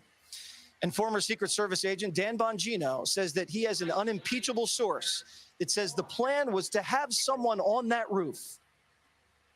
A high-level source reached out to me last night and said to me that the rooftop that the shooter engaged from was actually supposed to be posted by a local police department or non-Secret Service counter sniper team. For some reason, that local tactical counter sniper team didn't make it to the roof. What I'm hearing from sources is that that tactical team positioned it through a second floor window, which seeds the high ground. And nobody noticed? Nobody noticed that that post, that CS post was unmanned? Nobody had any idea? Now, we reached out to the Secret Service and they told us no comment. I thought the roof was too sloped. Now we're hearing the counter snipers played hooky and nobody noticed. And the Secret Service were the ones who set this perimeter, so no excuses. And the perimeter was set so that when bullets did start flying, the responding officers were trapped. Watch this.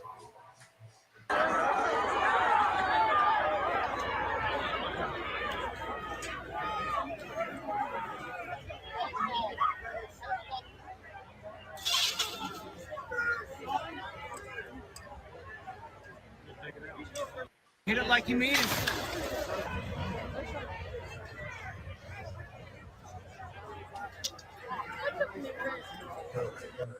And not only was the building rooftop wide open, they didn't have any security outside of the building either. The Washington Post reporting tonight that local police had alerted the Secret Service before the rally that they didn't have the resources to station officers at that building. And the Secret Service didn't do anything about it. But Cheadle says she did everything she could, kind of. Was every element increased after you learned of this credible threat? What we increased was what we felt was appropriate for the former president and for that particular event on that day. We have been increasing the assets and the resources and the staffing that we have been providing to the former president since he was a presidential candidate and then the presumptive nominee. That's what I can tell you. That sounds like a no. I am not saying a no at all. I'm saying that we have continued to increase the resources that we've been providing to the former president. Cheadle doesn't even sound like a Secret Service director. She sounds like an evasive politician. Today, there was a closed-door briefing to Congress, and they said the assassin's search history showed searches for Trump rally dates and the dates of the DNC. This is kind of like how he's a registered Republican who donated to Democrats. Weird, right? And we also learned that 2 Secret Service agents posted on the rooftop behind Trump, that famous photo, weren't the ones who unloaded the kill shot. It was another sniper who ended Crooks's life. But they won't tell us where he shot from. It's so bizarre. And now we're getting leaks from the intelligence community that the Iranians have a fatwa on 45. And, quote, there may be more attempts on Trump's life in the coming weeks. This is completely unacceptable. Interesting, huh? Yeah. I thought this was pretty cool to go from rolling. I'm going to turn the volume off or down at least. I thought that this was kind of cool. This would, if you think about this, decrease the amount of crashes if we took off and landed like this.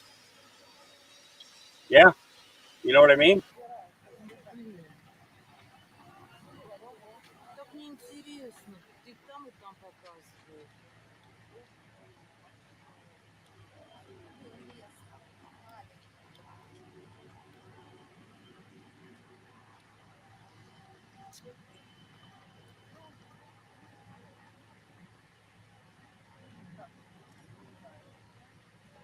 Think about it.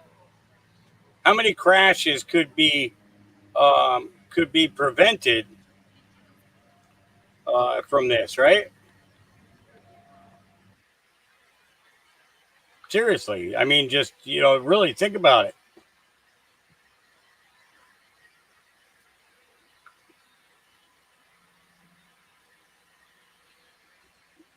Crazy.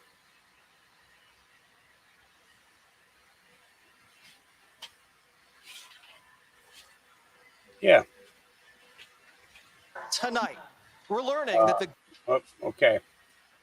So, yeah, I'm not going to worry about that one. We're 4 hours, 45 minutes into this. This was a confrontation between Marsha Blackburn and Representative Barrasso with this lady. This is exactly what you were doing today This on the was call. an assassination attempt. You owe the people answers. You owe President Trump Yeah. But them Secret Service guys are protecting her. Why'd you take a left across this plaza? Don't you know? This is exactly. Yep.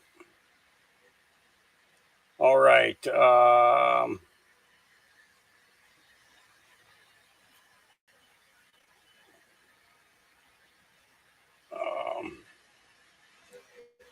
Very good You point. know what's a beautiful thing too?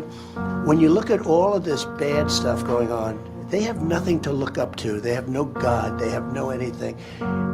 They kill people. They beat people. They push people into subways. There's just nothing there. Religion is such a great thing. You know, there's something to be good about. You want to be good. It's so important. And I don't know if it's explained right. I don't know if I'm explaining it right now. But when you have something like that, you want to be good. You want to go to heaven, okay? You want to go to heaven. If you don't have heaven, you almost say, oh, what's the reason? Why do I have to be good? Let's not be good. What difference does it make? You know what's a beautiful thing, too? When you... Yeah. Many things. Many things. Let's see. So we already know about the Bush family being linked to that organization. Honestly, guys, I'm tired. Yeah, almost 5 hours. So, all right, that's enough for today. We'll continue with more tomorrow. I'm sure we'll get more information released over the next over this next period of time, and we'll see what happens. Right? Yep. All right. Remember, our blessed Creator. You know, the one who created both the heavens and the earth. He loves you. His Son, the Christ, loves you, and I love you. And we'll see you again tomorrow. Peace.